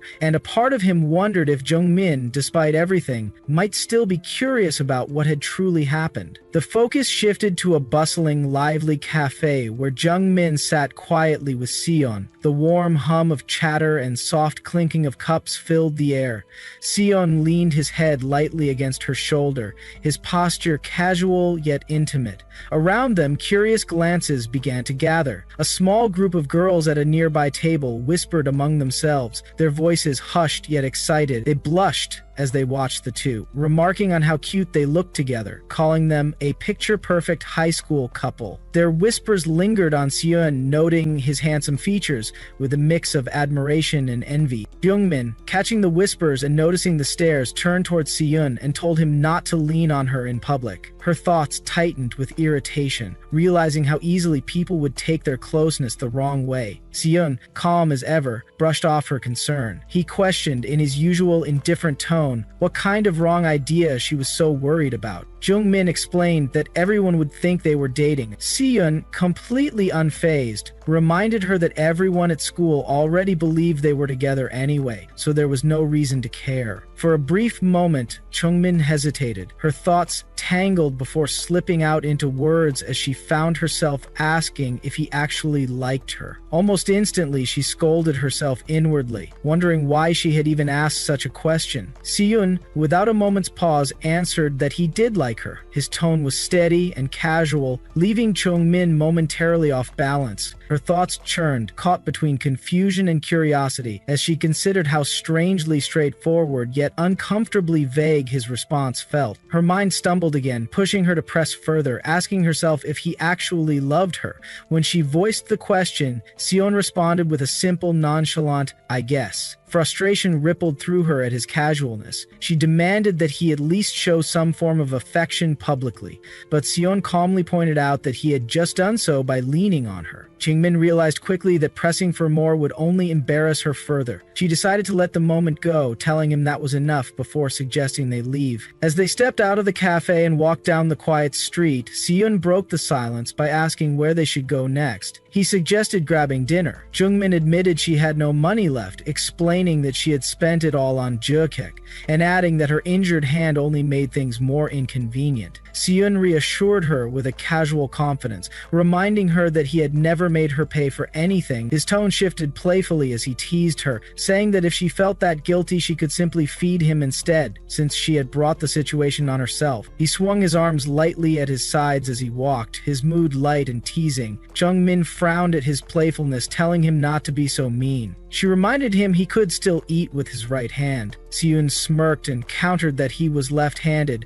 earning a soft laugh from Jungmin, who found the exchange oddly amusing despite herself. Inwardly, Siyun sighed to himself. He admitted silently that he was actually ambidextrous, perfectly capable of using either hand. His thoughts shifted to Jungmin. Ever since that day, she had been making an effort to spend more time with him, even suggesting they hang out on other days beyond school. He knew, deep down, that her sudden closeness came from something more than comfort. If she had not made those suggestions, if she had not kept pulling him into her orbit, he might have gone too far. He might have seriously hurt the brown-haired boy she was so desperate to protect. Siyun assumed she was only staying close because she feared what he might do if left unchecked. But as he glanced at Jungmin walking beside him, those thoughts softened and began to fade. In that moment, none of it seemed to matter. Whatever her reasons were for staying near him, whatever unspoken fears or motives lingered in the background, the present felt calm. Moments like these, just the two of them walking together, carried a quiet warmth that he found himself unwilling to let go of. Jungmin returned home later that evening. Her mother greeted her warmly at the door, asking if she had already eaten dinner. Jungmin nodded and said she had. Her mother looked her over with concern, noting how tired she appeared. Inwardly, Jungmin felt a small sense of relief. She thought about how glad she was to finally relax at home, especially because her father was not there.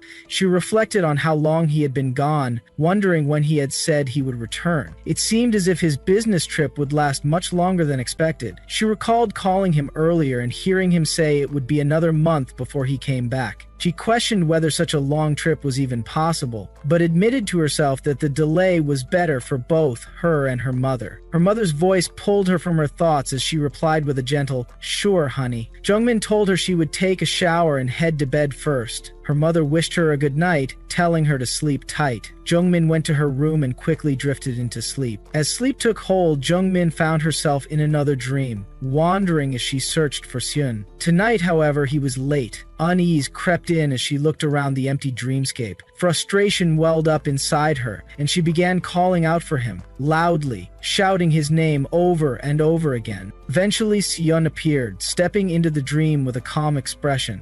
He asked if she had been looking for him, saying he was there now. He admitted he had been wondering how long it would take before she would start searching for him like that. Jungmin's irritation surfaced as she questioned how he could pull something like this, her unease still lingering. Siyun tilted his head slightly and asked if she had been anxious simply because he had not been there. Jungmin told him firmly not to play pranks like that again from now on. Siyun softened, realizing how uneasy she had been. He apologized quietly, admitting he had not known it would make her feel that way. Moving closer, he wrapped his arms around her and pulled her into a gentle hug, his hand patting her back softly in reassurance. After spending every single day attached to Siyun, time seemed to slip away faster than Jeongmin had expected. The long hours they spent together blurred one into another, and before she realized it, summer had arrived. The season came with heavy warmth and brighter days, carrying a strange stillness. Siyun, who had once been restless, unpredictable, and almost suffocating in his presence, had now mellowed. His anxious energy had faded, replaced by a quieter calmness that seemed to settle between them. The gentle chirping of birds filled the air each morning, blending with the hum of cicadas in the afternoon, as Jeongmin slowly forgot the fear she once felt toward him. One morning, as the sun climbed early and the air thickened with heat, Jeongmin felt the weight of the season pressing down on her. The day had barely begun, yet sweat clung to her skin and the air felt stifling. She muttered about the unbearable weather, wondering how it could feel so oppressively hot so early in the day. Siyun, unfazed, moved beside her with an easy smile. He reminded her that it was summer break now, after all. His mood seemed unusually light, almost bright, as though the heat did not bother him at all. Jeongmin studied his face, noticing the cheer in his expression, and questioned inwardly why he had shown up so early to follow her around. Siyun answered with his usual enthusiasm, reminding her that it was her last day before break officially began. He urged her to finish her errands quickly so they could make the most of the day and enjoy themselves once she was free. His energy made it seem as though he, not Jeongmin, were the one being released from a long routine. When she asked if he was really that excited, his answer was simple and unrestrained. He was happy because her break meant he could be with her from morning until night without interruption. Jeongmin, hearing his words, drifted into thought. She had been the one who originally suggested that they stick close to one another, her anxiety pushing her to keep him near. It had been a precaution at first, a way to keep herself grounded when she had not fully trusted him. But as time passed and nothing out of the ordinary had happened, she wondered if it might be time to ease that closeness, even just for a while. Gathering her thoughts, she told Siyun that she wanted to relax by herself for a few days, and asked if he would be all right with that. The question slipped out before she could stop herself, and she immediately wondered why she was asking for his approval in the first place. Siyun, to her surprise, did not hesitate. His tone remained calm as he said it was fine. He assured her that she only needed to tell him how long she planned to be alone, so he would not bother her or press her to spend time with him during that period. Jeongmin nodded, telling him she would think about it. Without the slightest change in his mood, Siyun responded casually, offering a lighthearted okie dokie and leaving it at that. Jeongmin found herself staring at him for a moment, noting how easily he had accepted her request. A quiet thought lingered in her mind as she wondered if she had been overthinking his reaction all along, worrying more than she needed to about how he would respond to distance. For the first time in a while, the air between them felt calm. The heavy heat of summer still clung to everything around them, but the tension she had expected never came. Siyun told Jeongmin that he would see her later, mentioning casually that he would be around. When she asked where he planned to go, he answered with little thought, saying he might head to a cafe for a while. She questioned him on how long he would be gone, but he only gave a simple nod and a light shrug, as if the details barely mattered. With a faint chuckle, he shook his head and told her that if she started feeling bad, she could at least reply to his messages. Calling out her name one last time, he told her to have fun before turning away. Jeongmin stood still for a moment, staring at him as he walked off, thinking in disbelief at how effortlessly carefree his demeanor was. Not long after, another boy spotted Siyun and hurried over. The boy recognized him immediately, calling his name to confirm. His expression shifted into relief as he said it was good to see Siyun safe and well. He quickly apologized for what had happened before, explaining nervously that everyone had been scared that day, not just him. Curious, the boy asked where Siyun was heading, pointing out that he wasn't wearing a school uniform. Siyun, however, gave him a cold, detached look and calmly replied that he had no idea who the boy was talking about. He suggested the boy must have mistaken him for someone else. The boy froze, his relief giving way to visible confusion at the unexpected denial. Siyun, unfazed, turned away and began walking, casually wishing the boy a good day as he disappeared into the crowd. While on his way, Siyun's phone buzzed. It was a message from Jungmin. She told him she had reached her destination, adding that the heat was unbearable. She complained that the air conditioning still had not been turned on, which only made things worse. Reading the message, Seon's expression softened as a faint smile formed on his face. The corners of his mouth lifted slightly, and his mood lightened as he continued walking. The scene shifted to Jungmin, who found herself approached by Yeonji shortly after. Yeonji, her tone impatient, demanded to know when Jungmin would finally let her see Seon again. She reminded her that she had promised to allow it if she behaved herself, yet summer break had already arrived, and nothing had happened. Jungmin, distracted, admitted that she had completely forgotten. Frustration welled up in Yeonji as she muttered curses under her breath, silently calling herself a fool for having trusted Jungmin's word in the first place. Nearby, their classmates whispered quietly among themselves, casting glances toward Jungmin. They murmured that Jungmin and Seon must be dating, pointing out that Seon was always waiting for her outside the school gates no matter the day. Their hushed voices carried the weight of gossip, making the assumption feel almost like fact. Elsewhere, the focus shifted to Juyeon. She stood off to the side, leaning against a wall with a cigarette in hand, smoke drifting lazily into the summer air. Her gaze was distant, her expression unreadable. Yuju, standing nearby, voiced concern, asking if she should really be smoking that much. In her thoughts, Yuju quietly cursed, realizing her own pack was running low. She pressed further, asking if something had been happening lately, pointing out that Juhyun had even left the group chat that everyone else was still a part of. Juhyun, her tone sharp, dismissed her entirely. She told Juhyun that if she wasn't going to smoke, she should just head back to the classroom instead of lingering. She added curtly that she would pay for what she had taken, leaving no room for further questions. When the school day ended, students began spilling out through the gates, some lingering, others rushing off toward plans of their own. Yeonji was approached by a friend who asked if she wanted to join them for karaoke. Without hesitation, Yeonji shook her head and quickly slipped away, her pace quickening as she moved with purpose. She made her way towards Seon. When she found him, her breath caught slightly. For a brief moment, her eyes widened as she took in his striking appearance, unable to stop herself from being momentarily dazzled by him. Composing herself, she stepped forward and greeted him, asking if he remembered her. Seon, without the slightest hesitation, replied that he did, yet in his mind, he quietly admitted to himself that he could not recall who she truly was. Rosewise, smiling faintly, began to ask if he happened to be free, her voice soft as she tested the waters. But before she could finish, Seon reached for his phone. His demeanor shifted instantly, his voice taking on a warmer, livelier tone as he greeted Jungmin over the line. He said her name cheerfully, asking if she was finished.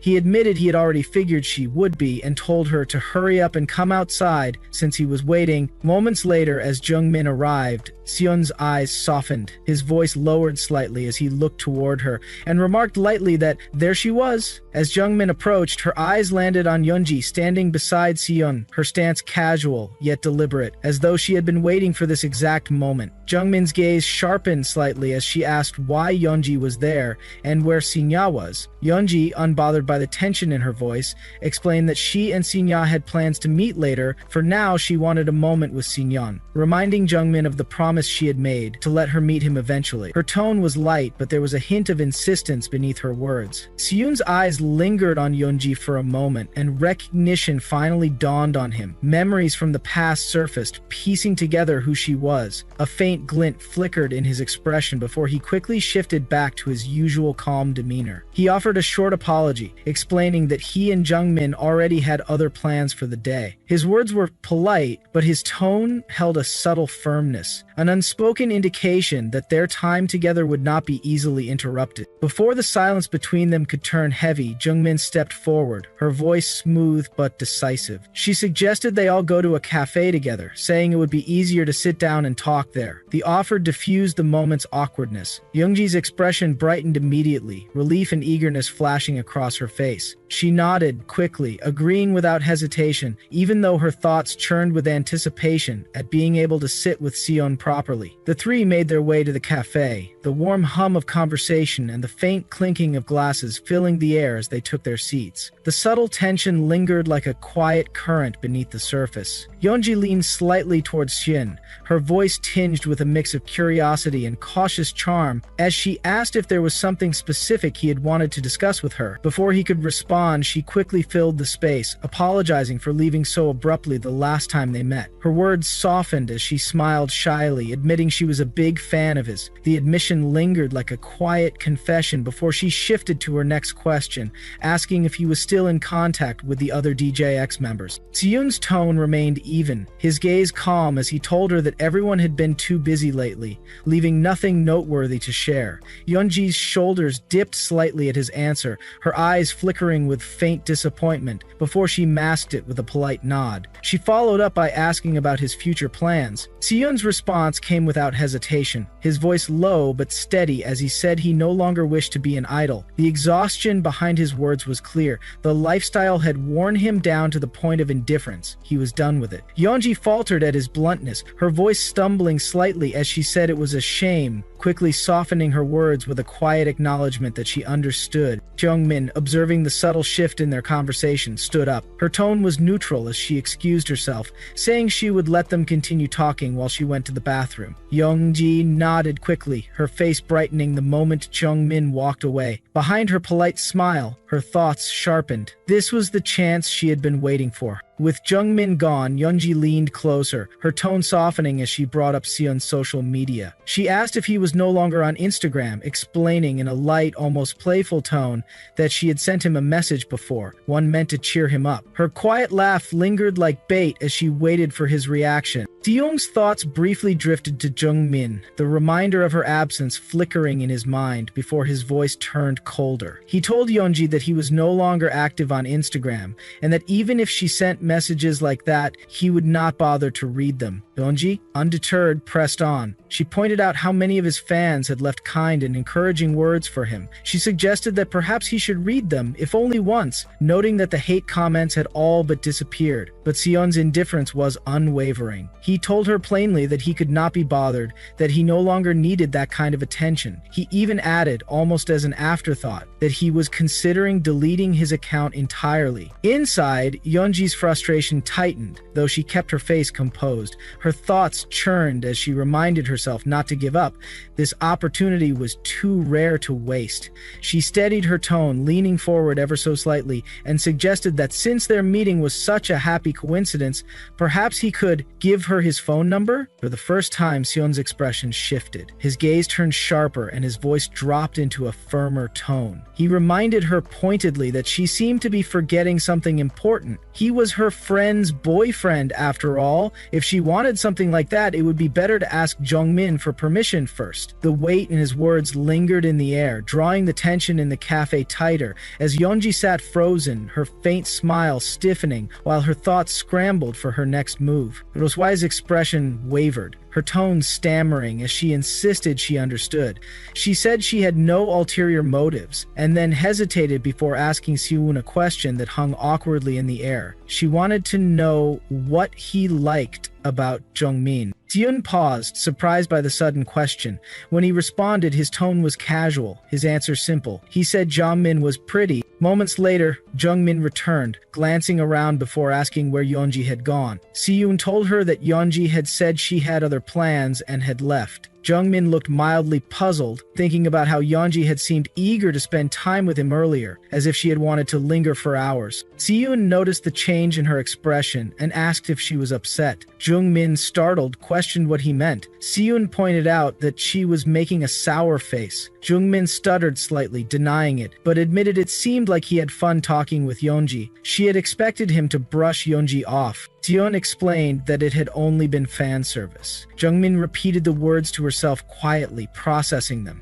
Seyoon added that it had been uncomfortable. Being alone with Yeonji and having to force a smile had felt unnatural to him. He told Jungmin that waiting for her had been the hardest part, and asked why she had taken so long in the bathroom. Yeonmin apologized softly, her thoughts drifting as she realized she had been the one to invite Yeonji in the first place. Seyoon reassured her that there was no need to apologize. Jungmin considered how awkward it must have been for him as well. Seyoon shifted the conversation, calling her name and asking if they should see a movie together that weekend. He wondered if she liked horror films. Jungmin told him she was not picky. Seyoon, sounding satisfied, said he would reserve the tickets. Jungmin's thoughts immediately began to race. She realized he would probably show up dressed in his usual stylish, refined way, and she wondered what she should wear. Her school uniform felt far too casual for such an outing. Soon after, Siyun confirmed that the tickets were booked and asked if she wanted to see the trailer. Jungmin agreed distractedly. That evening, as she lay on her bed, her thoughts swirled around the same question, repeating over and over in her mind. What should she wear? The thought looped endlessly, growing louder with each repetition. Finally, she decided she would spend the rest of her allowance to buy new clothes the day before their outing. Jungmin called Siyun as she arrived at the theater, asking where he was. Siyun answered calmly, saying he was waiting in front of the popcorn stand, and asked if she had made it. Soon, Jungmin spotted him standing there and walked toward him,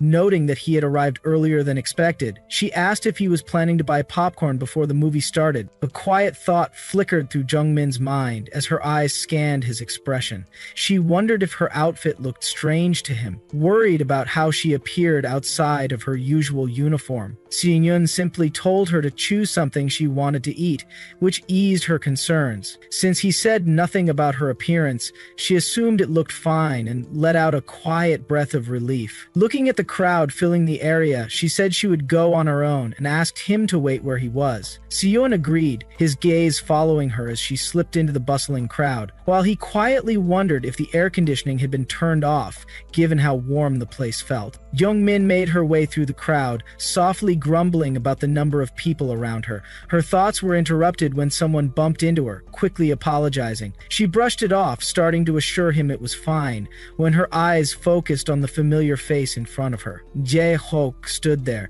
equally surprised to see her. His voice faltered as he asked if she was there to watch a movie. Leonmin replied that she was and returned the question. He confirmed, and before anything more could be said, she wished him well and tried to leave. Before she could step away, Jae-hook stopped her, asking if she had time before the movie began. He said even 10 minutes would be enough and asked if they could talk. Jungmin froze for a brief moment. Each time she spoke to him, unwelcome memories clawed their way back, creeping through her mind like shadows she thought she had long escaped. She hesitated, about to respond when Siyun appeared at her side. His presence carried a subtle weight, and his voice hinted at a restrained edge as he stated that he was supposed to step in during moments like this. Jungmin quickly turned to him, urging him to calm down before things escalated. She called his name firmly, repeating herself until his posture eased. She assured him she only needed 10 minutes and promised to return, asking him to wait. Siyun agreed with quiet reluctance, stepping aside as Jungmin turned to Jae-hook, telling him to follow. He trailed behind, still uneasy after witnessing the tension. Once away from Siyun, Jungmin asked what Jae-hook wanted to say. He faltered at first, apologizing for bringing it up after so long, but explaining that he could not shake the feeling of leaving everything unresolved.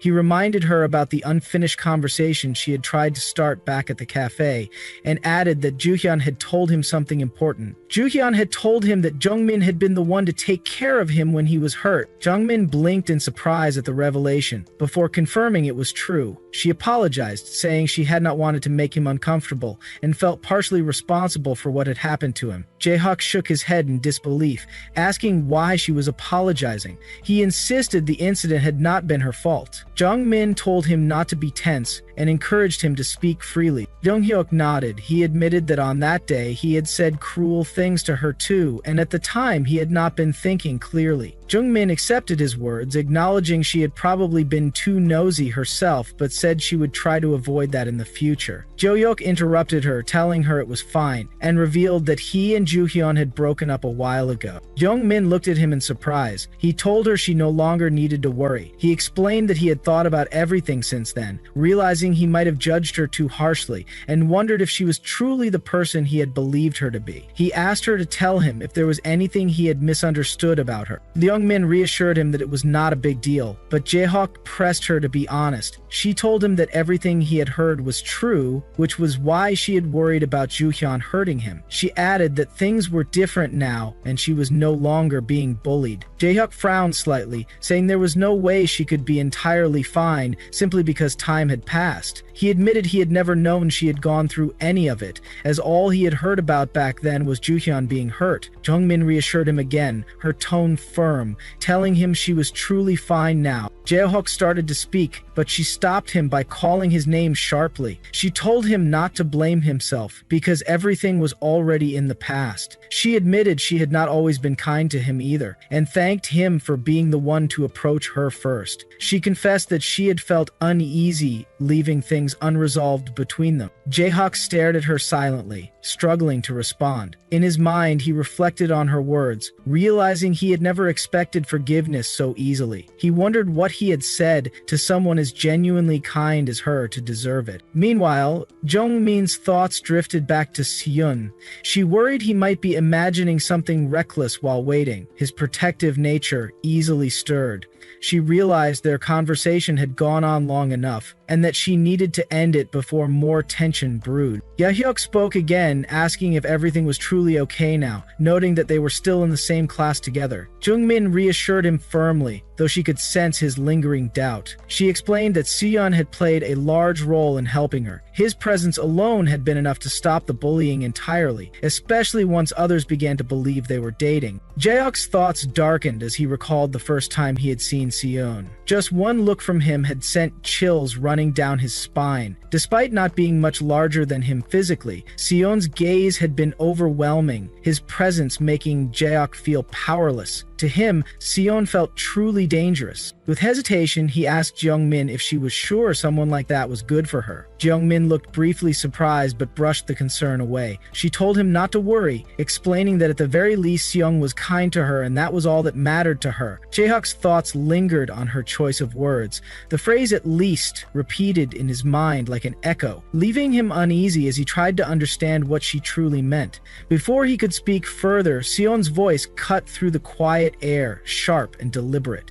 He reminded them that 10 minutes had already passed. Seon stepped forward, his movements unhurried but deliberate, his tone firm yet laced with casual ease as he announced that it was nearly time for the movie. Without waiting for a response, he told Jungmin that they would be leaving now. Jungmin, slightly taken aback by his directness, urged him to ease up, explaining softly that she and Jiak had already reconciled. Hearing this, Seung's expression shifted suddenly. He tilted his head, as though weighing the situation before nodding in acknowledgement. His voice carried a smooth calm as he noted that if they had made up, then Jaehyuk must be friends with Jungmin once again. He added that any friend of hers was also a friend of his, and remarked lightly that he looked forward to getting along. His words carried a polite edge, but beneath the surface a faint tension lingered in the air. Turning his gaze to Jaehyuk, he asked if his injuries had healed. Jaehyuk answered simply, and Soo-yoon let out a soft laugh, saying he was glad to hear it, before gently but firmly calling Jungmin to leave with him. Leong-min, caught off guard as Seon's hand closed around her arm, winced slightly and asked him not to hold her so tightly. As she was pulled along, she turned her head briefly, calling back to Jaehyuk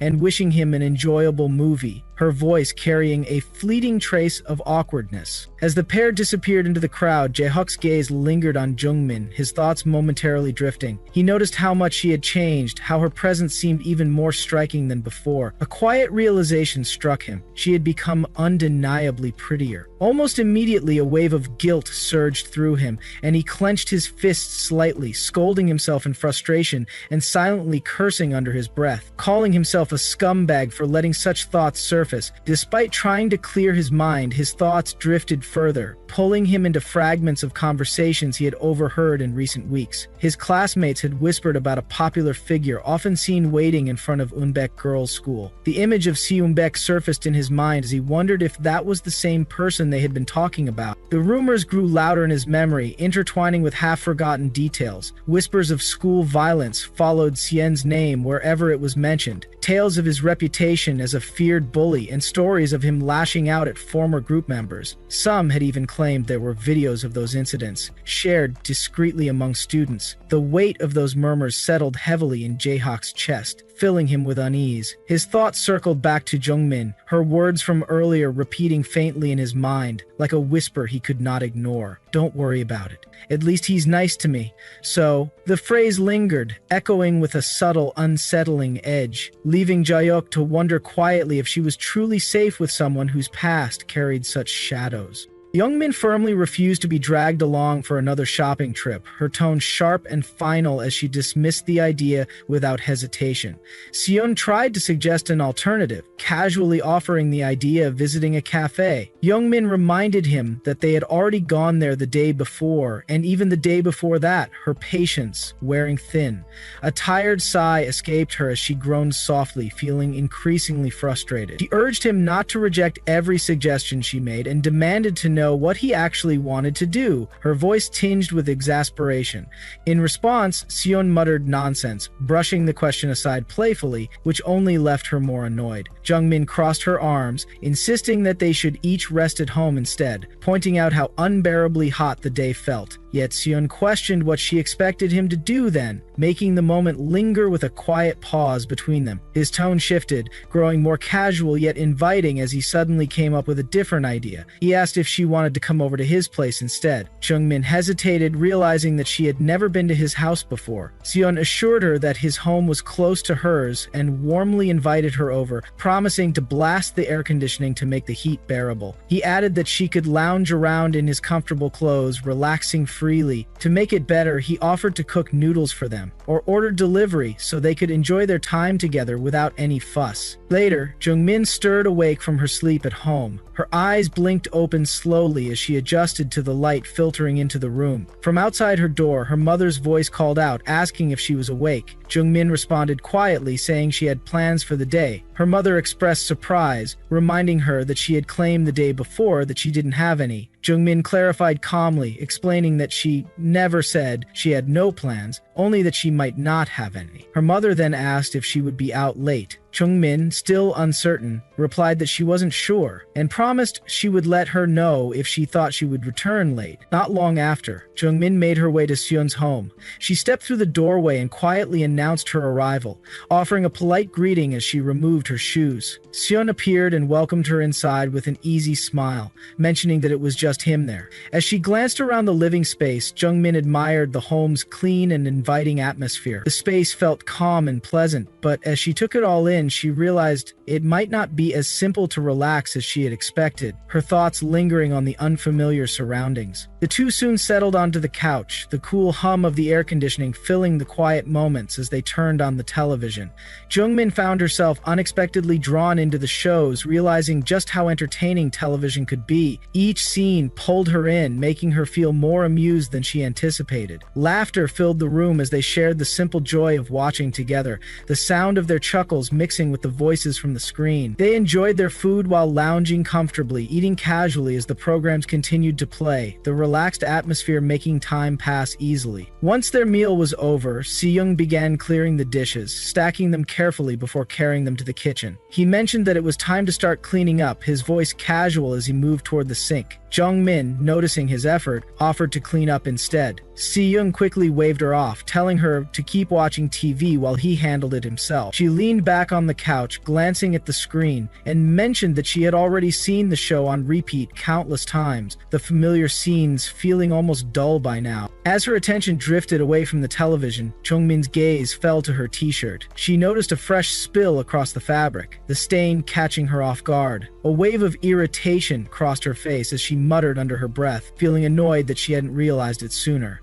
The small frustration lingered as she tugged at the fabric, silently scolding herself for the careless mistake. Seyoon noticed the subtle shift in Jungmin's expression and paused, sensing something was off. He asked what had happened, prompting her to reveal that some of the ramen broth had spilled across her clothes. His reaction was casual, a faint hint of surprise crossing his face, as he offered to wash it for her if it bothered her. He suggested she take it off so he could handle it, handing her a set of clothes to change into. Since she was already changing, he casually asked if she wanted to shower as well. Jungmin hesitated, her brows furrowing as she admitted she hadn't brought any spare underwear. Seyoon, unfazed, joked that she could wear his, laughing lightly as he teased her. Jungmin's face grew red with embarrassment as she immediately refused, quickly shutting the door behind her with a sharp slam before heading into the bathroom to change. Inside the bathroom, Jungmin stood before the mirror and glanced down at the oversized t-shirt she now wore, the loose fabric draped awkwardly over her frame, feeling far too big.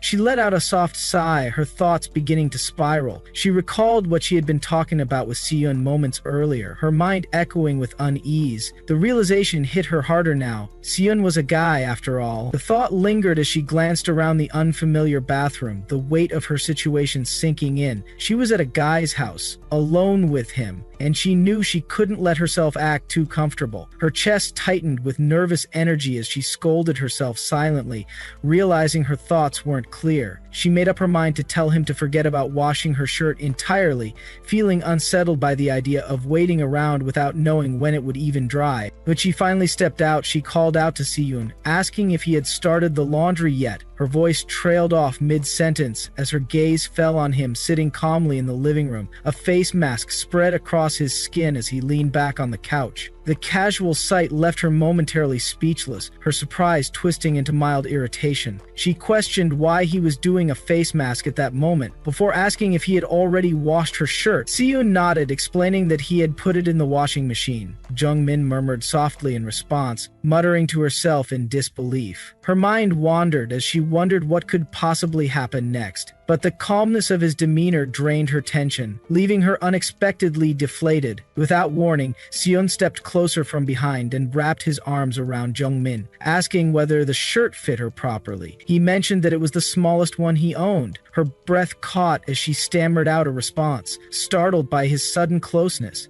She asked why he was hugging her, her voice faltering, but he answered simply, saying it was because he liked hugging her and that it wasn't anything new. Heat rose to her cheeks as her face flushed deeply, her shoulders tensing as embarrassment spread through her. Struggling to regain her composure, Jungmin quickly stated that she would go home as soon as her clothes were dry. Siyun tilted his head slightly, asking if she was sure, before casually mentioning that he had found an extra toothbrush for her. He gestured toward the bathroom, pointing out which bottle was shampoo and which was conditioner, warning her not to mix them up. Jungmin's expression shifted to confusion as she questioned what he was implying. His tone remained casual as he added that all that was left was getting her mother's permission. Her confusion deepened as she demanded to know why, and he explained that it was for her to sleep over. Her voice rose sharply as she protested, reminding him that she had just said she would leave as soon as her clothes were dry. Siyun calmly pointed out that he didn't have a dryer and that heavy rain was expected that night, suggesting she spend the night to avoid getting drenched. Jungmin's frustration spiked as she accused him of planning this from the beginning. He quickly denied it, insisting there was no way that was true, though he remarked that her mother would probably refuse anyway. Jungmin exhaled softly, her mind unsettled as she admitted to herself that she had never done something like this before. The air between them grew quiet, tension lingering in the silence. She eventually called her mother, her voice hesitant as she asked for permission to spend the night. Her mother's response came with unexpected warmth, telling her to enjoy herself. Jungmin's shock was immediate as she questioned her mother's certainty, only for her to lightly remind Jungmin that she was on break and should relax and have fun.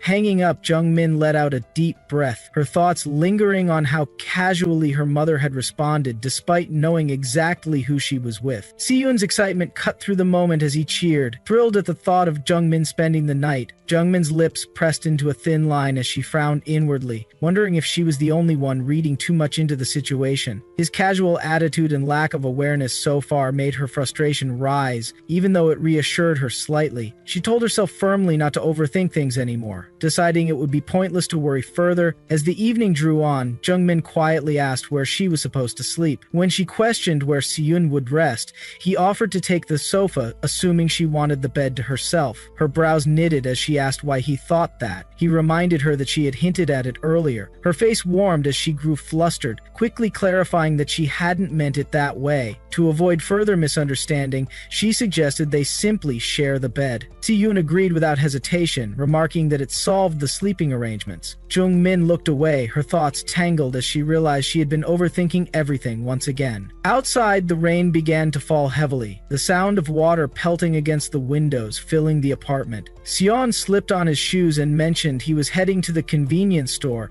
asking if she wanted anything. She shook her head lightly, saying she didn't need anything in particular. He nodded, telling her he would be back soon and encouraging her to rest in the meantime. She murmured her acknowledgement as he stepped out. Rosewise sank into the soft mattress, feeling the bed envelop her with warmth. The comfort seeped into her body, loosening the tension in her muscles. Her thoughts began to fade as drowsiness washed over her, the sound of the rain outside lulling her further. Within moments, her eyelids grew heavy and she drifted into sleep. Tae-yoon returned to the apartment a short while later, shaking his umbrella as droplets of water scattered across the floor. His clothes clung damply to his skin as he muttered about the storm, noting that the umbrella had done little to protect him. He glanced toward the bed and saw Jungmin lying still, already fast asleep. A quiet remark slipped from his lips as he noted how quickly she had dozed off, despite his brief absence. He sighed softly, calling the moment dull as he sat on the edge of the bed beside her. Leaning in close, Sigun studied her sleeping face, his breath faintly brushing her cheek as he moved nearer.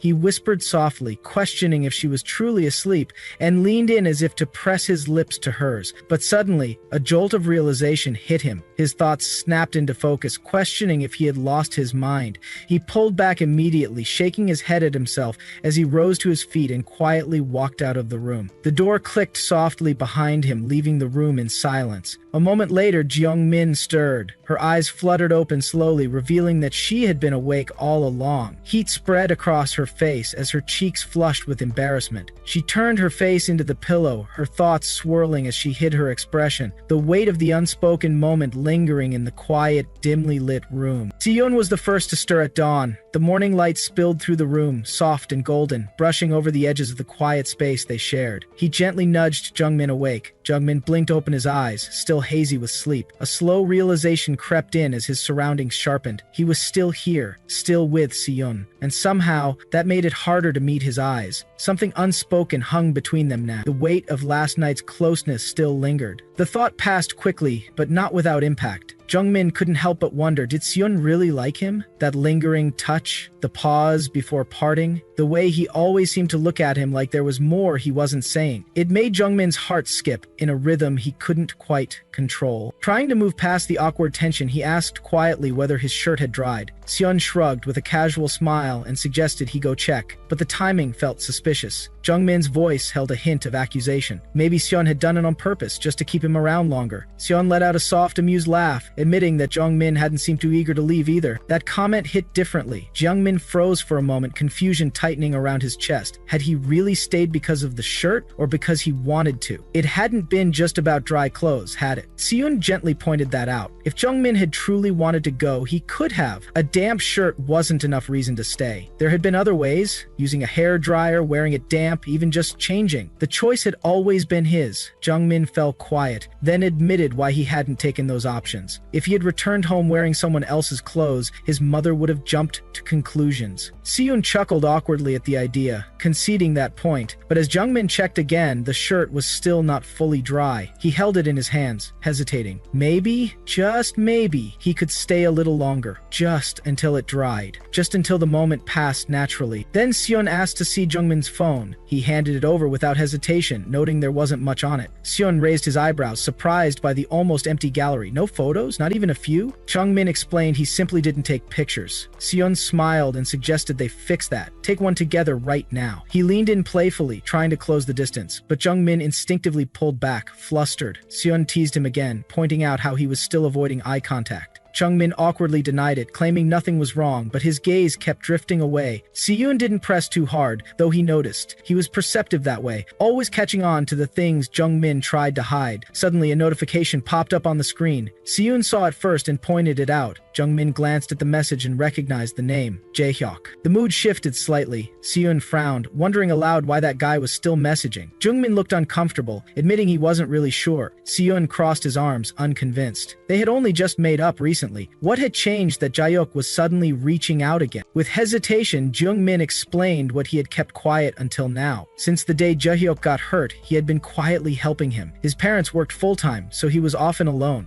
Jung-min had even asked Joo-hyun to deliver medicine and food. It was a quiet, thankless task, but one Jung-min had chosen willingly. Seon listened, visibly surprised. Jung-min guessed that after the breakup with Joo-yeon, Jaehyuk had found out who was behind the care packages. That might have been when his attitude shifted. It wasn't random, it wasn't sudden. There had been a reason behind his softened tone. Still, Jung-min couldn't help but wonder about something else. Why had Seon always been so hostile toward Jaehyuk? The jealousy made sense now. Not that Seon had ever admitted it, but in retrospect, it explained a lot. Seon then voiced another observation. Jaehyuk's name was saved plainly as Jaehyuk, while his own was listed in full Seonbaek. Jung-min blinked. Seon sounded half teasing, half serious.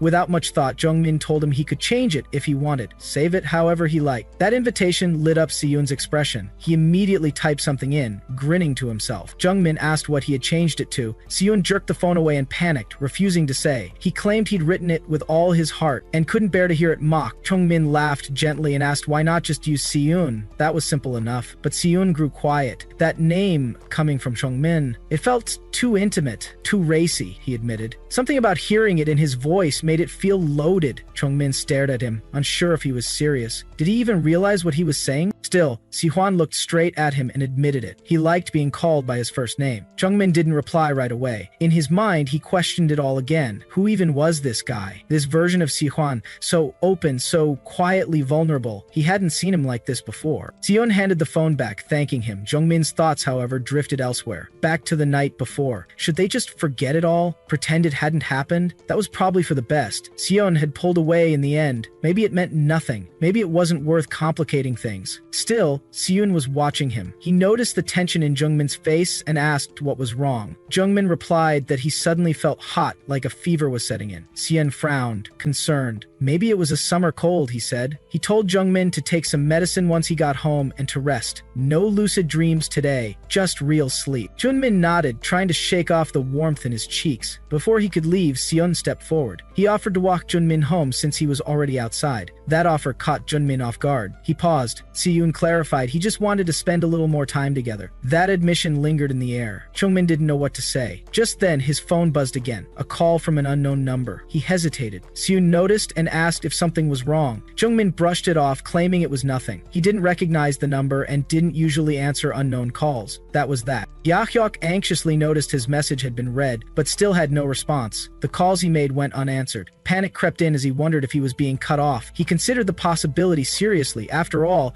he had been the one to approach her first at the movie theater. He knew Jung-min wasn't the type to say no easily. Maybe she had only pretended to forgive him. A wave of guilt hit him. He berated himself, calling himself garbage, a person who couldn't even read the room. Then suddenly Jung-min replied. Surprised, Jaehyuk questioned himself. Why was her response so neutral? Had she deleted his number? Confusion and doubt overwhelmed him. He was sure she had saved his number once. Did that mean she had erased it now? Meanwhile, Jung-min noticed a message had come in. The number was unfamiliar, but she quickly realized it was Jaehyuk. She checked her contacts and saw he wasn't saved anymore. With a sigh, she figured Seon must have been the one to remove him. It explained why Seon hadn't made a fuss about the message earlier. Jung-min decided it wasn't worth getting mad over. It was just something Seon would do. She responded with a simple greeting. Jaehyuk, clearly flustered, asked if she had seen the message he sent earlier. She admitted she had read it but forgot to reply. When he asked what it said, she confessed she couldn't remember. Jaehyuk reminded her that he wanted to meet up to give her something as an apology. He hesitated, adding that maybe her boyfriend wouldn't like it. Jung-min, confused, asked who he meant. When he mentioned Seong, she quickly corrected him. She and Seong weren't in a relationship. What they had was more of an alliance. They weren't dating. Relieved, Jaehyuk asked again if she would meet up. She returned the question, pointing out it was he who had asked first. He agreed and shyly suggested studying together at a cafe. Jung-min hesitated. She knew Si-yoon didn't like it when she met others without him, especially not Jaehyuk. Sensing her pause, Jaehyuk quickly told her it was fine if she didn't want to. But but Jungmin reassured him it wasn't that. She could tell he must have been genuinely worried when she hadn't replied. Knowing his personality, he likely felt bad for how things had ended. She recalled a past moment when she had told Siyun she needed a few days alone. He had agreed without question. Maybe now she could use that excuse again. So she agreed to meet Jaehyuk and asked if he had time that week. He did and told her to let him know when she was free. He thanked her. Internally, he questioned why he was so flustered just talking to her. He figured it made sense. He still felt guilty. But the way she spoke to him now reminded him of how things used to be. He wasn't sure what to make of it. Later, Jungmin brought it up to Siyun. She asked if she could do what she had mentioned before, the time she said she wanted to relax alone. Siyun remembered and said it was okay, but she noticed he looked upset. She then confessed she wanted to meet up with Jaehyuk. She felt it was better to be honest now than have it become a problem later. She explained Jaehyuk felt really sorry and had something he wanted to give her. She reminded Siyun that he had seen the message too and asked if he was okay. Siyun's tone shifted. He asked if she was asking for his permission. He wanted to know, would she not go if he told her not to? Jungmin said yes, she wouldn't go if he objected. Caught off guard, Siyun told her it was her decision to make, but even as he said it, he wrestled with his emotions. He told himself it was up to her, but his frustration lingered. He couldn't shake the feeling. When Jungmin finally met Jaehyuk, he greeted her warmly. She asked what he had wanted to give her. He nervously pulled out a gift, a jacket meant for colder weather in the new semester. Jungmin noted it was pink, a color she didn't usually wear. Jaehyuk admitted he had realized something while picking out her present. Although he thought of her as a friend, he really didn't know what she liked. He reflected on their past conversations, how he always talked about himself and she always just listened. Realizing that made him feel even worse for not trusting her. He apologized, admitting he had hurt her. Jungmin acknowledged the truth in his words. She had been hurt, but after giving it some thought, she could understand why he had acted the way he did. She recognized her own flaws as well. She had created reasons for him not to trust her. Her jealousy had gotten the better of her, and she had acted rashly. In the end, she suggested they call it even. His constant apologizing made her uncomfortable. She thanked him for the jacket, adding that it was pretty. Jaehyuk, surprised, processed her words. She had been jealous. Did that mean Jungmin had truly liked him? He asked if she would delete his contact again. She replied that she never had. Her friend had played a prank. She apologized for it. Curious, Jaehyuk asked who the friend was. Was it someone from their school? Jungmin hesitated. She had deliberately avoided mentioning Sun. After all, Jaehyuk had been the one hurt in the past, and she didn't want to ruin the mood. He pressed again, asking about the friend. She simply said it was just someone. He let it go. Changing the subject, she said they should start studying. Jaehyuk agreed. Their conversation flowed differently now. Past tensions still lingered, but it was softened by shared understanding. Apologies were exchanged, and mistakes were acknowledged. In that quiet cafe with textbooks between them and pink fabric folded on the table, their relationship shifted into something uncertain, but gentler than before. Siyun told himself that a little distance wouldn't hurt. After all the time they'd spent together, being apart for a day shouldn't feel like the end. Jungmin seemed safe, and Jaehyuk didn't appear to be a threat anymore. But despite the logic, Siyun couldn't shake the emptiness. He promised himself he wouldn't pressure her. She wasn't his. Regret crept in as he recalled the kiss. He wondered what would happen if she left him like everyone else had. He remembered the times she seemed afraid of him, and in a moment of self-loathing justified his need to hold on to her, even if that meant using fear. He convinced himself he'd die without her. He questioned whether her happiness would mean she no longer needed him. He forced himself to sleep, muttering that it was better than overthinking. Even so, doubts lingered. If Jungmin no longer liked Jaehyuk, there was no reason for her to talk to him so easily. But he tried to suppress it. As long as she stayed by his side, he repeated to himself that it was enough. If he didn't believe that, he wasn't sure what he'd do. His emotions had begun to spiral out of control. He told himself he'd only check on her briefly, to ease his mind. She'd never know. Meanwhile, after parting ways, Jungmin wished Chaeuk a safe journey home, and he returned the sentiment. But Chaeuk couldn't shake the unease. They had only studied, and she had forgiven him, but the anxiety still clawed at him. Jungmin too found herself uneasy. Seong hadn't contacted her all day. He seemed calmer than usual, but the silence bothered her. She wondered why it felt like she had been waiting for his call. Unable to resist, she called him. Seon picked up with a husky voice, catching her off guard. He asked if she was done meeting Jaehyuk, and she confirmed it. He noted she had called him immediately after, and she admitted it. His voice sounded gentler than usual, and she asked if he was still tired. He said no, and she hesitantly invited him to have dinner. Seon agreed, telling her to come over. He'd wait. Later, she arrived at his place. He asked how her meeting went, and she said they had studied a bit. Only studied. He acknowledged her effort and offered to order dinner. She accepted and asked to use the bathroom. He told her to go ahead. As she stepped away, Seon received a call. It was Jaehyuk. Seon answered in her place, stating Jiang Jungmin couldn't come to the phone. Jaehook asked where she was. Seon replied that she was sleeping next to him and asked if he understood now. He expressed disbelief that Jaehook would call someone with a boyfriend. Yahyuk corrected him. Jungmin had said they weren't dating. Seon pushed back, questioning why Jaehook would still call if he knew that. He hinted at Jaehook's feelings and mocked the idea of having a chance. He made it clear Jungmin was with him now and told him to take the hint. Jaehook, undeterred, reminded him that Jungmin wasn't anyone's possession. They weren't even in a relationship, so she should decide for herself. If she ever said she didn't want him to call, he'd stop. He couldn't understand why someone like her would be friends with Seon. Before hanging up, Jaehook said he'd call again when she was awake. Later, Jo-min prepared to leave. Seon insisted on walking her home. She was surprised he was acting strangely. He brought up the call from earlier, pretending not to remember Jaehook's name. She corrected him, mildly annoyed. He admitted he had answered while she was in the bathroom. She panicked, asking what he had said. He told her he simply said she couldn't come to the phone. Then, casually, he asked if she had told Jaehyuk they weren't dating. She admitted it had come up and apologized, unsure why she felt so guilty. Maybe Seon was upset. He laughed it off, asking why she was apologizing. He said he only wanted to know. He then told her to rest well and turned to leave. She called after him, concerned. He seemed off. She asked if something was wrong.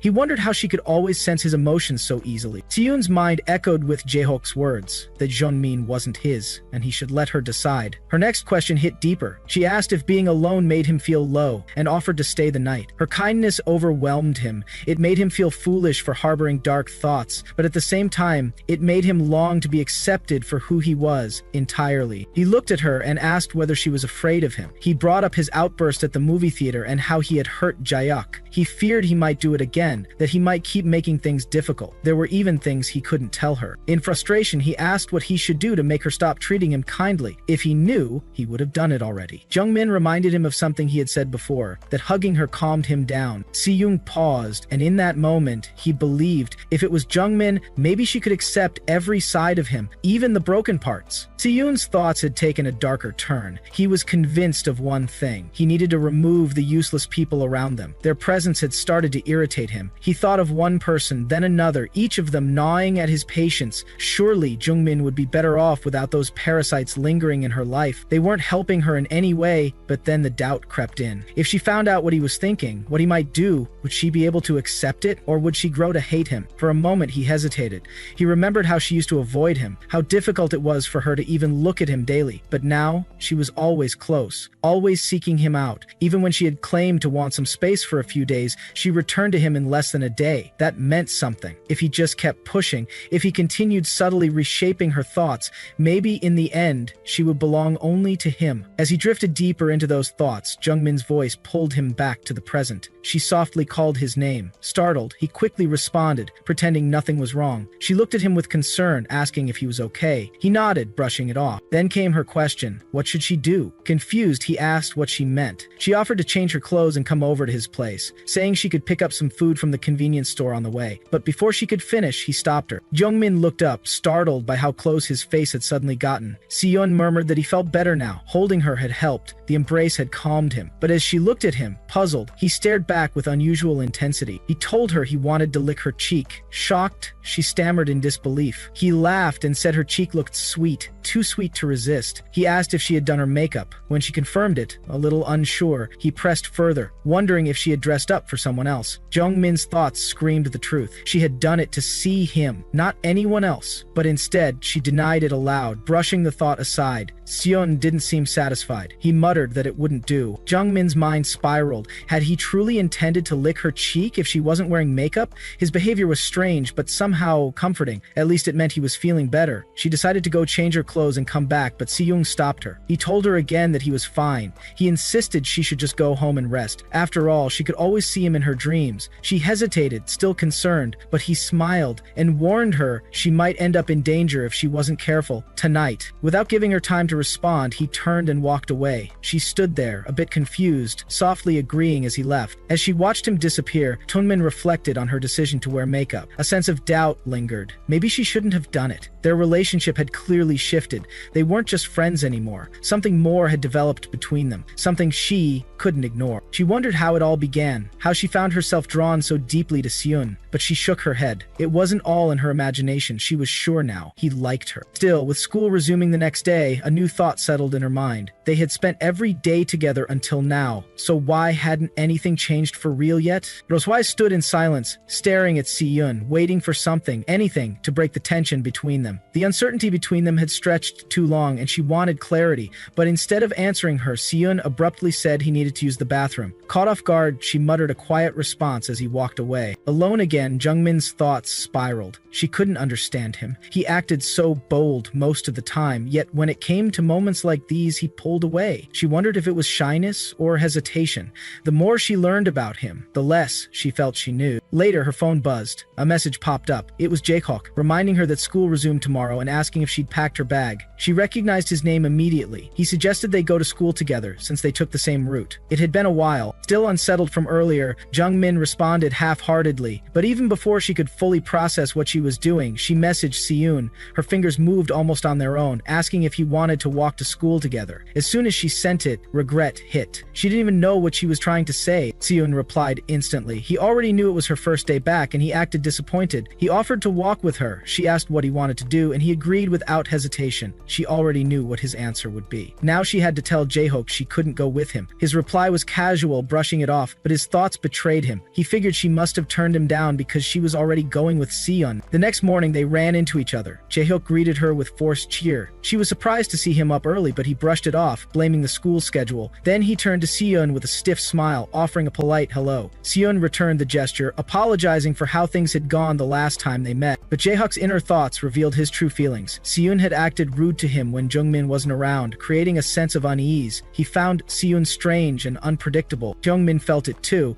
Even though the walk to school was short, the tension made it suffocating. Running into Jaehook like that was unexpected, and it made her realize something. Being with Si-yun was exciting, but it could also be dangerous. That same day, somewhere else on campus, a confrontation unfolded. Yejin stood over Juyeon, her words sharp and unforgiving. She accused Juyeon of always thinking the people around her were worthless. Now, with everything falling apart, she had no one left to defend her. Another girl chimed in, mocking Yuhyun for hiding her true personality for so long. She reminded everyone of the recent breakup, sneering at how Yuhyun had unraveled since then. Their cruelty escalated. They questioned whether Juhyun was falling apart just because she got dumped. But Juyeon stood firm. She scoffed at their assumptions. She wasn't anything like them, and she never enjoyed spending time with either of them. With finality, she told them this was actually a relief. If they wanted to do damage, they could try. Her voice didn't waver as she hurled one last insult, calling them crazy and walking away without looking back. Ruhyun's reputation had taken a sharp downturn. She left all her group chats and distanced herself from anyone who tried to get close. Rumors swirled. People whispered that she had a huge fight with Yuju over summer break. That's what Sora had heard from a friend.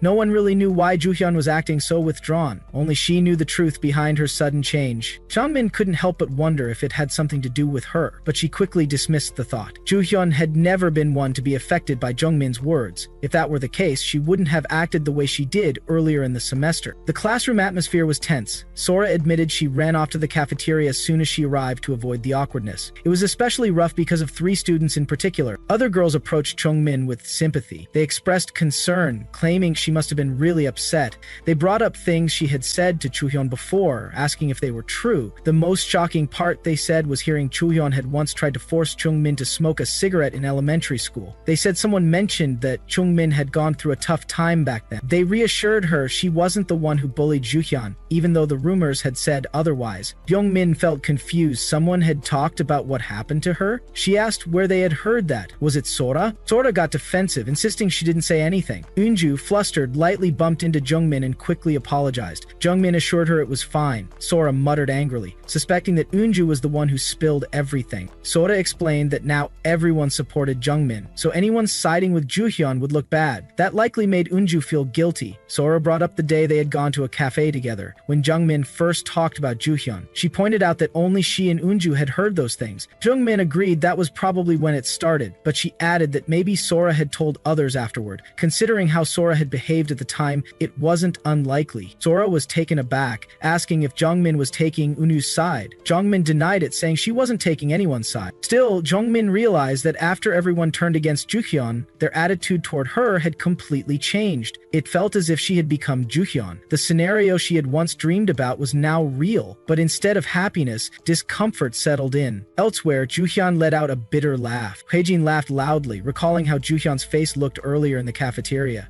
She called her the trashiest person she knew, mocking her for how things unfolded. Like something out of a comic book. Another girl joined in, saying Juhyun was terrible. Back in the classroom, Jungmin noticed a group hanging around her desk. She asked what they were doing. The girls quickly apologized, saying they didn't realize they were being too loud. Haejin teased Jungmin, questioning her sudden change in tone. One of the girls said she genuinely felt sorry for Jungmin. They claimed they only did what they did because Juhyun made them. Haejin laughed, accusing them of forcing Jungmin to forgive them. The girl defended herself, saying Juhyun had started showing her true colors even before her breakup. It had been hard to get along with her. Haejin admitted she had been Yuhyun's venting target before Jungmin. Then Yuhyun moved on and targeted Jungmin instead. It was all very clear now. They said they should have trusted Jungmin from the start, and that they had wanted to take her side all along. Then came the question they were all curious about. Was Jungmin really dating Seung Baek? Haejin chimed in, saying that was old news. Seung had even bought them food. The girls were surprised. Haejin described Seung as a thug, impressed by Jungmin's powerful connections. Now that Jungmin had Seung, no one could mess with her. She added that Seung's eyes were so intimidating, she almost wet herself. Jungmin, uncomfortable with the attention, excused herself to go to the school store with Sora. Haejin expressed fake surprise, saying she thought Jungmin was angry. Jungmin felt conflicted. This was everything she had wanted, to be accepted, to be supported, yet it didn't feel right. In class, the teacher asked if anyone wanted to be the class president for the second semester. No one responded. The teacher suggested letting Yuyeon continue. Roswai's Haejin objected immediately. The teacher asked if she wanted to take the role, but Haejin nominated Jungmin instead. Leonmin was shocked. Haejin pressed her, insisting the job wasn't hard. The rest of the class chimed in, encouraging her to accept. They began chanting her name. Eventually, Jungmin agreed. Still, she felt uneasy. She had wished for her classmates' kindness and approval for so long. Now that she had it, it only made her feel worse. She couldn't understand why. Later, Seung noticed her mood. He asked if something had happened. She said it was nothing. She was just tired from being back at school. She told him not to look so worried and asked if he had worked out. He said yes. She asked what type of exercises he did, and he said he focused on upper body training because there were lots of machines available. She poked fun at how firm his muscles were, saying she thought all men had beer bellies like her dad. Seung proudly joked about having a killer body. She laughed, teasing him for sounding like a pervert. He doubled down, saying it was fine because his face made up for it. Jungmin giggled, admitting that he was kind of cute, because it was him, but suddenly she flinched and scratched his eyes with her nails by accident. She panicked and apologized. Seung said she had scratched his eyes, and she leaned in worried, trying to see the damage. He pulled back, saying it wasn't the time. Jungmin apologized again, clearly flustered. Leonmin could not stop replaying her actions in her head.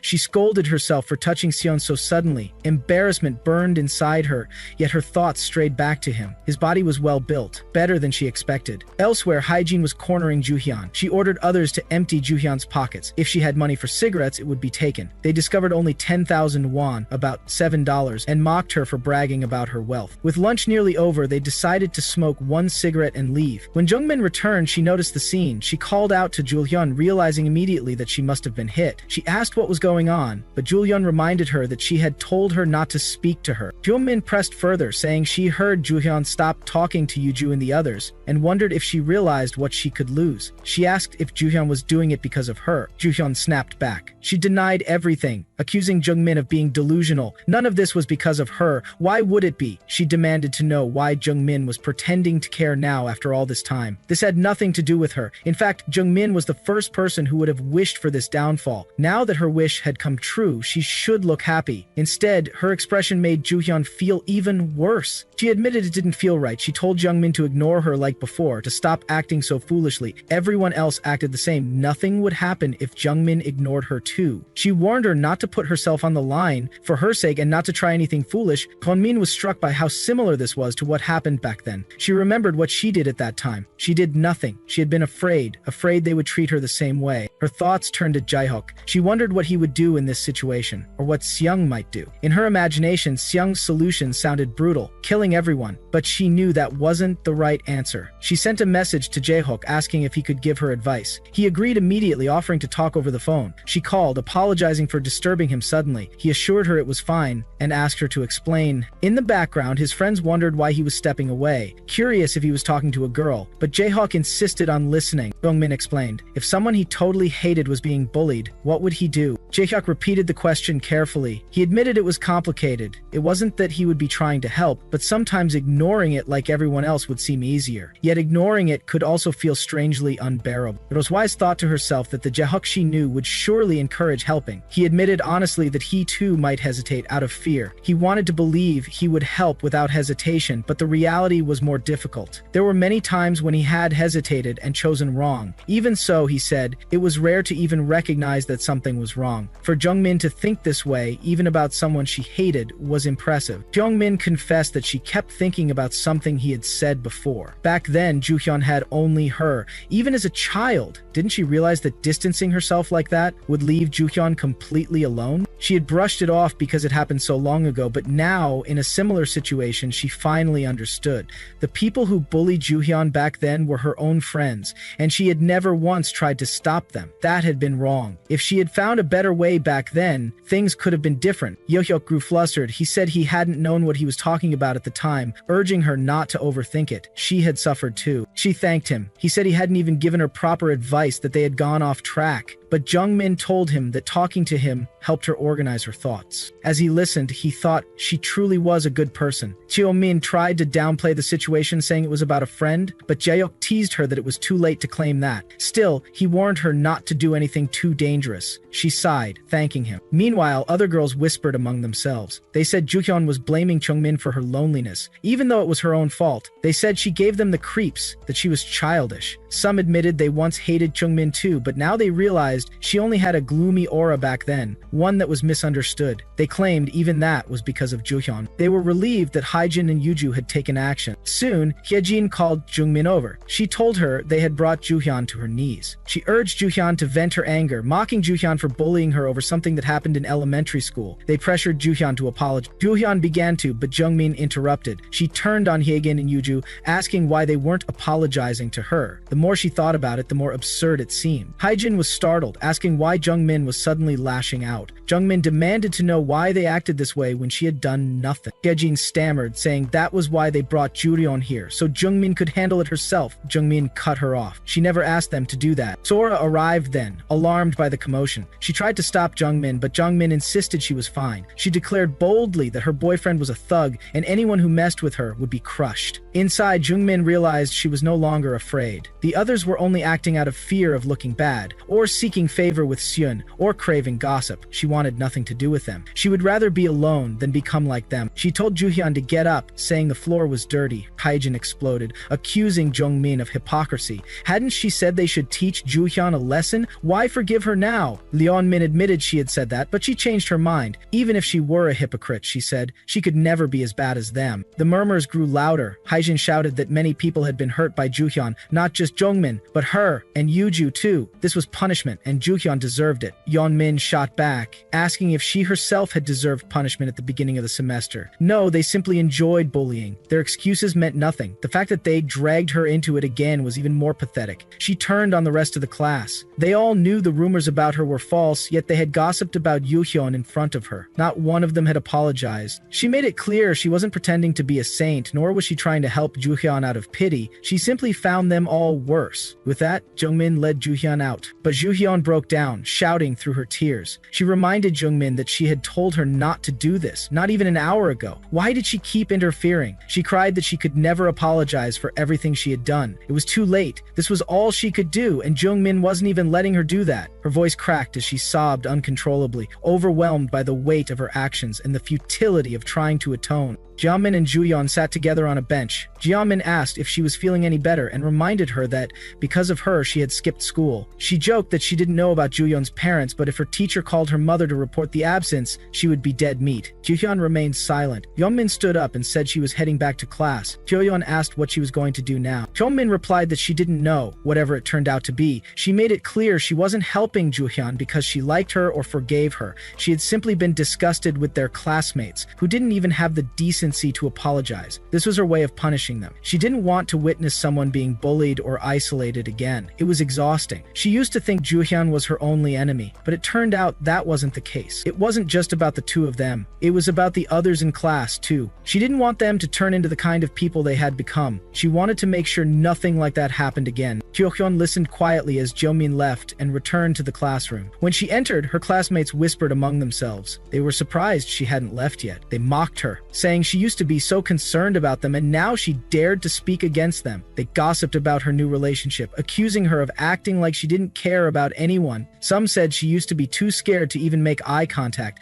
Now, they thought she saw herself as better than the rest. Jeongmin heard it all. She thought to herself that it was true, but class would end soon. She just had to hang in there a little longer. Suddenly, from behind, Haejin kicked the leg of her desk. Jeongmin looked back. Haejin smirked and told her to meet after school. Jeongmin sighed internally. Right then, another student entered the class and announced that the teacher wouldn't be coming due to an important meeting. There was no need to greet him at the end of the day. She added that both Jeongmin and Johyun were told to meet the homeroom teacher the next morning. Jeongmin felt relieved. In this situation, if they had made her wait until the teacher returned, it would have been unbearable. Ending the day in such an atmosphere would have been even worse. Thinking this, she quickly packed her things and tried to leave, but Haejin yelled behind her, asking where she was going. She demanded to talk. Her voice grew louder, accusing Jeongmin of going to meet her boyfriend again. She mocked Seon, calling him a thug and saying he wasn't even that attractive in person. Jeongmin told herself to ignore it and kept walking without turning back. Still trying to provoke her, Haejin loudly questioned what was so special about Seon. She mocked their relationship, wondering aloud if they were even dating or just friends with benefits. Right then, Seon arrived, panting and out of breath. He ran up to Jeongmin asking why she hadn't answered his messages. She replied that her phone was on silent. Seyun showed her his phone, 45 missed calls. He was visibly worried and asked why she had called so many times. He questioned the message she had sent him and asked if she had really come all the way into the building just because of that. He was concerned that a teacher might have seen her, but to him that wasn't the real issue. He looked around and asked who had messed with her. He demanded to know what had happened. As Seyun entered the classroom, murmurs instantly rippled through the group of girls. They couldn't stop whispering among themselves. They all seemed mesmerized by him. His looks, his aura, his physique. To them, he was undeniably hot. One girl gasped, recognizing him as the same guy who had run all the way there for Jeongmin. The excitement in their voices made it clear. Despite rumors, Seon's charm was undeniable. Jeongmin heard every word. Among all the girls who had tried to talk to her, she realized most were only interested in Suyun. The frustration grew inside her. At that point, she felt fed up. Her school life was already a mess, so nothing else mattered now. In a sudden burst of emotion, she grabbed Seong by the neck and kissed him passionately. Seong stood frozen, his eyes wide in shock. The entire class fell into stunned murmurs. Then, calmly and without hesitation, Chongmin told Seong it was nothing. No one had messed with him. She just wanted to go home with him. In her mind, she reaffirmed something to herself. Seyun didn't have eyes for anyone else. He liked her. He was hers. She softly rubbed his lips as if marking that moment. Still speechless, Seon looked around and spotted Juhyun in the distance. But before anything could be said, Jungmin hugged him tightly, trying to lighten the mood. She laughed softly, telling him he had scared her earlier. She warned him to let her know if anyone ever tried to mess with him again. Seon nodded, and the two walked out of the school together. On the road, Jungmin walked slightly ahead, her thoughts tangled.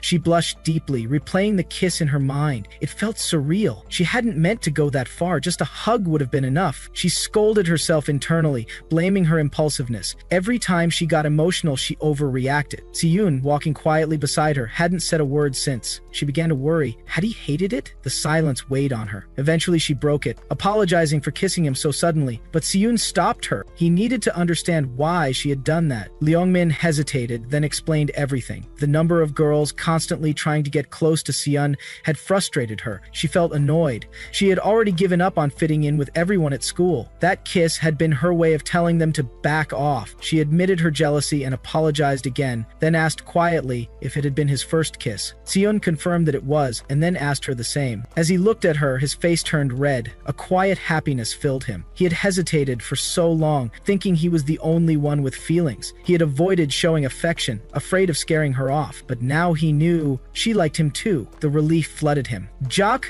Dame took with a soft expression. He told her not to worry. He understood now. It had all been an act to protect her place beside him. In his mind, he finally accepted what he had been hiding. He liked her deeply, and now he was ready to show it. Jomin smiled and saw softly replied. Siyun gently held Jungmin by the waist, ready to leave with her. Internally, he found her anxiousness toward him endearing. Suggesting they go on a date, he mentioned they hadn't been out in a while and offered to take her somewhere nice, or just back to his place. Deep down, he simply wanted to spend more time with her. Meanwhile, Jaehyuk walked down the road, worrying about Jungmin. He feared Siyun might take things too far and hurt her, which would only create more problems. Just then, he spotted Jungmin with Siyun and was visibly startled. In his mind, he questioned whether the two were going out together. Noticing him, Jungmin asked what he was doing there. Yeok replied that he was concerned about what she had said earlier. Siyun greeted him with a smile, but mistakenly called him Johuk instead of Johuk. Hearing the wrong name, Johuk looked confused. Jungmin corrected Siyun, telling him the correct name, which made Siyun burst into laughter. Still laughing, he apologized, saying he could never seem to remember it, no matter how many times he heard it. Eventually calming down, Siyun quietly asked Jaehyuk why he was there. Jaehyuk, baffled, questioned Siyun's behavior internally. He noted how Siyun seemed to be in a surprisingly good mood. Siyun responded that he was always in a good mood. Jaehyuk then glanced at Jungmin, sensing something off about her. The atmosphere around them felt strange. Yeok expressed concern over their earlier phone call and said he came to check on her. Siyun reacted with playful surprise, remarking that he didn't know the two had spoken on the phone. Jungmin grew nervous, quickly explaining she had meant to tell him and asked if he was upset. Siyun silently wondered if she had sensed anything, but in that moment he didn't care about Jaehyuk's feelings. Siyun laughed again, though this time he controlled it. He reassured Jungmin that he wasn't mad, asking why he would be. Then, shifting the focus, he suggested she speak with her friend and offered to step aside, giving them space. Jungmin, surprised by his willingness, questioned whether he was being generous because of what happened earlier. Siyun told them he'd sit nearby while they talked. Jaehyuk couldn't believe Siyun's casual behavior. Jungmin asked if he was really leaving them alone, saying the place felt like deja vu. Siyun joked back, questioning if she thought he would hit someone again. Jungmin replied vaguely, leaving the possibility open. Siyun, now dramatically exasperated, asked if they truly suspected him of liking violence. He insisted he wasn't a psychopath and claimed to have a conscience. Then he laughed loudly once more and walked a little distance away to leave them alone. Jaehyuk, now alone with Jungmin, asked if something he said earlier was wrong. Jungmin reassured him it wasn't. In her thoughts, she considered whether it was okay to speak up, even though things had been going well. But she hesitated, not wanting to cause misunderstandings or put Jaehyuk in danger. She then thanked him for worrying, but gently told him that meeting outside the school might not be the best idea, especially considering who Siyun was. Jaehyuk asked if she and Siyun were dating. Shocked, Jungmin denied it, admitting that it was silly of her to be explaining things after coming to him first. She added that she should have told him before, and admitted that meeting at the school was probably a mistake. Jaehyuk found the situation strange. If they weren't dating, he wondered why she kept looking at Siyun. He questioned if that's how close they had become, and if Jungmin was also trying to understand Siyun better. Accepting things as they were, he reminded himself that even as a friend, he was still a man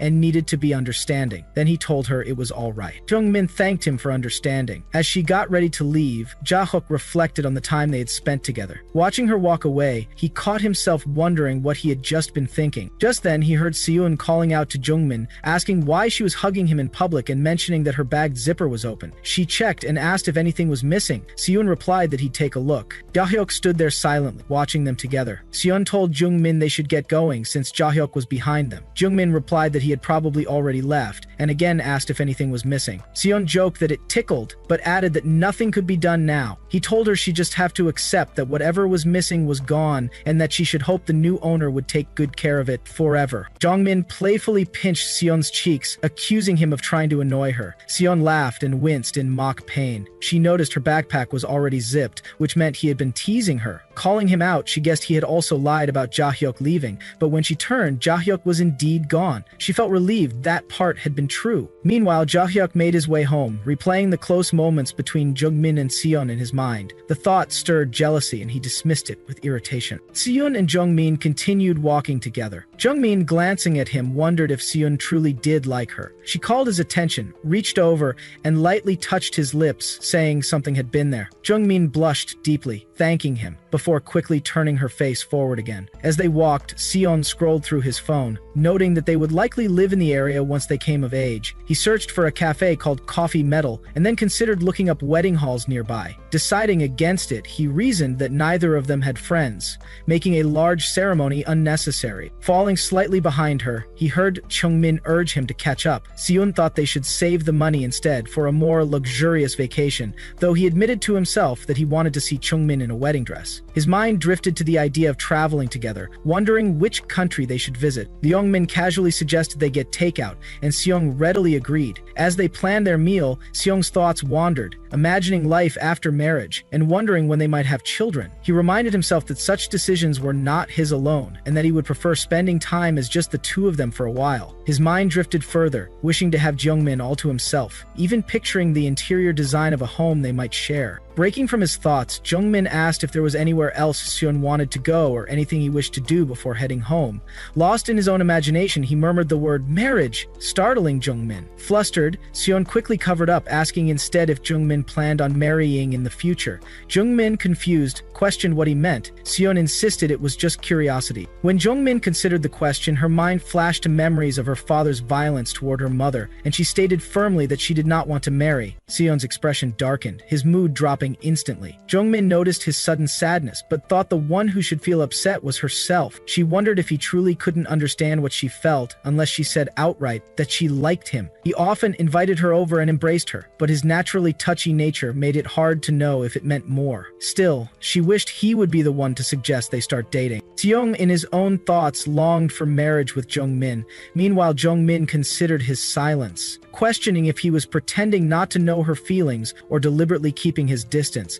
They eventually arrived at Seon's flat. Jungmin wondered if she had been fooling herself all along. When Seon's expression changed, Jungmin found it cute, suspecting she was overthinking what had happened earlier, and decided she was fun to tease. As Seon keyed in her door code, Jungmin commented that most people cover the numbers when entering it. Seon was unconcerned, saying it was fine and that she had intended for him to memorize it. She told him to enter the code freely whenever she wasn't home. Inside, Jungmin reflected on how he was now being entrusted with her house code. They were doing everything couples did except officially dating. Seon invited him to sit on the couch and asked if he was hungry, offering to set the table. When she said it could wait, he agreed and rested his head on her shoulder, leaving her feeling confused. Seon asked if anything had happened that day. Jungmin admitted there had been, then remembered something important he had been forgetting. Seon told him to wait, then pointed out that she had been working hard on a project to help him become popular. She questioned why he had isolated himself again by choice. Jungmin bristled at the words, asking what she meant by calling it a project for his popularity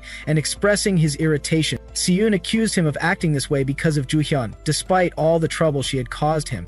She demanded to know what he planned to do now. She lamented that she could not visit him freely since his school was all girls, joking about whether wearing a skirt would let her in. Jungmin firmly refused that idea. Seon's thoughts shifted, realizing this was yet another thing to worry about. Jungmin tried to reassure her, promising he would not simply sit back and endure anymore. Seon disagreed, saying he had changed from when they first met. Jungmin admitted he felt more at ease now and that his mindset had shifted, asking if she disliked this version of him. Seon told him she liked him no matter how he was, though she admitted feeling upset that others would be drawn to him now, not just her. Her frustration stemmed from the fact that it was all because of someone else's actions, not her own influence. Jungmin told her not to worry, insisting things would work out, but Seon replied that it was impossible for her not to worry and decided she could at least get away with showing that much. Seon called Jungmin's name, his voice carrying a certain weight. She looked at him, a little puzzled, and he brought up what she had done to him earlier. Her thoughts jumped immediately to that moment, and she stammered in her head, realizing what he meant. Seon asked if they could try it again, catching her completely off guard.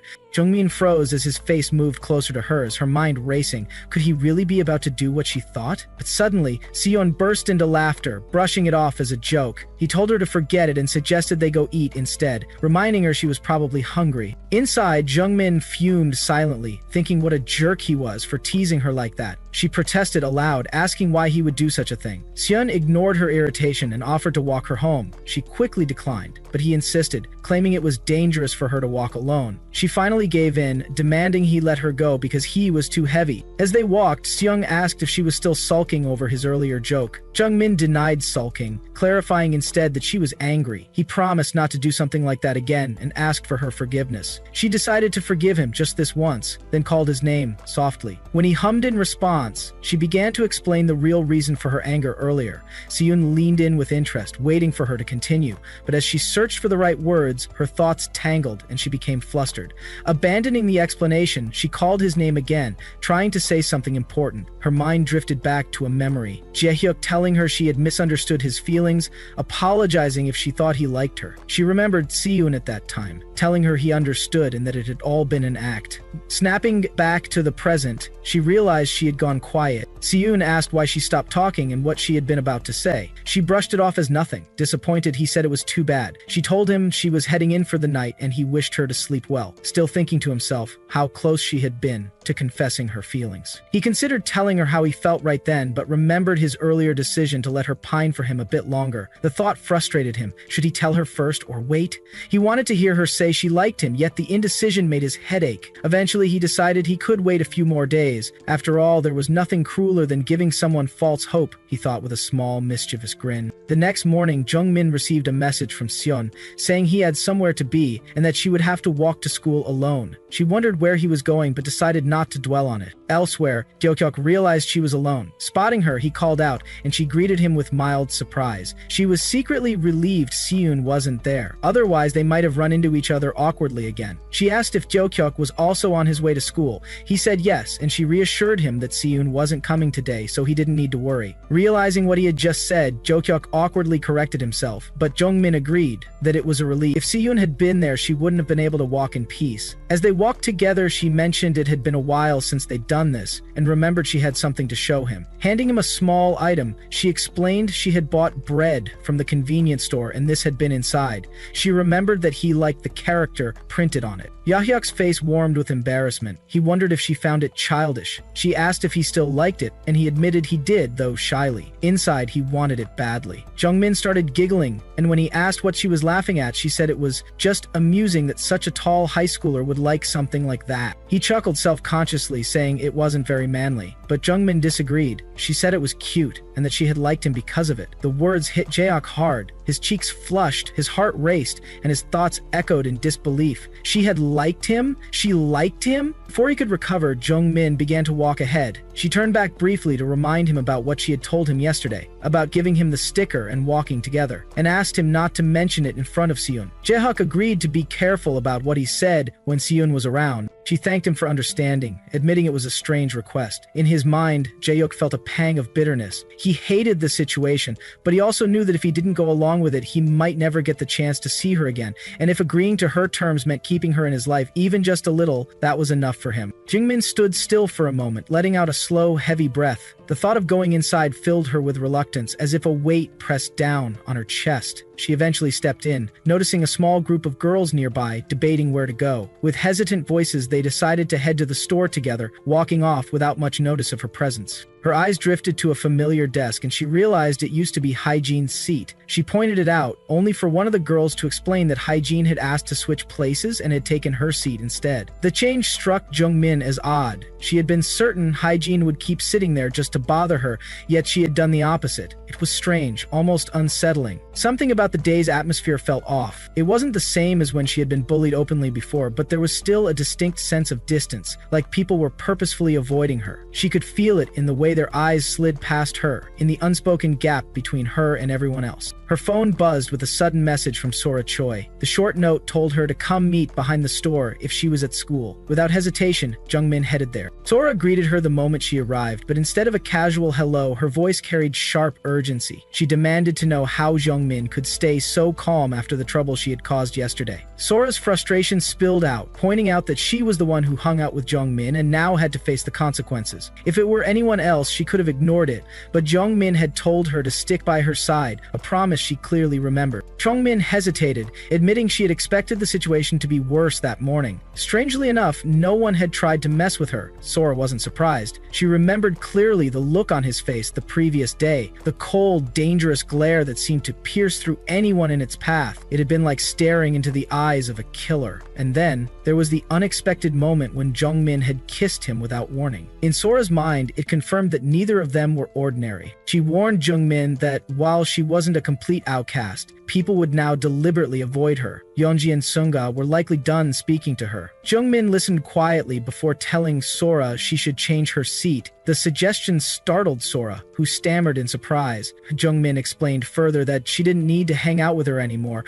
promising not to threaten her about gossip or bad-mouthing others. The sudden shift left Sora confused, but Jungmin continued. Her school life, she said, was already ruined, so there was no point in sticking together. She admitted that she had felt they were getting closer, yet she didn't want Sora to lose her own friends because of her. If Sora wished to walk away, she could. Without waiting for an answer, Jungmin turned and said she would head back to class first. Sora stood there, her thoughts tangled. She wondered if Jungmin truly meant what she had said. Before she could settle on an answer, a message came from another friend. It began with a warning not to reveal who had told her what she was about to hear. The friend explained that the group chat Sora had been part of was no longer the same. A new chat had been created without her, apparently for the sole purpose of talking badly about her. The news struck her like a sudden blow. Her chest tightened and a surge of anger rose inside. She thought of all the times she had been kind to them, all the ways she had tried to be a good friend, and felt her hands tremble with frustration. The words in her mind were bitter. Friends like that weren't worth having. In truth, real friends didn't exist. Jungmin's earlier words about not wanting Sora to lose her friends echoed in her mind, carrying a sting she didn't want to acknowledge. Back in the hallway, Heijin spotted Juhyun and called out, inviting her to eat together. Jungmin approached at that moment, asking if she could join them. The sight of her brought a flash of irritation to Heijin's face. Her voice carried a sharp edge, calling her a loser under her breath. Before she could say more, another girl stepped in, telling her not to cause trouble. If Jungmin's boyfriend found out, there would be consequences they didn't want to face. Heijin clicked her tongue in frustration, but backed down. Jungmin muttered under her breath, wishing people wouldn't start up drama when she was simply trying to eat. Juhyun glanced at her with quiet gratitude. A sigh slipped from Jungmin's lips as she realized she was truly alone now. The feeling wasn't as crushing as she had once feared, but there was still a small sadness in knowing she didn't belong anywhere. Yet there was also an odd sense of relief. Without anyone to please or follow, she no longer had to try so hard to fit in. Her thoughts wandered toward him.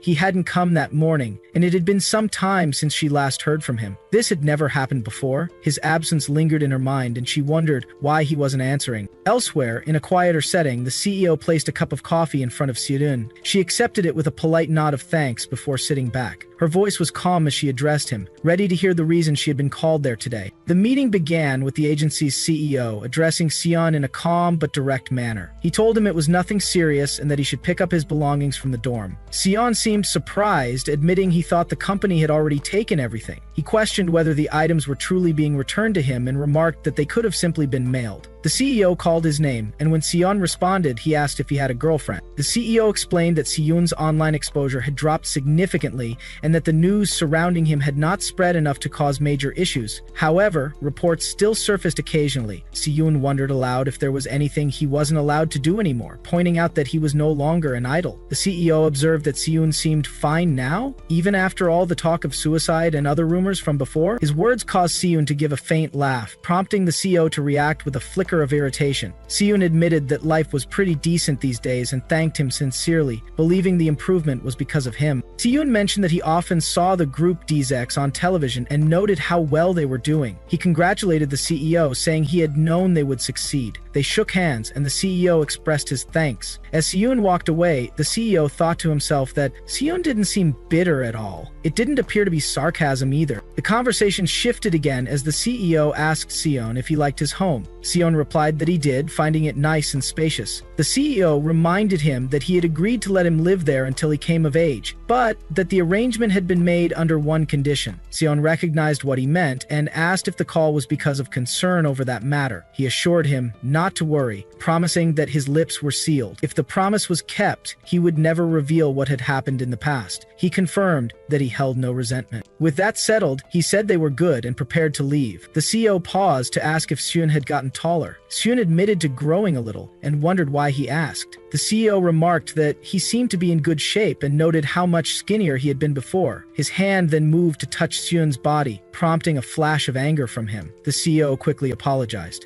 As Seon stepped away, the CEO's thoughts lingered. He believed Seon's looks were wasted, Honestly, he was surprised at how much Siyun had recovered since the last time he had seen him. He had expected his face to be scarred, yet it was completely unscathed. Siyun had also received the payout from X Group in exchange for keeping quiet. The CEO considered that while his reputation wasn't great at the moment, most of it had already been forgotten. Over time, he believed everything would sort itself out. Before parting, the CEO told Siyun to let him know if he ever needed anything else, reminding him they were practically family. He instructed Hyun-suk to take Siyun home, but Siyun declined, saying he needed to go somewhere else first and would travel alone. He told him to send his belongings by mail. The CEO agreed. Leaving the building, Siyun spotted another young man in the distance and wondered if it was who he thought it was. Stepping outside, he saw a notification that Jungmin had called earlier. Realizing she had reached out to him, he called her back, curious if she would answer. She picked up and their conversation began. Siyun asked if she had called and wanted to know if something had happened. She teased that she didn't need a reason, saying she could call him whenever she wanted. He asked what she had been doing and she mentioned meeting someone she knew. When he guessed she must be at school, she confirmed it, explaining that she was just leaving. Checking his schedule, Siyun realized he wouldn't be able to pick her up from school that day. He told her she would need to walk home alone, apologizing and saying he would be there too late. Jungmin grew quiet, thinking how he wouldn't even tell her what was going on. He asked why she had gone silent. She responded simply, agreeing to walk home and asking if she could come over later. He told her she could, reassuring her she could go inside, even before he arrived. Later that day, Siyun returned home to find Jungmin already there. She greeted him warmly, happy to be there when he came home, wishing every day could be like that. She asked where he had been, wondering if he had gone to the gym. He brushed it off, saying it wasn't anything important, and asked if she was hungry or wanted something to eat. Her expression shifted, and she questioned why he never told her what was truly on his mind. Noticing her mood, he cautiously asked if something had happened at school. She denied it sharply, saying it was nothing important, and demanded to know why he was asking. He noticed her anger, and thought to himself that she seemed upset. Jungmin voiced her frustration, pointing out that they hadn't walked home together, he hadn't walked her to school, he hadn't been reading her messages, and he hadn't answered her calls. She reminded him that she was all alone now, and asked if he wasn't even worried about her. Hearing this, Seong felt an unexpected warmth. He realized she was beginning to care for him in her own way. He stepped forward and embraced her, apologizing and saying he always worried about her. He explained that he had simply been busy and hadn't realized she was waiting for him to reach out. He asked if she had felt lonely without him.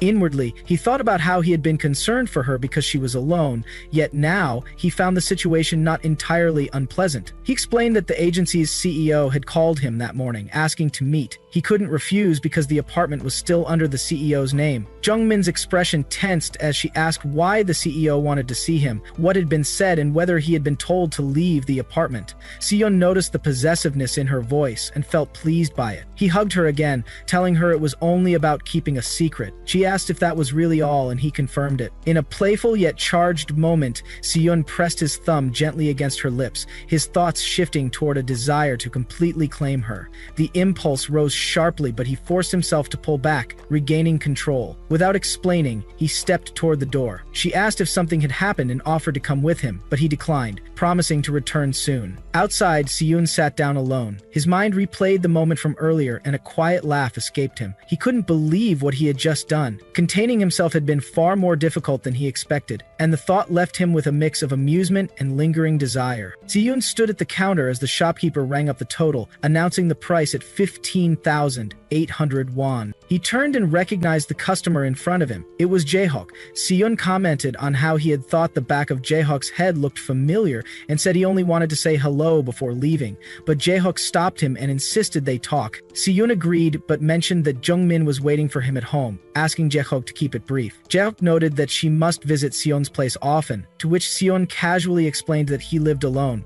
The realization struck Jaehook. If Siyun lived alone, then it was just the two of them whenever she visited. His mind flashed to the image of Jungmin sleeping beside him. Siyun noticed Jaehook's expression and asked why he looked so unhappy, wondering aloud if he was jealous. He warned that Jaehook should give up now, claiming that soon he would not allow Jungmin to keep seeing him. Jaehook denied the jealousy, stating that he and Jungmin were just friends, but Siyun saw through it, saying his expression betrayed his feelings and that he clearly didn't want to remain just friends. He teased that Jaehook must be a bad liar, and that was probably why Jungmin had liked him so much before. Jaehook admitted that regardless of Jungmin's feelings now, he had no right to be jealous, because it was his own fault, but he expressed concern for her, saying Seon seemed to have violent tendencies, and that this worried him. He questioned what Seon would be like if they started dating, suspecting it would only make things worse for her. Jo-hyuk said he had avoided interfering in her relationships out of respect, but insisted the same standard should apply to Seon, asking what gave him the right to keep Jungmin from seeing him. Seon dismissed the comparison, saying he was simply enjoying the flirting stage before they began dating for real. Jae-hyuk questioned if this was just a joke to him. Seon retorted that Jae-hyuk was the one who had led her on, being overly nice despite not having romantic interest, which was just as inexcusable. He said he had seen how much Jungmin had struggled back then, and now Jae-hyuk seemed to imply he should leave her life. But Seon declared he would never leave her, no matter what. Even if he died, he would remain by her side.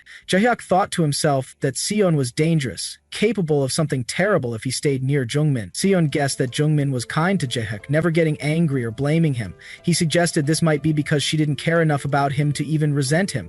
With a smirk, he said that if Jae-hyuk wanted to try turning her against him, that was his choice, and then he walked away. Days later, Jungmin reflected on their relationship, wondering if they would continue only flirting without taking things further. She questioned whether actually dating would feel any different. Her mother reminded her that it was cold outside and asked if her spring uniform was too thin, but Jungmin said she would just take a jacket. She met Seon and greeted him, wearing the muted colored jacket he had bought her. She said it matched with everything. Seon asked why she didn't wear the one Jo-hyuk had given her. She explained that she still had it at home, but couldn't get used to its color. Then she asked how Seon knew that Jo-hyuk had bought her clothes, wondering if she had ever mentioned it. Seon claimed she had told him before, and she accepted the answer. Jungmin noted that they had been walking to school together every day lately. Seon reminded her that she had hugged him first when she was upset with him, teasing her. She flustered, insisting she hadn't been thinking about it. Seon commented that now he was better at keeping in touch, she must not feel lonely anymore. Privately, Seon thought about how quiet Jae-hyuk had been since their conversation. He remarked to Jungmin that they hadn't seen her friend much lately. She revealed that Jae-hyuk still messaged her, but since she had been spending so much time with Seon, she had told Jae-hyuk to avoid running into him as much as possible. She figured that was why Seon hadn't seen him around. Delighted, Seon called her adorable, making her tell him to stop acting weird or he'd embarrass her to death. Then Seon told her to come straight out after school because he had something important to say. She responded that she always met him after school, but he insisted this time was different.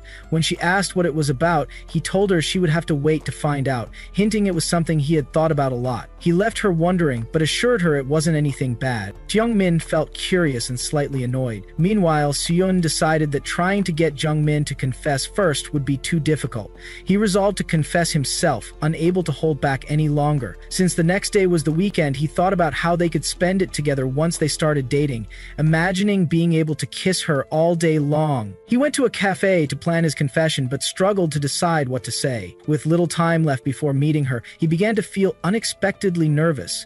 Just then, someone approached him, calling out his name in surprise, recognizing him after what seemed to be a long time. At school, Jungmin sat at her desk, thinking the day would be just as boring as the last. She dreaded going to the cafeteria alone, considering instead a quick visit to the school store. She believed someone else likely felt the same way, yet she still couldn't bring herself to join them. Sora suddenly took the seat beside her. Jungmin asked why she was there, and Sora explained that it was a good spot to avoid attention when dozing off during class. Jungmin pointed out that the back of the classroom might be better for that, but Sora added that they should eat lunch together. Jungmin wondered aloud if Sora was only there to check whether she had deleted the screenshots of her gossiping. Sora denied it, sounding offended, and admitted she had argued with a friend she usually hung out with. Jungmin remarked that Sora had plenty of friends, but Sora dismissed them, saying they were all disappointing. Just then, Eunju appeared and sat in front of them. Sora asked why she had moved, and Eunju said the view of the board was better from there. Jungmin wondered if they were even allowed to change seats so freely. Eunju then turned to Jungmin and asked who she was eating lunch with. When Jungmin replied that she was eating with Sora, Eunju invited her to join her instead, insisting Sora already had plenty of friends. Sora's irritation flared. She demanded to know what Eunju was trying to pull, calling her sudden approach suspicious. Jungmin asked why Eunju was acting this way. Eunju thought back to the day she saw Jungmin confidently standing up to Hyejin. That moment had left a strong impression, and now Eunju admitted she had always wanted to talk to Jungmin, but felt this might be her last chance. Sora accused her of never approaching Jungmin when she was alone, and only trying now that Sora was present. She called Eunju easy to read, and reminded her that she had disliked Jungmin before. Eunju countered countered by pointing out that Sora hadn't liked Jungmin either, and added that she had no interest in spending time with Sora anyway. The two argued over who would eat lunch with Jungmin. Watching them, Jungmin realized she had seen a similar situation before. She told them both there was no need to fight, they could all eat together. Internally, she was surprised that the three of them were back together in this way. She hadn't imagined it, but decided it was for the better. It would ease Suyeon's worries. She remembered his recent words, telling her to come straight out after school because he had something important to tell her. She had replied that she already met him after school anyway, but he had insisted this time was different. Trying to lighten the mood, Jungmin asked them both what excuse they usually gave a teacher if they wanted to leave school early. Meanwhile, at a cafe, Seon sat with his old acquaintance Yul. Yul had spotted him from afar and immediately recognized him. Yul began by asking how Seon had been, admitting he wasn't sure if he should say it, but that he had been worried. He complimented Seon, saying he looked even more like a celebrity now, more handsome than before. Seon returned the compliment. Yul reminisced about the fun they used to have, saying it was boring without him. They had shared the same sense of humor. He complained that Nayeok had been difficult lately, showing his unpleasant personality openly, especially at fan signings. Their manager was struggling and they were getting scolded often. Seon laughed, saying Nayeok clearly hadn't changed. Yul then asked if Seon had deleted his contact. Seon was confused, asking why. Yul explained that he had messaged a few times but never received a reply. He suspected Seon might have blocked him, wondering if he was still upset. He apologized, saying he had turned away from Seon during his hardest times. He admitted it might sound like an excuse, but on the day they lost contact, he had been working non-stop for 3 days and was completely exhausted. Recently, during a break, Yul had rewatched a documentary they had filmed together and realized no one had taken care of him as well as Seon had. He said he was truly sorry, adding that Seon didn't have to forgive him, but he had always wanted to apologize if they ever met again. Seon giggled and told him there was no need to apologize, saying it had been his fault from the start and that he should have toned things down. He assured Yul it was fine. Yul wondered if Seon was telling the truth, but felt relieved he didn't seem to hate him. Yul then asked if he could call him along with the other members, but Seon didn't answer. He was focused on his phone and apologized, saying he couldn't multitask. He then answered a call from Jungmin. She asked where he was and he told her he was at the cafe they often visited. She acknowledged it and hung up, leaving Seon thinking about how she made him nervous. Behind him, Yul called his name again. Seon apologized and said he had to leave, telling Yul to take care. But Yul grabbed his hand, surprised that he was leaving so suddenly. He asked if Seon would answer his calls and if his number was still the same. Seon hesitated, saying he wasn't sure if he would be able to. Yul pressed him not to be like that, reminding him that he had called before and asking if Seon would ignore him again, making him feel like a fool. Seon's mind flashed back to when he had called each of them, but no one had answered. The word idiot echoed in his thoughts. He told Yul to let go, saying he had to leave, but Yul refused, insisting he wouldn't let go until Seon gave him a definite answer. At that moment, Jungmin appeared. She stepped forward, pulling Seon's hand free from Yul's grip. With a sharp, angry tone, she told Yul that was enough. She said Seon had no reason to ever contact him again. Yul stood frozen, unable to understand what had just happened. Jungmin firmly held Seon's hand and led him out of the cafe. Without looking back, she pulled him outside, her grip tight and determined. Once they were away from the crowd, Seon glanced at her and asked what she was doing there at that hour. She explained that she had left school early. Concern crossed his face as he asked why, wondering if she was sick. Inside, Jungmin's thoughts spun. She wanted to ask who the person at the cafe was just now. Their build had been similar to hers. Was it a girl? Did Seon know other women besides her? Of course, it would be strange if he didn't, but the thought still twisted her stomach into knots. Seon pressed again, asking if she was sick. Jungmin brushed it off, saying it was nothing, and suggested they go to his place. She assured him she wasn't unwell. Back at Seon's home, her mind still hadn't settled. The unease sat heavy in her chest. She had thought she was the only one in his life, and now she felt a strange jealousy she couldn't shake. Seon cupped her cheeks, looking into her eyes. He asked again if she was truly okay, wondering why she had left school early when she looked perfectly fine. Tongmin reminded him that he had told her to come back early today. That seemed to surprise him. He thought to himself that it couldn't be because of what he had said that morning. She didn't give him time to think further. Demanding to know what he had wanted to tell her, she suddenly paused and asked first about the person at the cafe. Seon explained that it was someone he had run into by chance on the street, someone he hadn't expected to see there. Her frustration rose. Grabbing his face, she told him that if he didn't want something, he should say so from the start. Then she kissed him hard. For a brief moment, Siyun pushed her back and tears welled in her eyes, thinking he didn't like her kiss. But in the next second, he pulled her into his arms and kissed her back with an intense, almost hungry passion. Without breaking the kiss, Siyun opened the door to his home. Jungmin tried to tell him to wait, but he ignored it, continuing to kiss her with the same fire.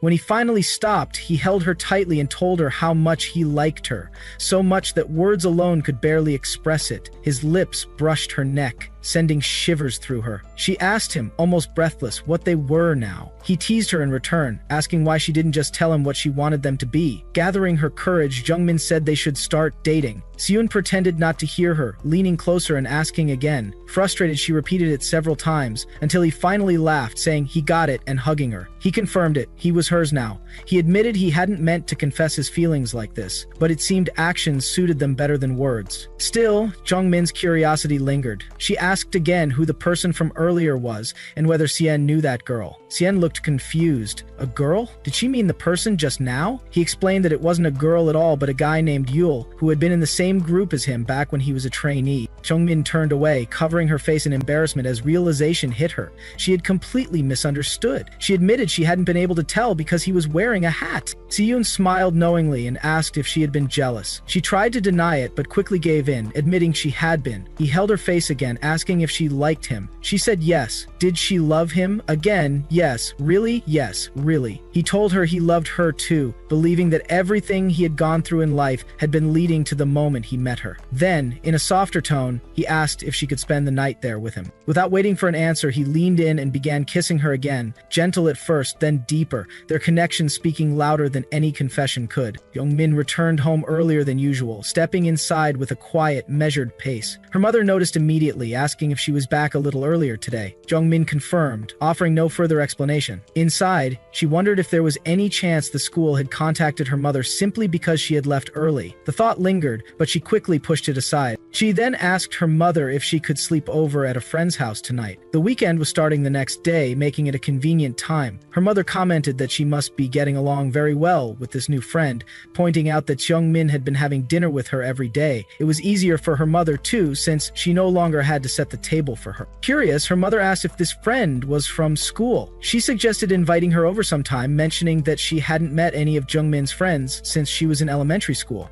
The idea of inviting Seong over flashed in Jungmin's mind, though she didn't respond directly. Her mother's thoughts then shifted, recalling Juhyun and asking how she was doing. Jungmin avoided the question, saying instead that her friend was waiting and she should get going. Before she could leave, her mother asked if this friend lived with her parents. Jungmin explained that due to certain circumstances, she didn't live with them anymore. Her mother seemed to understand and told Jungmin to wait while she packed some side dishes to take along. Jungmin initially refused, but her mother insisted, saying it was for her friend. No matter how mature her friend might be, she was still just a kid, and it had probably been a long time since she'd had a home-cooked meal. Jungmin thought about it and realized her mother was right. Seon seemed to live on takeout most days. She agreed to take the food, but asked not to pack too much. After stepping outside with the box of food, Jungmin glanced around to make sure her mother wasn't watching. Then she went to look for Seon, remembering that he had said he would be nearby. She found him hiding behind a light post. He suddenly came up behind her, wrapping his arms around her in a back hug and planting a kiss between her shoulder blades. She turned in surprise, but Seon only laughed at her reaction. Noticing the box she carried, Seon asked what it was. Jungmin explained that her mother had packed it for him, saying he should eat well.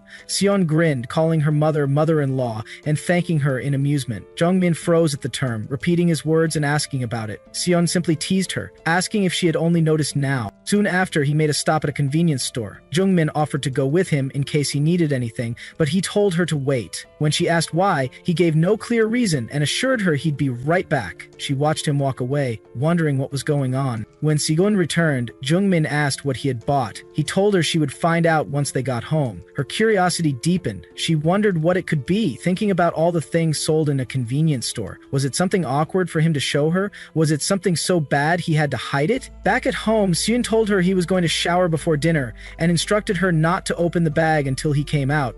He suggested she take a shower afterward as well. Jungmin agreed, but then remembered she hadn't brought any underwear. Seon smirked and told her it was fine. He had guessed she might not bring any, so he had bought some at the convenience store. Jungmin's eyes widened in shock. Without giving her time to respond, Siyun disappeared into the bathroom. Left alone, Jungmin wondered if she was overthinking everything. The worst thing she had imagined was that he might smoke or drink, but he didn't seem like the type to do either. Then another thought crept in. This was the first night they would be spending together since officially starting their relationship. Could his purchase mean something else? Her curiosity grew. She thought about just taking a quick look inside the bag. She moved closer, reaching toward it, but before she could peek inside, Siyun emerged from the bathroom, fresh from his shower. Droplets of water slid down his bare skin, his toned muscles and defined abs fully visible. Startled, Jiangmin turned on him, asking why he wasn't wearing any clothes and calling him out for being out of his mind. Siyun saw no issue, reminding her that it was just the two of them. She tried to protest, reminding him they had only just begun dating that day, but he seemed to find the phrase, "the first day of our relationship," sweet, even calling her baby. She could tell her words weren't getting through to him. Siyun then smirked knowingly, pointing out that she had tried to open the bag. Laughing, he decided to show her what was inside. Jungmin pleaded with him to put on some clothes first, but he ignored the request and pulled out a water bottle. Jungmin blinked at it, unsure what it was. Siyun was surprised she didn't know, explaining that it was a super popular new drink trending on social media. He rambled excitedly about it, saying famous content creators had reviewed it and that it was hard to find. The moment he saw it in stock, he grabbed it. He had assumed she knew about it. Unfortunately, there had been only one left. That was why he had kept it a surprise on the way home. He told her he would give it to her, but he wanted a sip in return. Smiling shyly, Jungmin poured some for him, like one might for a child, and told him to go ahead and drink. Afterward, she went to take her shower. Watching her leave, Sigun thought about how easy it was to read her expressions and found her cuteness hard to resist. Siyun and Jungmin sat together in the living room, the low hum of the television filling the otherwise quiet space. The faint glow from the screen painted their faces in alternating hues of light and shadow, creating a cozy, almost intimate atmosphere. Without any warning, Siyun leaned over and pressed a quick kiss to her lips. It wasn't just a kiss. There was a playful, teasing energy in the way he did it, as if he enjoyed catching her off guard. Jungmin froze for a second, heat rushing to her cheeks, before telling him sharply to stop messing with her. But Siyun only gave a slight smirk, leaning back with an expression that said he wasn't taking her words too seriously. He asked if she really disliked it that much, and before she could even form an answer, he leaned forward again, this time kissing her more deeply and lingering a little longer. The warmth of his touch sent a strange flutter through her chest. In that moment, Jungmin realized something she hadn't expected. Being with him as a boyfriend felt different. She had believed that nothing much would change, even if they started dating, but now she could sense a shift. It wasn't just the kisses, but the way he looked at her, the way his presence seemed heavier and more consuming. As the kiss broke, Sion tilted his head and pointed out something peculiar. She always seemed to hold her breath when they kissed.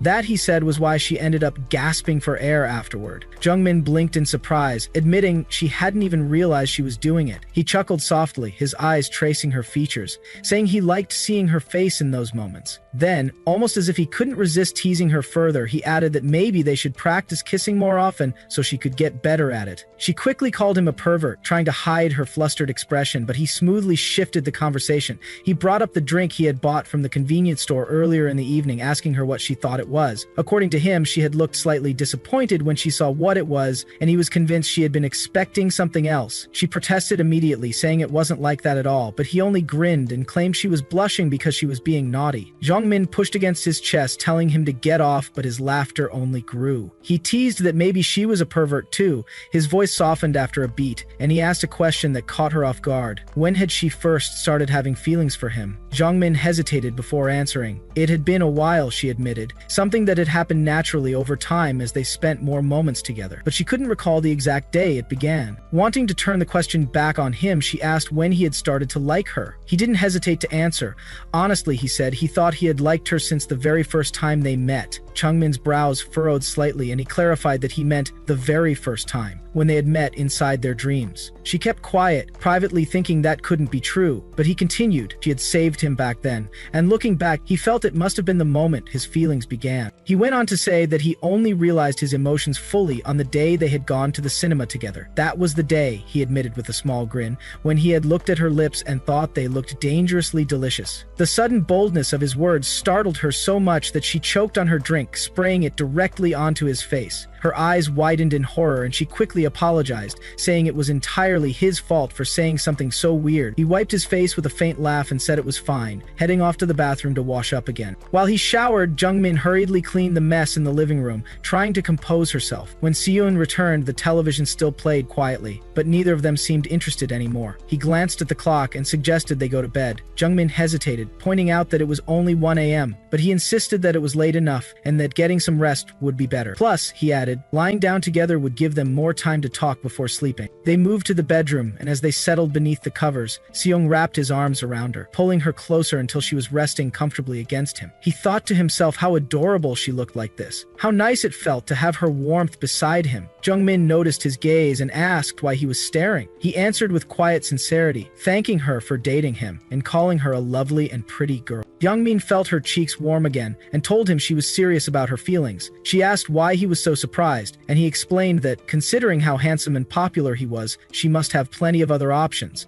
She disagreed, saying those things were meaningless to her. All that mattered, he told her, was having her attention. When she didn't respond, he called her name softly, but then realized she had already fallen asleep. His lips curved into a small, fond smile, and he closed his eyes as well, holding her close until sleep claimed him. Much later that night, Jungmin stirred awake, feeling thirsty. She slipped carefully out of his embrace and padded quietly toward the kitchen, not wanting to wake him. But moments later, Seon appeared behind her, saying he wanted a drink too. As she poured herself some water, she asked if he was a light sleeper, explaining that she had tried to move quietly. He nodded, saying he usually was. This surprised her, since during their lucid dreams together, he never seemed to disappear or wake unexpectedly. He explained that he actually felt more rested in those dreams because she was there with him. Without her, he admitted, he didn't sleep well at all. She thought that lucid dreaming would be more tiring, but he shook his head. For him, it was easier to rest when she was beside him. And tonight, he said, he was sleeping especially well because she was right there. Her eyes wandered around the darkened kitchen, noticing how bare and quiet the space felt with all the lights off. She realized that it might feel lonely or even eerie sometimes. She told him softly that, even if it wasn't every single night,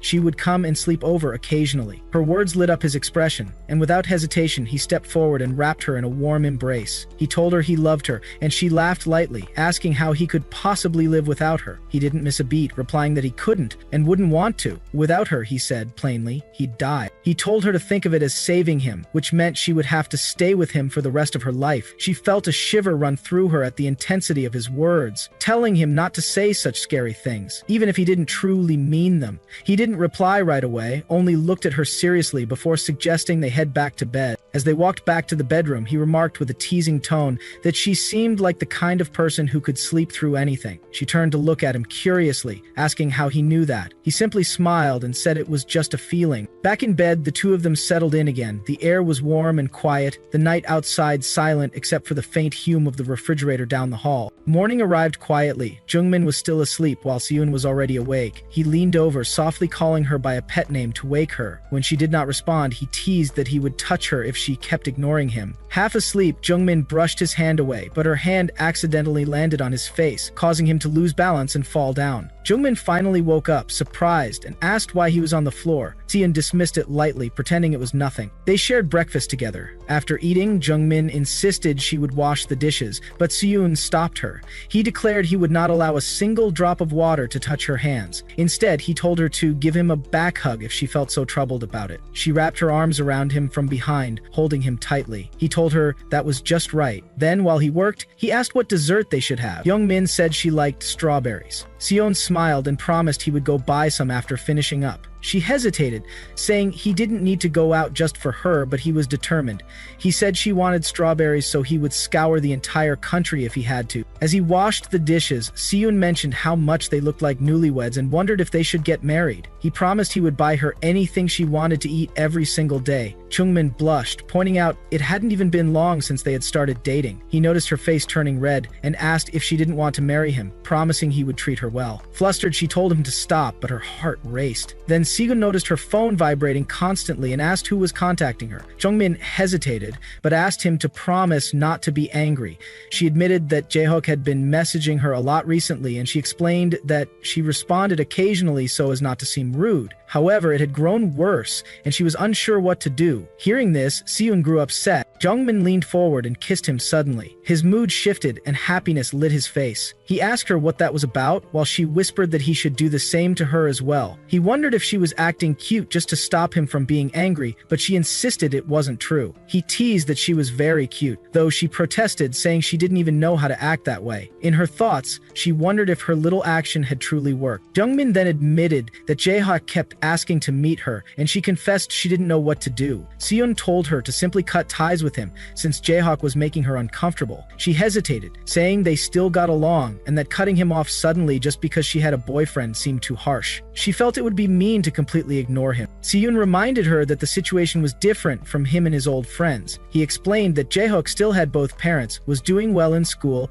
and would not truly suffer if she stopped talking to him. He asked why she cared so much, admitting that he felt anxious about her concern for another man. He reminded her that he only had her and nothing else. Jungmin apologized and Seon told her it was fine. She then promised to cut Jae-hyuk off, but she asked what she should say. Seon advised her that if she really cared, she could meet him one last time and tell him directly that she now had a boyfriend. Jungmin agreed, saying it would be better to say it in person. Before she left, Seon once again asked her for a kiss, which she gave. Later, Jungmin met Jae-hyuk. He asked if she was okay, though she was confused by his words. They decided to head to a cafe together. On the way, Jae-hyuk mentioned a new dessert shop nearby and asked if she had been there. She replied that she had already gone with Seon. Hearing that, Jae-hyuk's gaze shifted, and his expression grew strange. When they arrived at the cafe, Jungmin noticed his unusual silence. He usually spoke freely, yet today he seemed hesitant. She thought about how strange it would feel to suddenly bring up that she had a boyfriend, unsure how to say it. Inside, Jae-hyuk finally asked her who she was messaging. He reminded her that it had been a long time since they last met and complained that she was looking at her phone too much, saying it hurt his feelings. Jungmin apologized and admitted she had something important to tell him.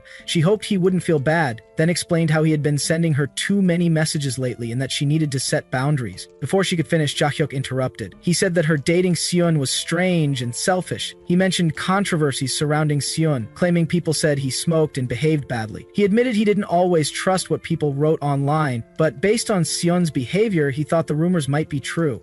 He argued that if Seon had ever debuted, there would have been issues. In the end, he admitted he had a bad feeling about him and thought Seon was not right for her. But even as he spoke, Jae-hyuk scolded himself inwardly, wondering why he was acting like this. He realized he was only bad-mouthing Seon without any purpose. Meanwhile, Jungmin listened in anger, her fury rising as she heard Jae-hyuk insult her boyfriend.